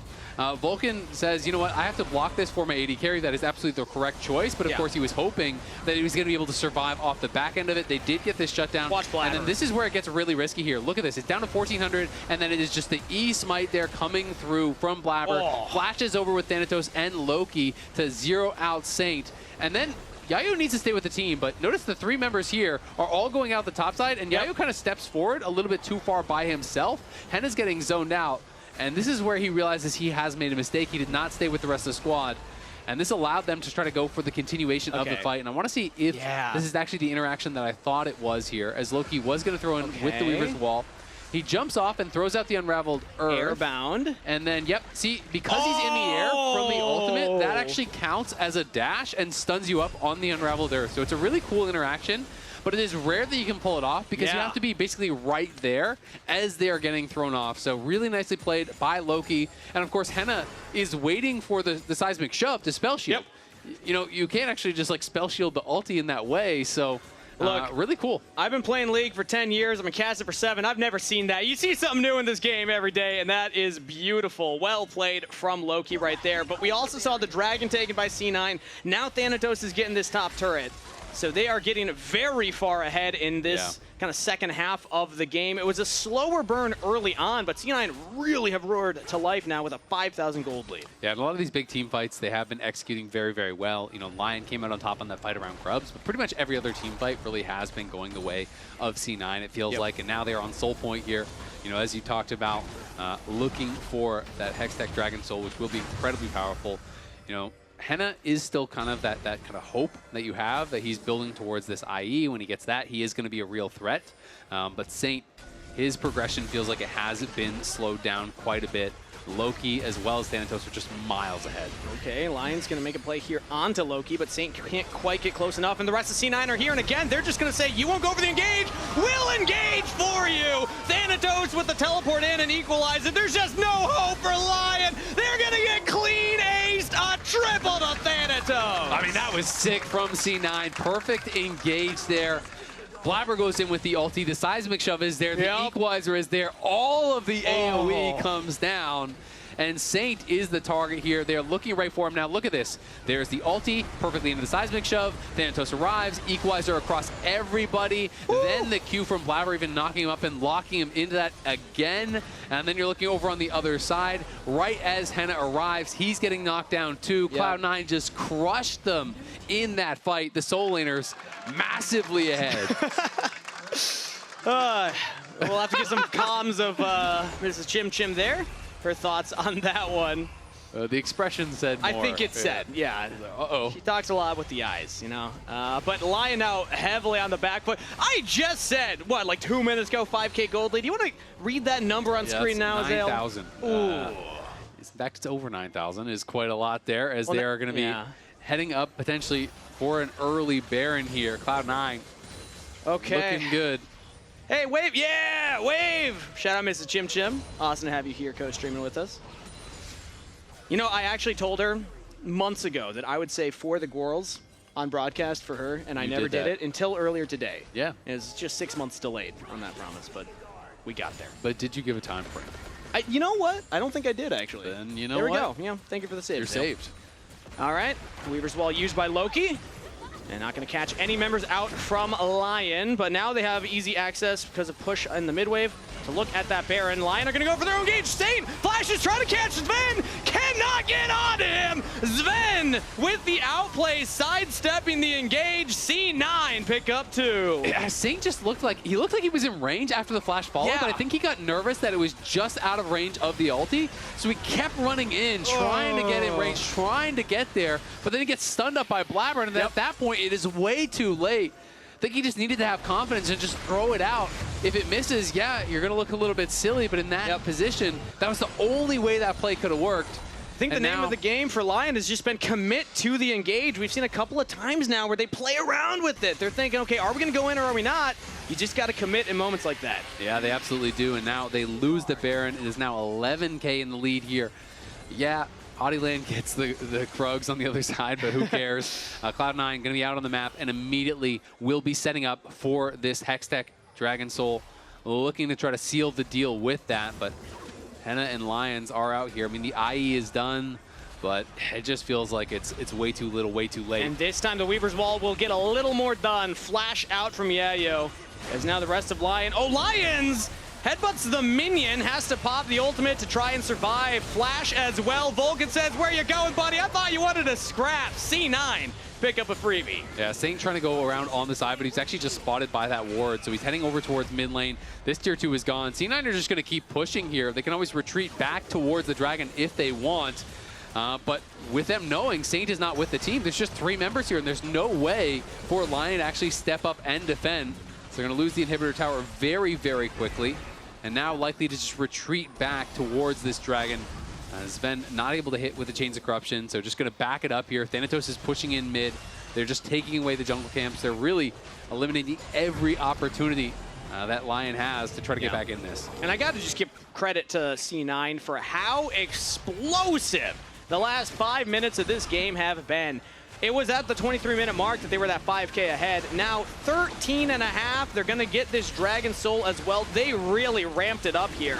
Yes, it was a slower early game. They didn't go for as many aggressive plays as I would expect given the composition, but they didn't need to. They were just fine waiting it out and now getting this massive lead for themselves. I mean, just look at the soul lane advantages here. You know, 5.7K, 3K here, but I'm kind of surprised by this one. 2.2K in the support role with only 1 kill. That's a ratio if ever I've seen one. Now another engage from C9, making it look easy. Vulcan going in, Blabber in tow. And Lion Saint trying to get away from the equalizer. He's just roasting down. We'll go into the stasis for now, but you know where he's ended up. It's a gray screen back at the fountain. C9 roaring to life here and looking to put the final touches on this game. Yeah, I mean, Loki's just laughing in the player cams. They're having fun with it at this point. They know it is done and dusted. And looking to move themselves to match point here. A great start to the new split for C9. For a team that's always looking for that championship trophy, a team that's always looking to be the best in the region and prove that they belong in that conversation, they are making quick work of Lyon, who made it close last time around. Game 1 was not that. C9 will get a couple more kills, close this one out in style, and go up 1-0 in this series. Yeah, it's a tough debut there for Yayo, going up against Thanatos, who kind of got away from him here in this one. Thanatos, one of the strongest laners. He's been crushing it. Let's see what the desk thinks about it. 46 kills? Yeah. Yeah. Yeah. Wow. I'd adjust my glasses, but I don't have them. So that's a lot. I will say, Blabber looked minorly shaky at one moment.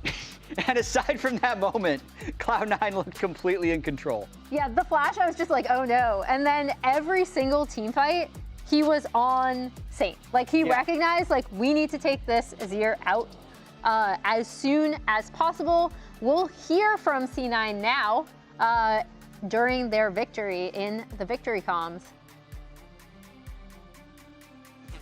Can we dive? Can we dive? Yeah, dive. Yeah, we dive. Wait first. 15 seconds, Alistar. Yeah. They turn until they give you range. I'm looking. I'm looking combo. We're diving. Kill Sam, no flash. Why am I taking this tower, by the way? I don't know. No, please. I thought we could. Alisa, 2 seconds. Yeah. Hit. We have W. Yeah. Kill Alistar, guys. Can't. Now. Odlan. Nice. No flash, Shibru. Here's her pumping. She has Aina. Why am I tanking this tower, by the way? It's so funny. Please. I mean, they're chill because they had been in such control of that game for so long. Yeah. Yeah. It was since the second Drake fight, I think, is really where it turned. Like, that's kind of my... So we're each going to do a little story of the game. We've stolen this from LTK. Mine's not a sentence, though. It's just equalizer. Because I thought, and it's like, this is fire raining down, you know? I didn't use a lot of time to draw this, to be honest. But I thought, like, in particular, the combination of Blabber's teamfight targeting, Loki's Talia, and then the equalizer, I felt like was always hitting at least like 3 people when it mattered in team fights. Their team fighting was really well coordinated this game. Yeah, there's a really old tweet that ends up getting sent out at international events. Licorice actually made it. Yeah. This is derivative of that. So this is what second versus seventh looks like. Just runs over them. And it's, to me, this is a bit of a call out to those wondering why we're seeing these lopsided day one matchups. And it's because it's based off of the split 2 standings. So the number 1 team is seeded against 8, 2 versus 7. Tomorrow we're going to see 3, 6, and 4, 5. And because after the first 3 weeks, we're then going to go into the elimination phase. But essentially, it's a bit of a carryover from the last split where Cloud9 earned the right to play a weaker team in the first day.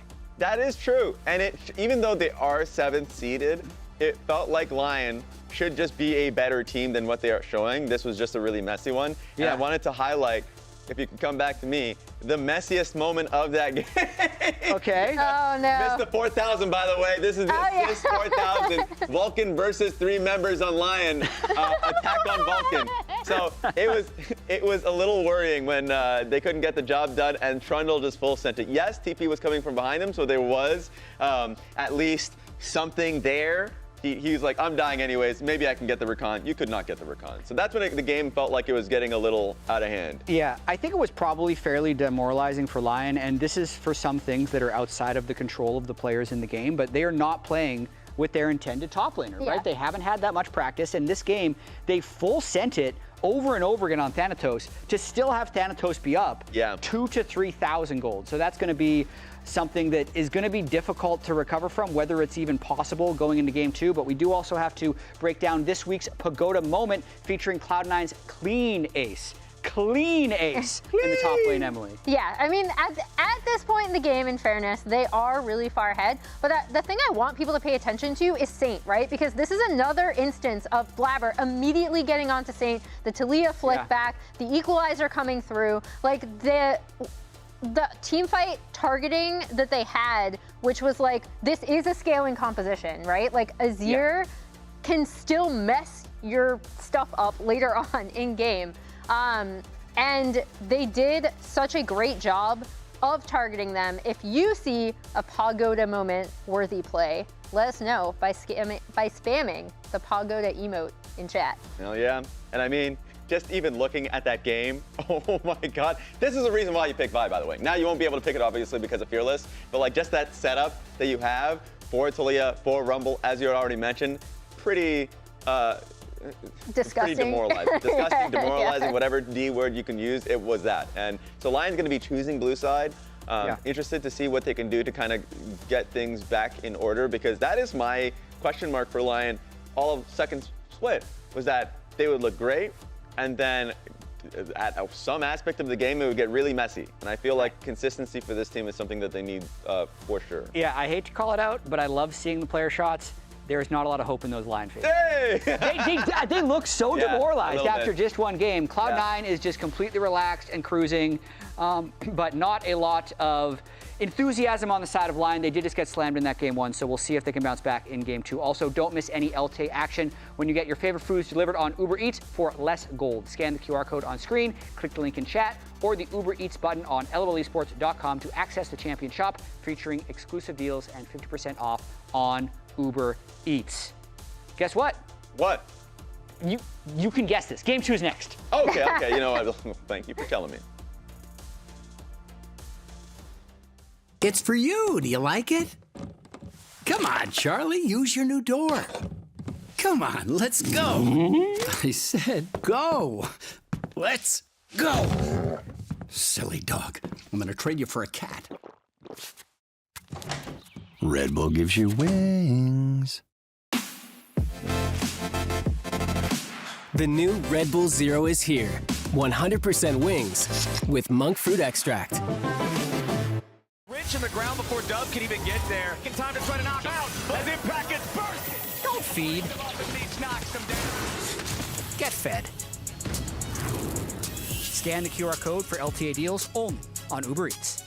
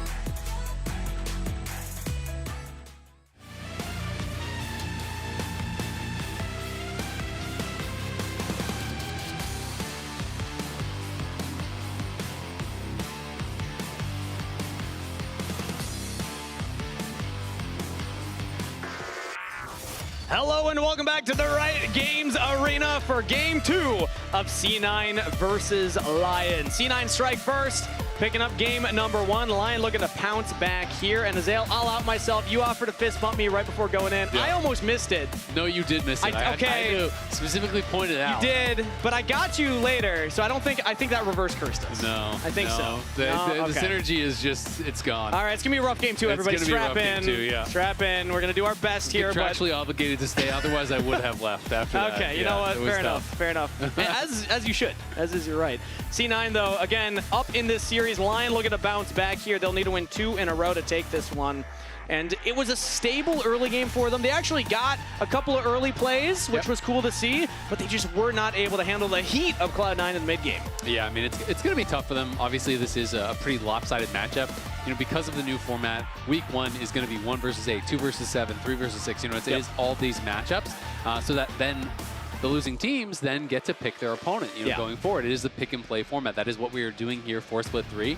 But it does mean that there's some really tough matchups for these teams in week number 1.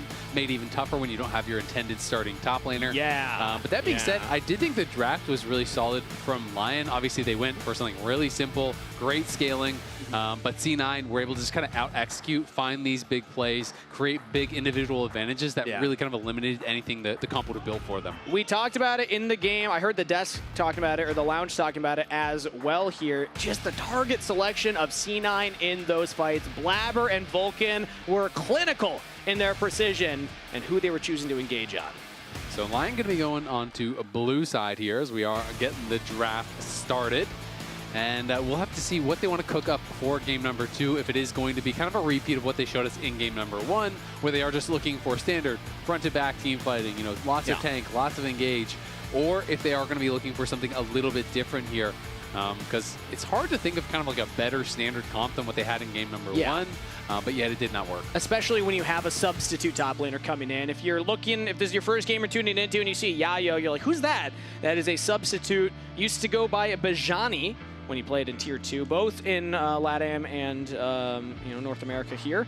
And he's subbing in for Zamudo, who has not yet made it to the States to play with the Lyon. And I think that, again, like you said, it's a standard composition that should fit a sub-top laner coming in, but eventually Thanatos did get a very large lead over him. I mean, the thing is, it's like, even if you're comfortable on these champions, it doesn't mean that you're going to be able to be comfortable piling against Thanatos, right? Like, this guy is such a monster. He was kind of that big argument for the player on C9 that should have been potentially in the MVP race, or should have been potentially, you know, on that first team All-Pro. People really talked a lot about how strong his lane was, and I was just about to say his Renekton, I think, is his best champion. This time he is going to be on the Renekton. He will be blind, so we'll have to see what Yayo has as a potential response here. Because it is going to be Skarner, Renekton, lots of CC here, some beefy frontliners there for C9, and traded out for that Wukong on the other side. When I saw red side C9, my head was telling me, oh, Thanatos gets counterpick now and can try and run away with it. This is a very different strategy than I expected, because of the blind Renekton just shows how confident he is on his ability on this champion, and also the matchup that he has in the top lane today. Let's see what the response from Lyon is. We have the Gragas locked in. So Gragas is one of these really safe top laners. you know, I think it is one of the best blind pickable top laners in the game. It is really hard to punish. Yeah. Of course, in this case, it is not blind. It is kind of in response. But I do like the response here. If you can get through the early levels on Gragas, you get enough points in your queue, you get some mana, like whether you're going Catalyst or you're going whatever rush, you just get to a point where you can just kind of kill waves, and it's very, very difficult to dive. It's very, very difficult to actually punish this champion. You can sustain up through any of the harass. So it is a really strong answer, I think, to the Gragas. You have a lot of ability to actually start out fights with both the Wukong as well as the Gragas. Pretty explosive engage. And then you do have the power of Saint on this rise. If you can get push, moving around the map. Also the ability to play through side lanes to answer someone later on.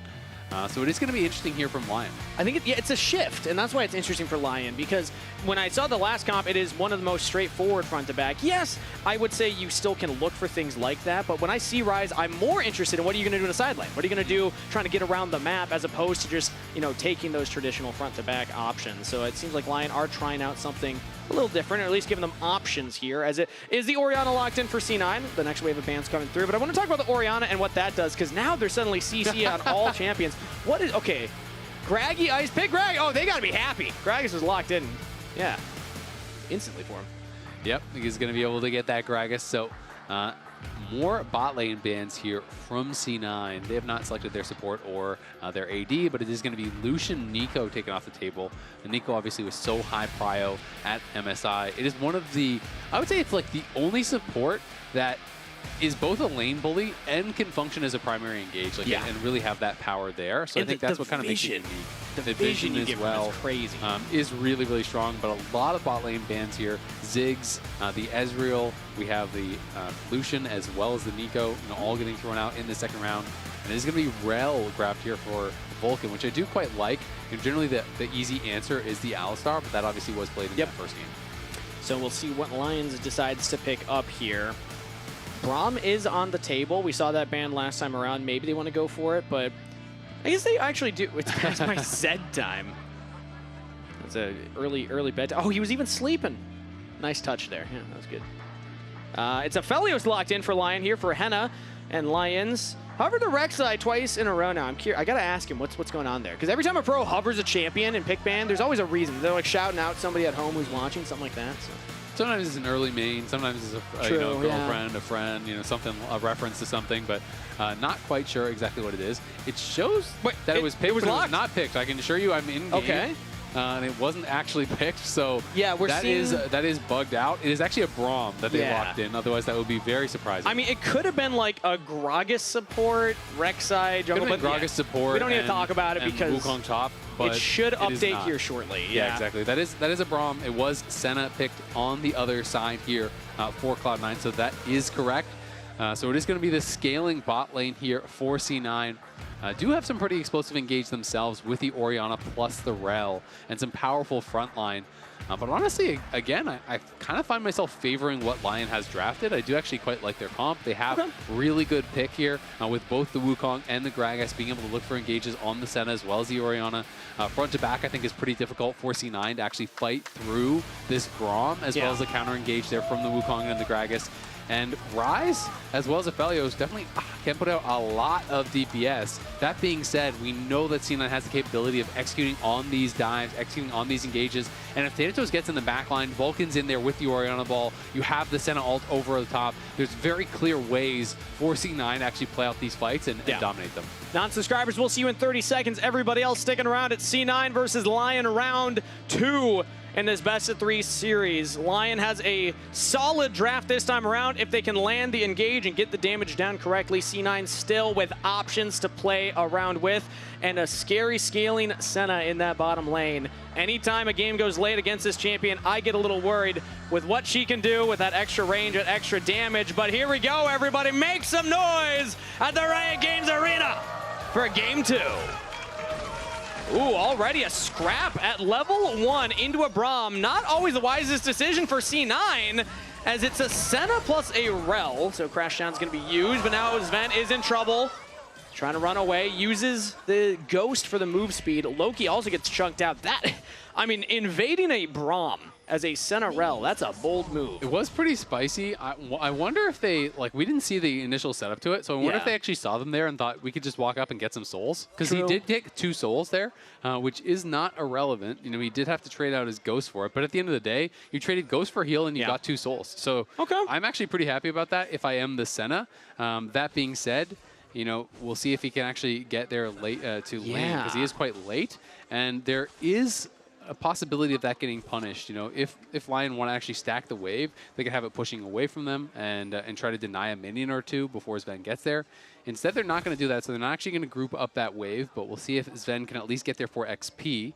So this is the setup here at level 1. So they saw the Braum pop out, and I think they just saw, okay, maybe it's just the Braum there, and we can kind of walk forward and get 1 soul. Yeah, I think he did miss when Henna's health bar was covering it, but I'm pretty sure a minion went down right before Sven got in range, and we see Vulcan already halfway to level 2. Yeah, I think that means that Sven will be a little behind. Yep, he will be that 1 minion of XP that he's missing, but has to be careful here. I mean, if you're just going to walk into these Winter's Bites, you're asking for a beating here. Aphelios had the red gun ready to go, and C9 not doing too hot in the early game on this bot lane. That being said, when you are playing Senna and your opponents don't have the ability to actually 100-0 you, you want to trade aggressively like this because you have sustain, right? Because you have your Q pass-through. True. So a lot of times, you know, these early trades don't look great, but when you're playing against a Braum, you're hoping that you shouldn't be able to get 100-0 all in, anything like that. It's not a Nautilus or a Blitzcrank or a Thresh or whatever. So when you take these aggressive trades, we're going to see that over time, he's getting these pass-through Qs, it's healing him, it's healing Vulcan, it's hopefully hitting his opponents as well, and you're going to try to whittle them down and actually win the sustain war in that way. But obviously some of these early trades were kind of rough, so we'll see if it does end up working that way, because he missed some early CS. And Henna's actually looking like he just wants to go straight back to base, because Henna is concerned about getting out-sustained here, and he knows that Senna does have really bad wave clear. And Blabber was pathing towards the bottom side. Not sure where the early wards were placed, as I wasn't keeping my eyes on that one, but potentially they're thinking that they're in danger as well. So Henna does complete the back, and it will run back into lane. Just picked up a longsword. The big question, though, is can C9 actually crash the bot wave before Henna gets back? And it's going to be close. But C9, we talked about at the beginning here, and the implications of this split and kind of what their goals are. They have come so close, Azael. Split 2 second in the regular season, but they missed out of international competition for the 4th split in a row. Crazy to think about that. They've been so close so many times, and they're looking to right that wrong. Yeah, and there's only 1 guaranteed world slot for LTA North, right? The second one is going to be a competition between North and South, and then South is going to have 1 guaranteed slot as well. So in the past, you know, as LCS, we always had 3 world slots. So now you have to be able to actually get in the top 2. Clearly, C9 is looking like, you know, a big favorite to be in that top 2. Them and FlyQuest have looked a cut above of really everyone else in the league. You know, coming into last split, there was a lot of talk about this kind of top 4, bottom 4.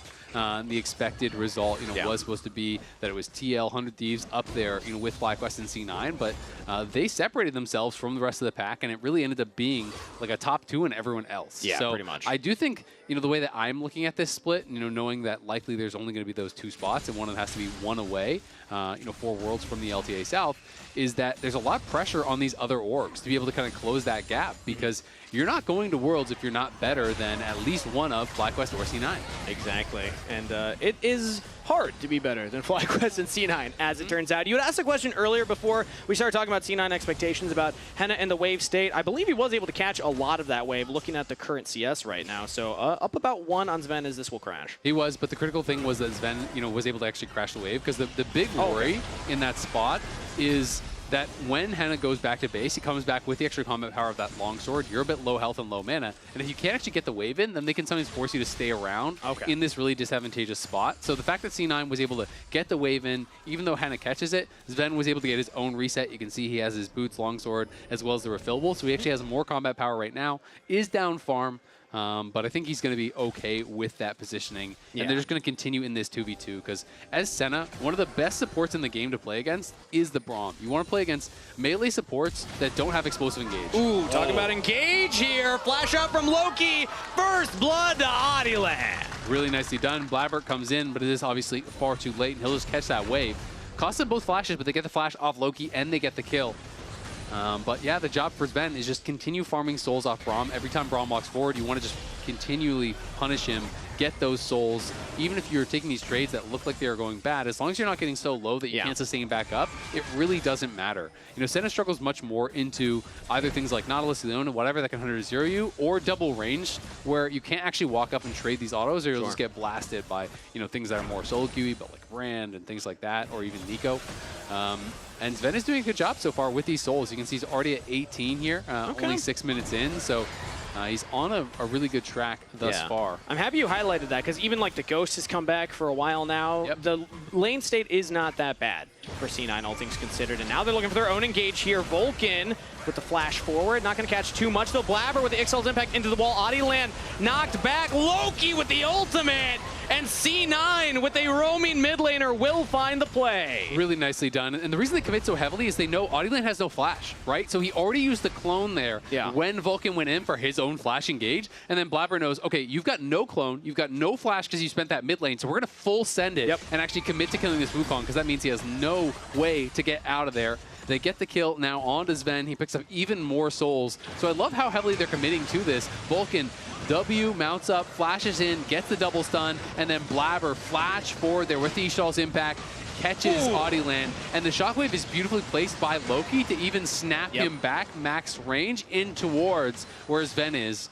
And just really well played there on C9's part. The positioning so well. Loki saying, all right, Blabber, carry this ball forward, get the engage, and then I'll be the follow-up. Now as Thanatos finds himself looking down a level 4 Braum. Drops control where it walks away. Thanatos will clear that one up. So early game going in favor of C9 this time around.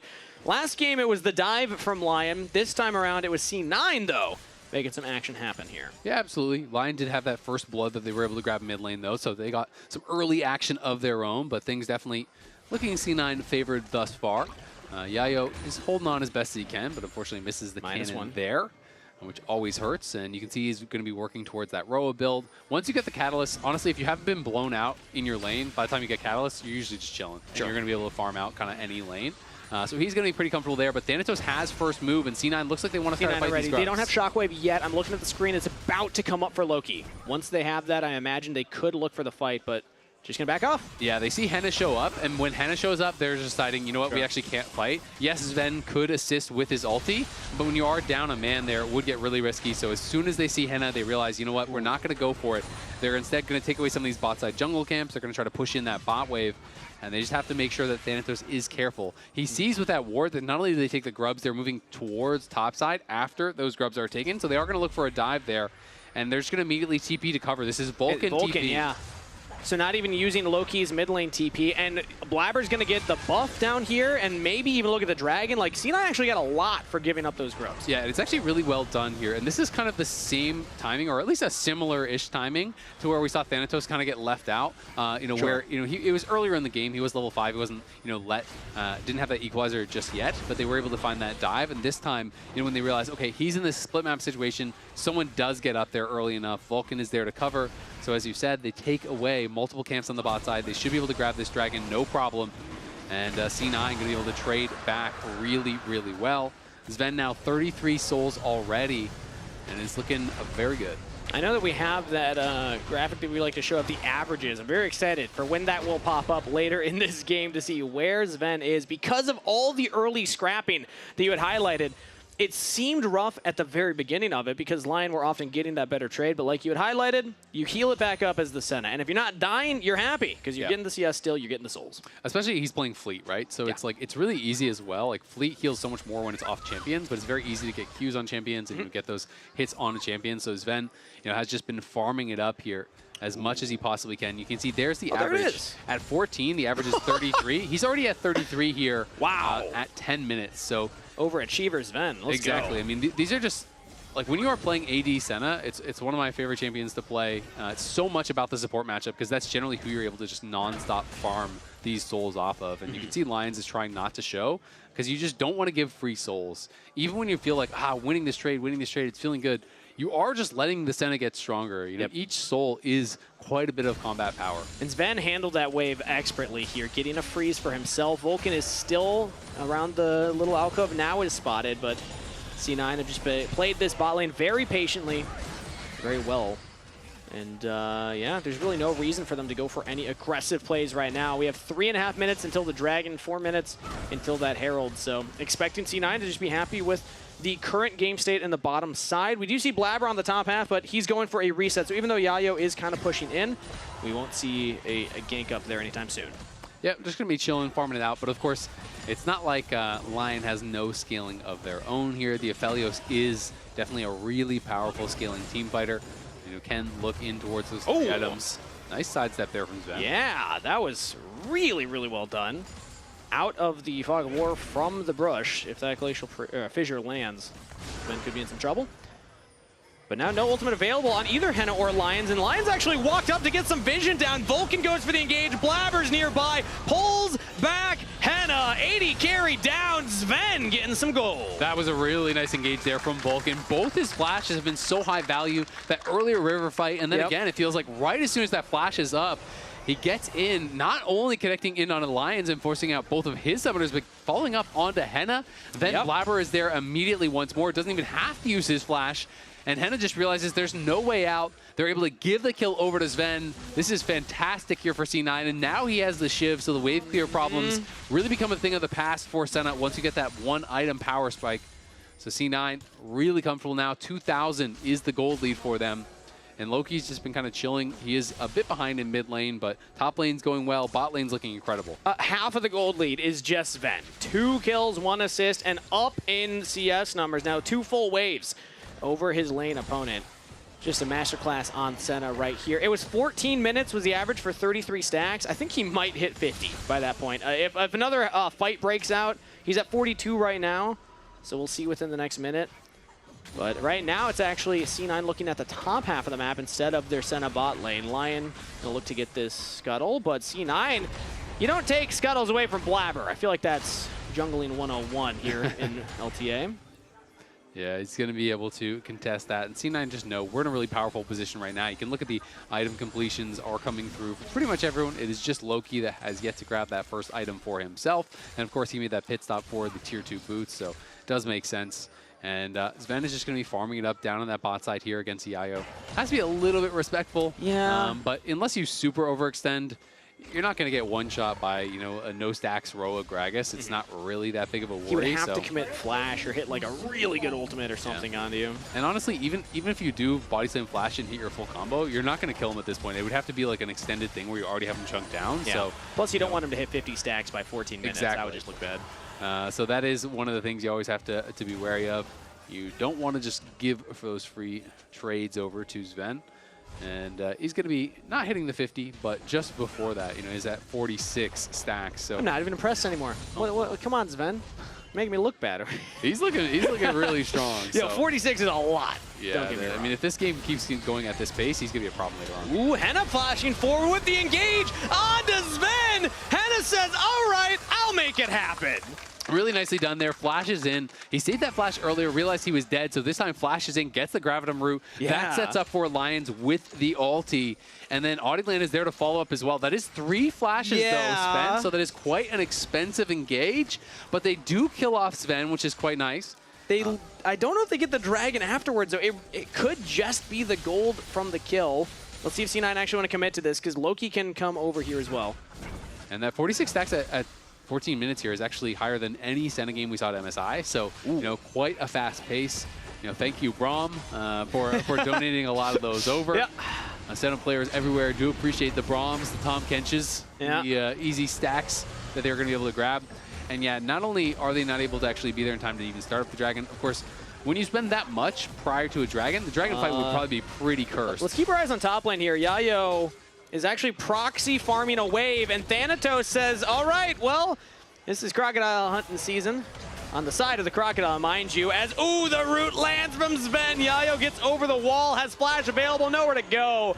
Thanatos picks up the kill. And nicely done there by Thanatos. I think Yayo would have been okay in the 1v1, just kind of slowly walk it out, but with Sven making the rotation, lands the root, nowhere for Yayo to go, and now Audieland has to be a bit careful. Throws out the clone, tries to get away, flash forward from Blabber, Ixal's impact into the wall, pulls him back into the dawning shadow. Clean execution from C9. Yeah, C9 has just been so good on these engages. Last game was pretty dominant, but I would say it was a little bit more rough around the edges. There was kind of more sloppiness coming in from C9.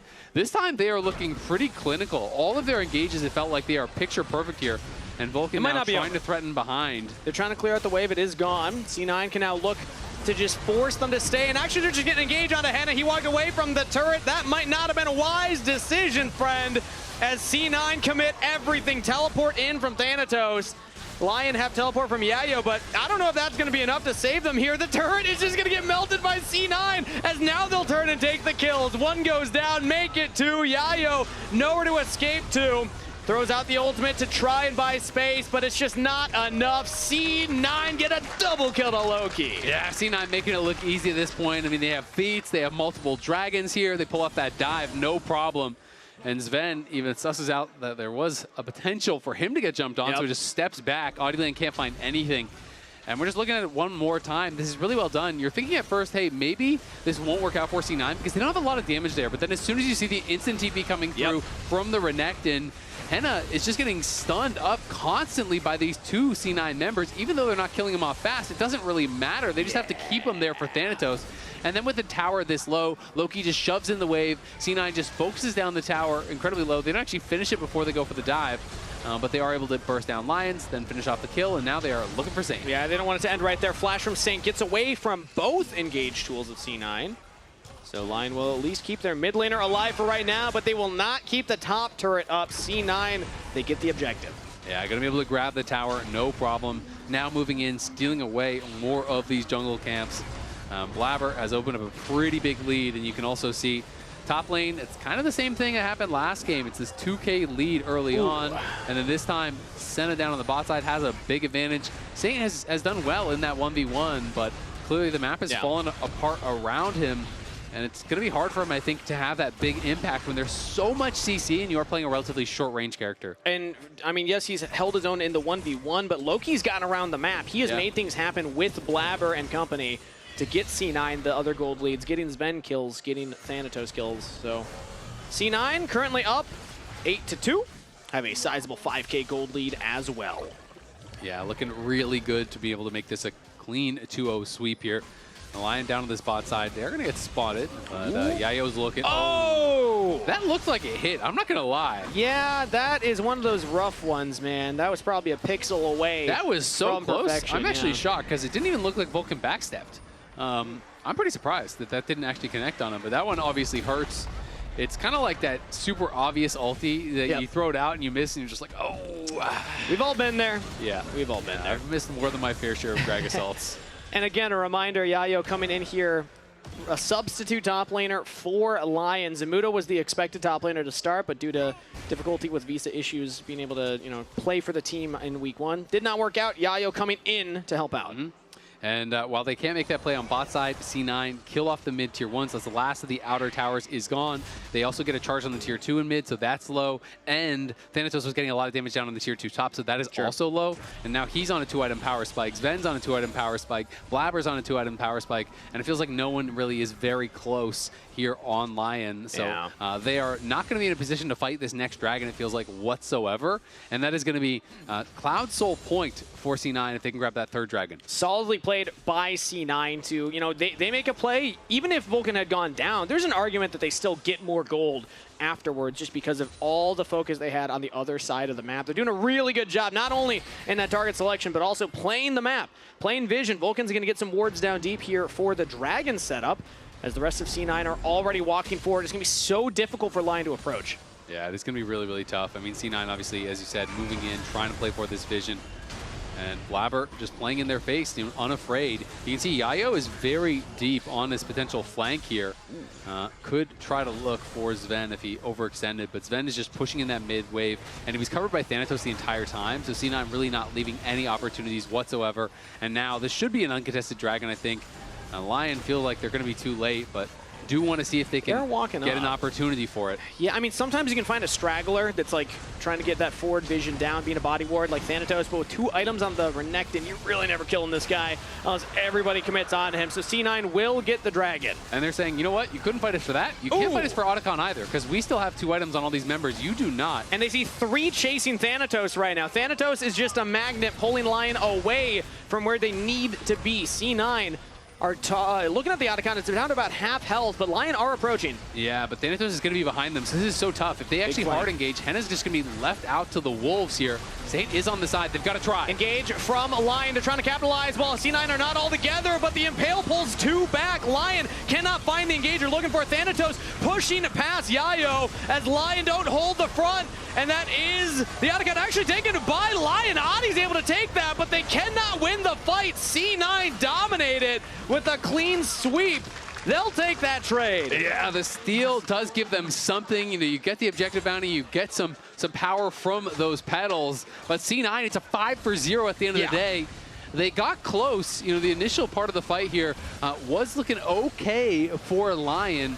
And I want to put your eyes onto Saint. Saint is getting a ton of damage out on the side here. And then there's this threat onto Sven where Sven is thinking, okay, well, maybe he's going to get knocked down. But he lands a really nice route that actually interrupts the ulti coming through from Saint. He gets low. And then it's all eyes on the Otacon here as it's early smite there from Blabber, anticipating the smite would have come out a bit faster from Adi. So his is just a little bit too late. And then Thanatos, he had that free time on Henna. That means the fight is never really going to go your way in the extended moments. And when you're that far behind, you pretty much just have to get those early kills or the fight is cooked. And let's see what happened in the kind of aftermath of that. Because, yes, you get all the flowers, you get the Otacon buff, but C9 got a lot of gold. They're 9,500 ahead. And let's catch up with those Senna stacks. 50.9 at 20 minutes. He's currently at 71 at 22. Yeah. And, I mean, he's closing in on the IE as well, right? And, Shiv, I think you always kind of have to go for, but when you do go Shiv Rapid Fire, you are pretty dependent upon the souls to give you the flat AD to actually do much damage, have much oomph behind those auto attacks. But he has enough souls that he's not punished. And then when you hit IE, you are just so strong because you have the ridiculous range, you have the wave clear. And you can see Lyon trying to find an angle there to force, but C9 was always around. So as soon as you see those C9 members, you know Lyon's not going to commit because they just realize at this point, when you're down 10K plus, it's got to be like a 3v1 for you to be willing to pull the trigger. Anytime they see Thanatos in a side lane, you can look for the 5v4. Maybe you can get a kill fast enough before Thanatos TP's in, but that was not the window. C9 played it respectfully and backed off, and Lyon backs against the wall. They're going to have to find a miracle to get back in this game. Yeah, I mean, Yayo does get his second item now, but Thanatos is closing in on the third and closing in on a potential Flame Horizon. Yayo did fine in the early lane, but, you know, got picked off a couple times, and I think he just hasn't really been sure, like, what his job should be, you know, in the game at that point. Once he started falling behind the 1v1, he's like, okay, well, I can't win 1v1. So he's kind of just moving around the map a lot, you know, trying to see if there's angles for the team, but it's a difficult position to be put in when you're looking for those tough engages. Teleport in onto Audioland, engage as well, throws out the Cyclone, trying to CC himself back to safety, and now says, okay, maybe we just go for the fight because we have the flank from Yayo, but the damage is just not there. Blabber holds the line. Yayo has to retreat now, as C9 are just playing these fights too well. Yayo does find a flank on this man. Is this the miracle? Saint with the shutdown, and Lyon maybe can make some magic happen, but maybe not. Flash away, flash forward, Blabber with the Impale onto both carries. Henna and Saint are down. A brief second of hope for Lyon, but C9 were inevitable. Triple kill to Loki. Yeah, big kill there for Loki. Gonna be able to pick up the triple. That was a great engage, though, from Yayo. Caught Sven out on the body slam flash. Perfect alt follow-up there. Knocks him right into Saint. They do get that kill, but that is the goal difference in action. Yep. You are so far behind. You spend everything to actually kill off Sven, and it does work. We're going to go way back to the initial play here as Audioland is caught out. And with Loki and Sven hitting over the wall, there's just no real way that Lyon can actually fight through these members. The ball placement was great from Loki. He was just kind of playing bodyguard in this section right there. Yeah. And then Yayo, he is kind of just lost track of, gets over the wall, body slam, flash, nails the ulti right into Saint. But the problem is, they don't have much damage off the back of this. It's a great re-engage. Blabber gets a stun to the wall, flash forward, catches both of the carries with the Impale, and then Thanatos and Loki are there to get the damage done. Even with a great pick on his Sven, it just doesn't even matter. He's loving it, man. Yeah. Why not? He has been crushing it across these last 2 games. Yayo gets one highlight play for his highlight reel. You just stop it before the end of the play. But that was a great start. I mean, it gave hope to Lyon C9, like you had said, though. Their pocket wallets are just too big. No deaths on Thanatos or Blabber or Vulcan. That's the front line. The guys that are engaging, starting off the fights, and they are just so far ahead. They're going to get this dragon. Thanatos is going to get 3-manned under the top turret, make it 4, as C9 might be able to actually keep him alive. Shutdown goes over to Lions as a re-engage from C9. Sven is there. Vulcan goes forward. Taken out now is actually Sven is in some trouble. I think they've been up more than they can chew. He just does so much damage, man. Sven, with the IE completed, is making it real tough for Lyon to find any purchase in this game. Yeah, Yayo again, though, does catch out Sven and is able to get that kill. It was a good proactive play there from Lyon. They tilt the tower on the top side. You know, they get the bounty. They kill off Thanatos. They kill off Sven. Yes, they do lose a lot of members in the process, but I think that's about as good as you could hope for from this difficult position. Loki, though, again, he shows up. He's getting so much damage down. 10, 1, and 7 now at this point. They have the Cloud Soul as well. They are ridiculously strong, but at the very least, Lyon not giving up, you know, trying to find some angles to potentially look for a comeback, but I just don't think that C9's going to give it to him. And I don't know what this stat looks like on the global scale, but that's at least 2 triple kills to Loki right now. With the opportunity for more, we got to keep our eyes on that because this guy's putting on an Orianna clinic right now. 10, 1, and 7. Very well played from C9's mid laner. Yep. Tickets are on sale for the LTA Championship that is going to be here at the end of the split, where the LTA North teams will battle against the LTA South teams for the LTA Championship and for one of those additional slots that is up for grabs at Worlds. C9, obviously a team that is expected to be there, and we'll see if they can make sure of it. It's an expectation they put on themselves as well, and so far so good to kick things off in split 3. They win game number 1. They're getting a Baron uncontested here. Lyon just cannot approach. They'll take the bottom turret instead, get any amount of gold they can in their pockets. Yeah, but you look at the top lane and you realize, all right, well, now you have to defend, and that is going to be a problem here. As C9 with that Baron buff, with the Soul, with the 10k gold lead this early on in the game are just so strong. And Henna is very far away from his IE. It's really only Saint that feels kind of relevant as far as the item completions are concerned, but everyone else is just so far behind. Looking at this inhibitor as well. The range of this Senna, just nobody can get in range to stop Sven from taking this down. So structure falls. Lion's still trying to hold. They have the wave push bot side, so at least they only need to worry about 2 waves currently. C9 are doing a decent job, though, of actually crashing these at the same time. So the mid wave goes in, Lyon are there. They're going to have to worry about the stop side. It's only Yayo for right now, but they're getting harassed here by Sven. Lands the root onto Lions. That's just 1 auto. And that is that much damage. Flash from Blabber, impale onto Saint. It's just that easy. C9 testing the reaction time of Lion's mid laner, and Blabber comes up heads. No rise for the defense now. C9 look to push in and take this series 2-0.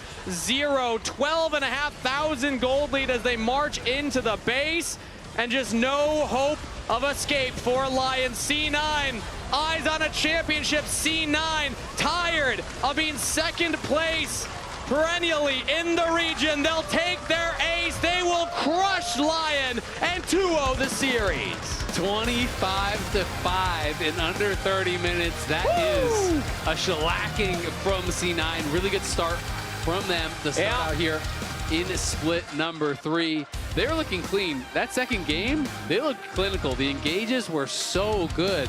Blabber and Vulcan were working really, really well together in all those early fights, all those early skirmishes, always able to pick out the prime targets there. And the C9 carries just got so far ahead as a result. Yeah, and this version of Cloud9 is the version you want to see as a C9 fan. You're eating good out there, everybody, because C9 is looking clean at the beginning of the split. That was a shellacking that they just showed Lyon. 2 quick games, 2 dominant games, and like you had highlighted, 2 clean games when it came to engage, target selection, playing the map. Feels like they're checking the boxes right now as a team. Yeah, I think game 1 was a little bit more fast and loose. It was still dominant from Cloud9, but there was more kind of mistakes or questionable plays that they were going for. You know, their Herald setup wasn't very good. The Grub setup wasn't very good. But they were looking really strong in the second game, especially. And here it is one more time. Watch It's just Blabber's Blabber. flash, yeah. Exactly. Blabber looking for Saint, who did not have his flash. On the Spectre client here, it's showing that it was actually halfway up. In game, he only had a couple seconds on it, so it was close to being up, but is able to actually find him with the flash ulti. And Saint was really the only strong member on Lion's team to be able to actually survive there. So with him down, there's really no shot, and I think Lion knows it. Of course, they're going to fight it out, but the Baron minions are not even going to be able to really be cleared out. And Sven and Thanatos just kind of walk it in here. It's just like one of those slow-mos where it's like, you know, a big anvil dropping on a watermelon or something. It's like, we don't need to watch it this slow, guys, but it is kind of fun, you know? Yeah, I mean, Yayo, obviously the tower goes down, and then they just kind of go forward. They're able to clean this up. Not really much of a contest, but now we're going to be joining Emily at the fan zone for an interview.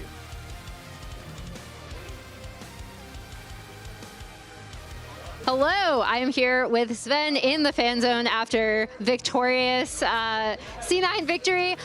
How do you feel about the overall team's performance today? I think we played well, but I mean, Lyon obviously didn't have their full roster, which sucks, you know, the circumstances. But yeah, I mean, good games. I think the first game was a little shaky and came down to like a coin flip fight at the Dragon that I think we should have maybe lost. So yeah, well, fine. Good game too.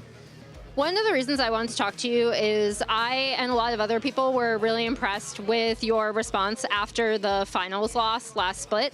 I thought you did a really good job of talking about how like it almost rejuvenated your kind of passion for the game.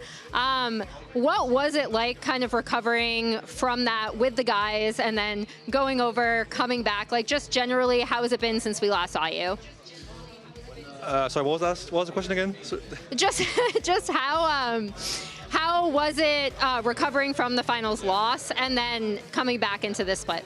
Yeah, I mean, I've lost more finals than some of them have played, you know, in their careers. So I had a good day that day. I played well in the finals, I think. So I had like the extra mental, you know, energy to be that guy who helps the guys. So that was okay for me. And then moving forward, we had a lot of good scrims at MSI. We knew we weren't done yet, even if we lost the finals. So we got to scrim all the teams from MSI because we weren't playing tournaments. So you know, giving us information doesn't matter for the team, so we got really good scrims the next 2 weeks there, so that's nice for us. Out of curiosity, who's your toughest opponent in scrims from MSI of like all the teams visiting? Genji and T1 by far, but they weren't taking it very serious and we were still losing, so there's that. Oh no, going into this split, I think everyone's like kind of in agreement. It's C9 and it's FlyQuest, right? Kind of really vying for the top of the table. What is going to take this C9 roster? Because obviously we know you're capable of winning the split. What is it that's going to be the difference maker of the split for you guys? I just think we're due a win. You know, T1 got farmed by Genji like for 2 years, but then finally they won. We got farmed by FlyQuest the whole playoffs. We're due a win. But real answer is I think we're better in team fighting, but they're better at all the in-between stuff. I think the in-between stuff is easier to learn than team fighting. So we'll get there soon. Nice, awesome. It's always great to catch up with you, Sven. Thank you so much. And we'll toss it to end of day. Thank you very much for that, Emily. Pretty straightforward day, Raz. A shellacking. A couple of them. Both series. 4 shellackings. That happened back to back to back to back. Yeah, I mean, just a reminder, it is because of the pick and play format. So the first 3 weeks set up the bracket for the elimination stage. But what happens is the first week was seeded based off of split 2 standings. True. So we had best versus worst, second best versus second worst. Tomorrow we're going to have 3-6 and 4-5. Then the teams with the worst record will get first pick. So Disguise is actually guaranteed first pick of their opponent for next week. There it is. And they're going to pick whoever they think they can beat. That's going to happen at the end of tomorrow with representatives from every single team. So that is why. Thank you for clarifying. That is why this was such a stompy day, Raz. I appreciate that information. Yeah. Tomorrow is going to be fun. I know we're going to look at the schedule later on, but that at least will make it clear for us who DSG will be eyeing. Yeah, we're going to have Player of the Series up in a moment as soon as all the votes are completely tabulated. I know my vote was for Thanatos. Yeah, here it is. Apparently everyone's vote was for Thanatos. Yeah, my vote was also for Thanatos. Won the first series, Raz. Yeah, Masu makes sense. I'm trying to remember that series. You voted.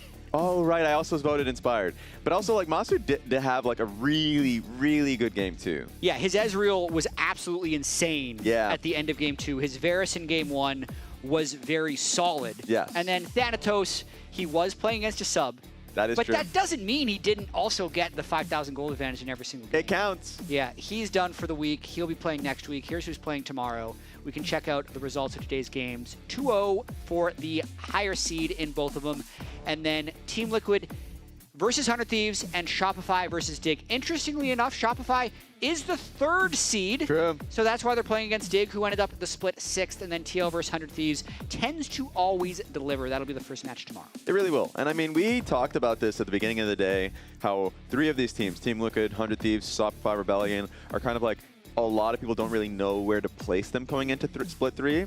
Even Dignitas, they're going to really feel as though they leveled up bringing in Photon. Correct. So there's a lot of conversations that are going to happen about who is better in tomorrow's series. Both of them, in my mind, should go to 3. So DSG, they're like rubbing their hands. Which one do we think is the most beautiful? Yeah, I think Dig should be better with Photon. I think Team Liquid should be a lot better. I tend to agree, with more time to play with Yuji. I don't know if they're going to reach their peaks that they did when Umpty was really grooving, because Yuji's a really unproven player still. But then we'll also have to see if Sniper is able to make improvements, because they brought in a coach specifically for him to try and activate some of his potential. So that's going to be an exciting day, Raz. It'll be very exciting. And I think for me, because we saw it on the power rankings, but Shopify Rebellion having been the 3rd best team last split, people already believing that Team Liquid's going to be better, 100 Thieves is going to be better. Like, they're like, wait a minute, we just dispatched 100 Thieves 2 times in a row. Yeah, so we knew FlyQuest and C9 were going to be good. Yes. I still have a little bit of I had a little bit of doubt of them maybe having a hangover from losing the final in such heartbreaking fashion. Yeah. Today, that didn't seem like the case, but that is still just 2 games. So I'm just going to side-eye them throughout the split, Raz. Team Liquid is the one that I'm hoping to see make the biggest jump because of the actual practice time. If people out there don't know the full story about Umpty, the talent was lied to last year. They're like, we're going to do a 6-man roster. We think it's going to be super dynamic. That was not why they brought Yuji in. Yeah. Umpty ended up leaving the team on his own accord. So now they have more time to actually play with Yuji, and I'm looking forward to seeing what type of power they can bring. And then for me, with Shopify, yes, they finished 3rd, but did they finish 3rd because Team Liquid fell, or because they ascended to 3rd place and now they're just that good forever? I don't think it necessarily works that way. Right? Yeah, that is the question, because that's going to be a lot of people's feelings with Shopify Rebellion. Like, a lot of the aspects that were good that got them that win, I still believe in. Like, Fudge is going to be a great top laner, just like he was coming out of group stage, going into playoffs. And the same is going to be there for contracts. So I'm just interested in to see what their take on the meta is. Usually this type of team, will come in and everyone's going to be playing, we're playing Talia or Azir. And they'll be like, actually, we're playing Yone and Nafiri. And we're just going to try and play against the meta or try and counter you specifically. So this is a pretty fun team when it comes to drafting usually. Yeah, Photon for Dignitas will be an interesting addition. Shaden is a player that I think could make a lot of growth from split 1 to split 2. I randomly see him a lot somehow, just around my house. Me and him, we wave at each other at least twice a week. It's so strange. So high hopes for Shaden. Either way, that is it for us here at the LTA North. Day 1 is in the books. We'll be back tomorrow, 4 p.m. Eastern, 1 Pacific for Team Liquid versus 100 Thieves. See you then. Take it easy.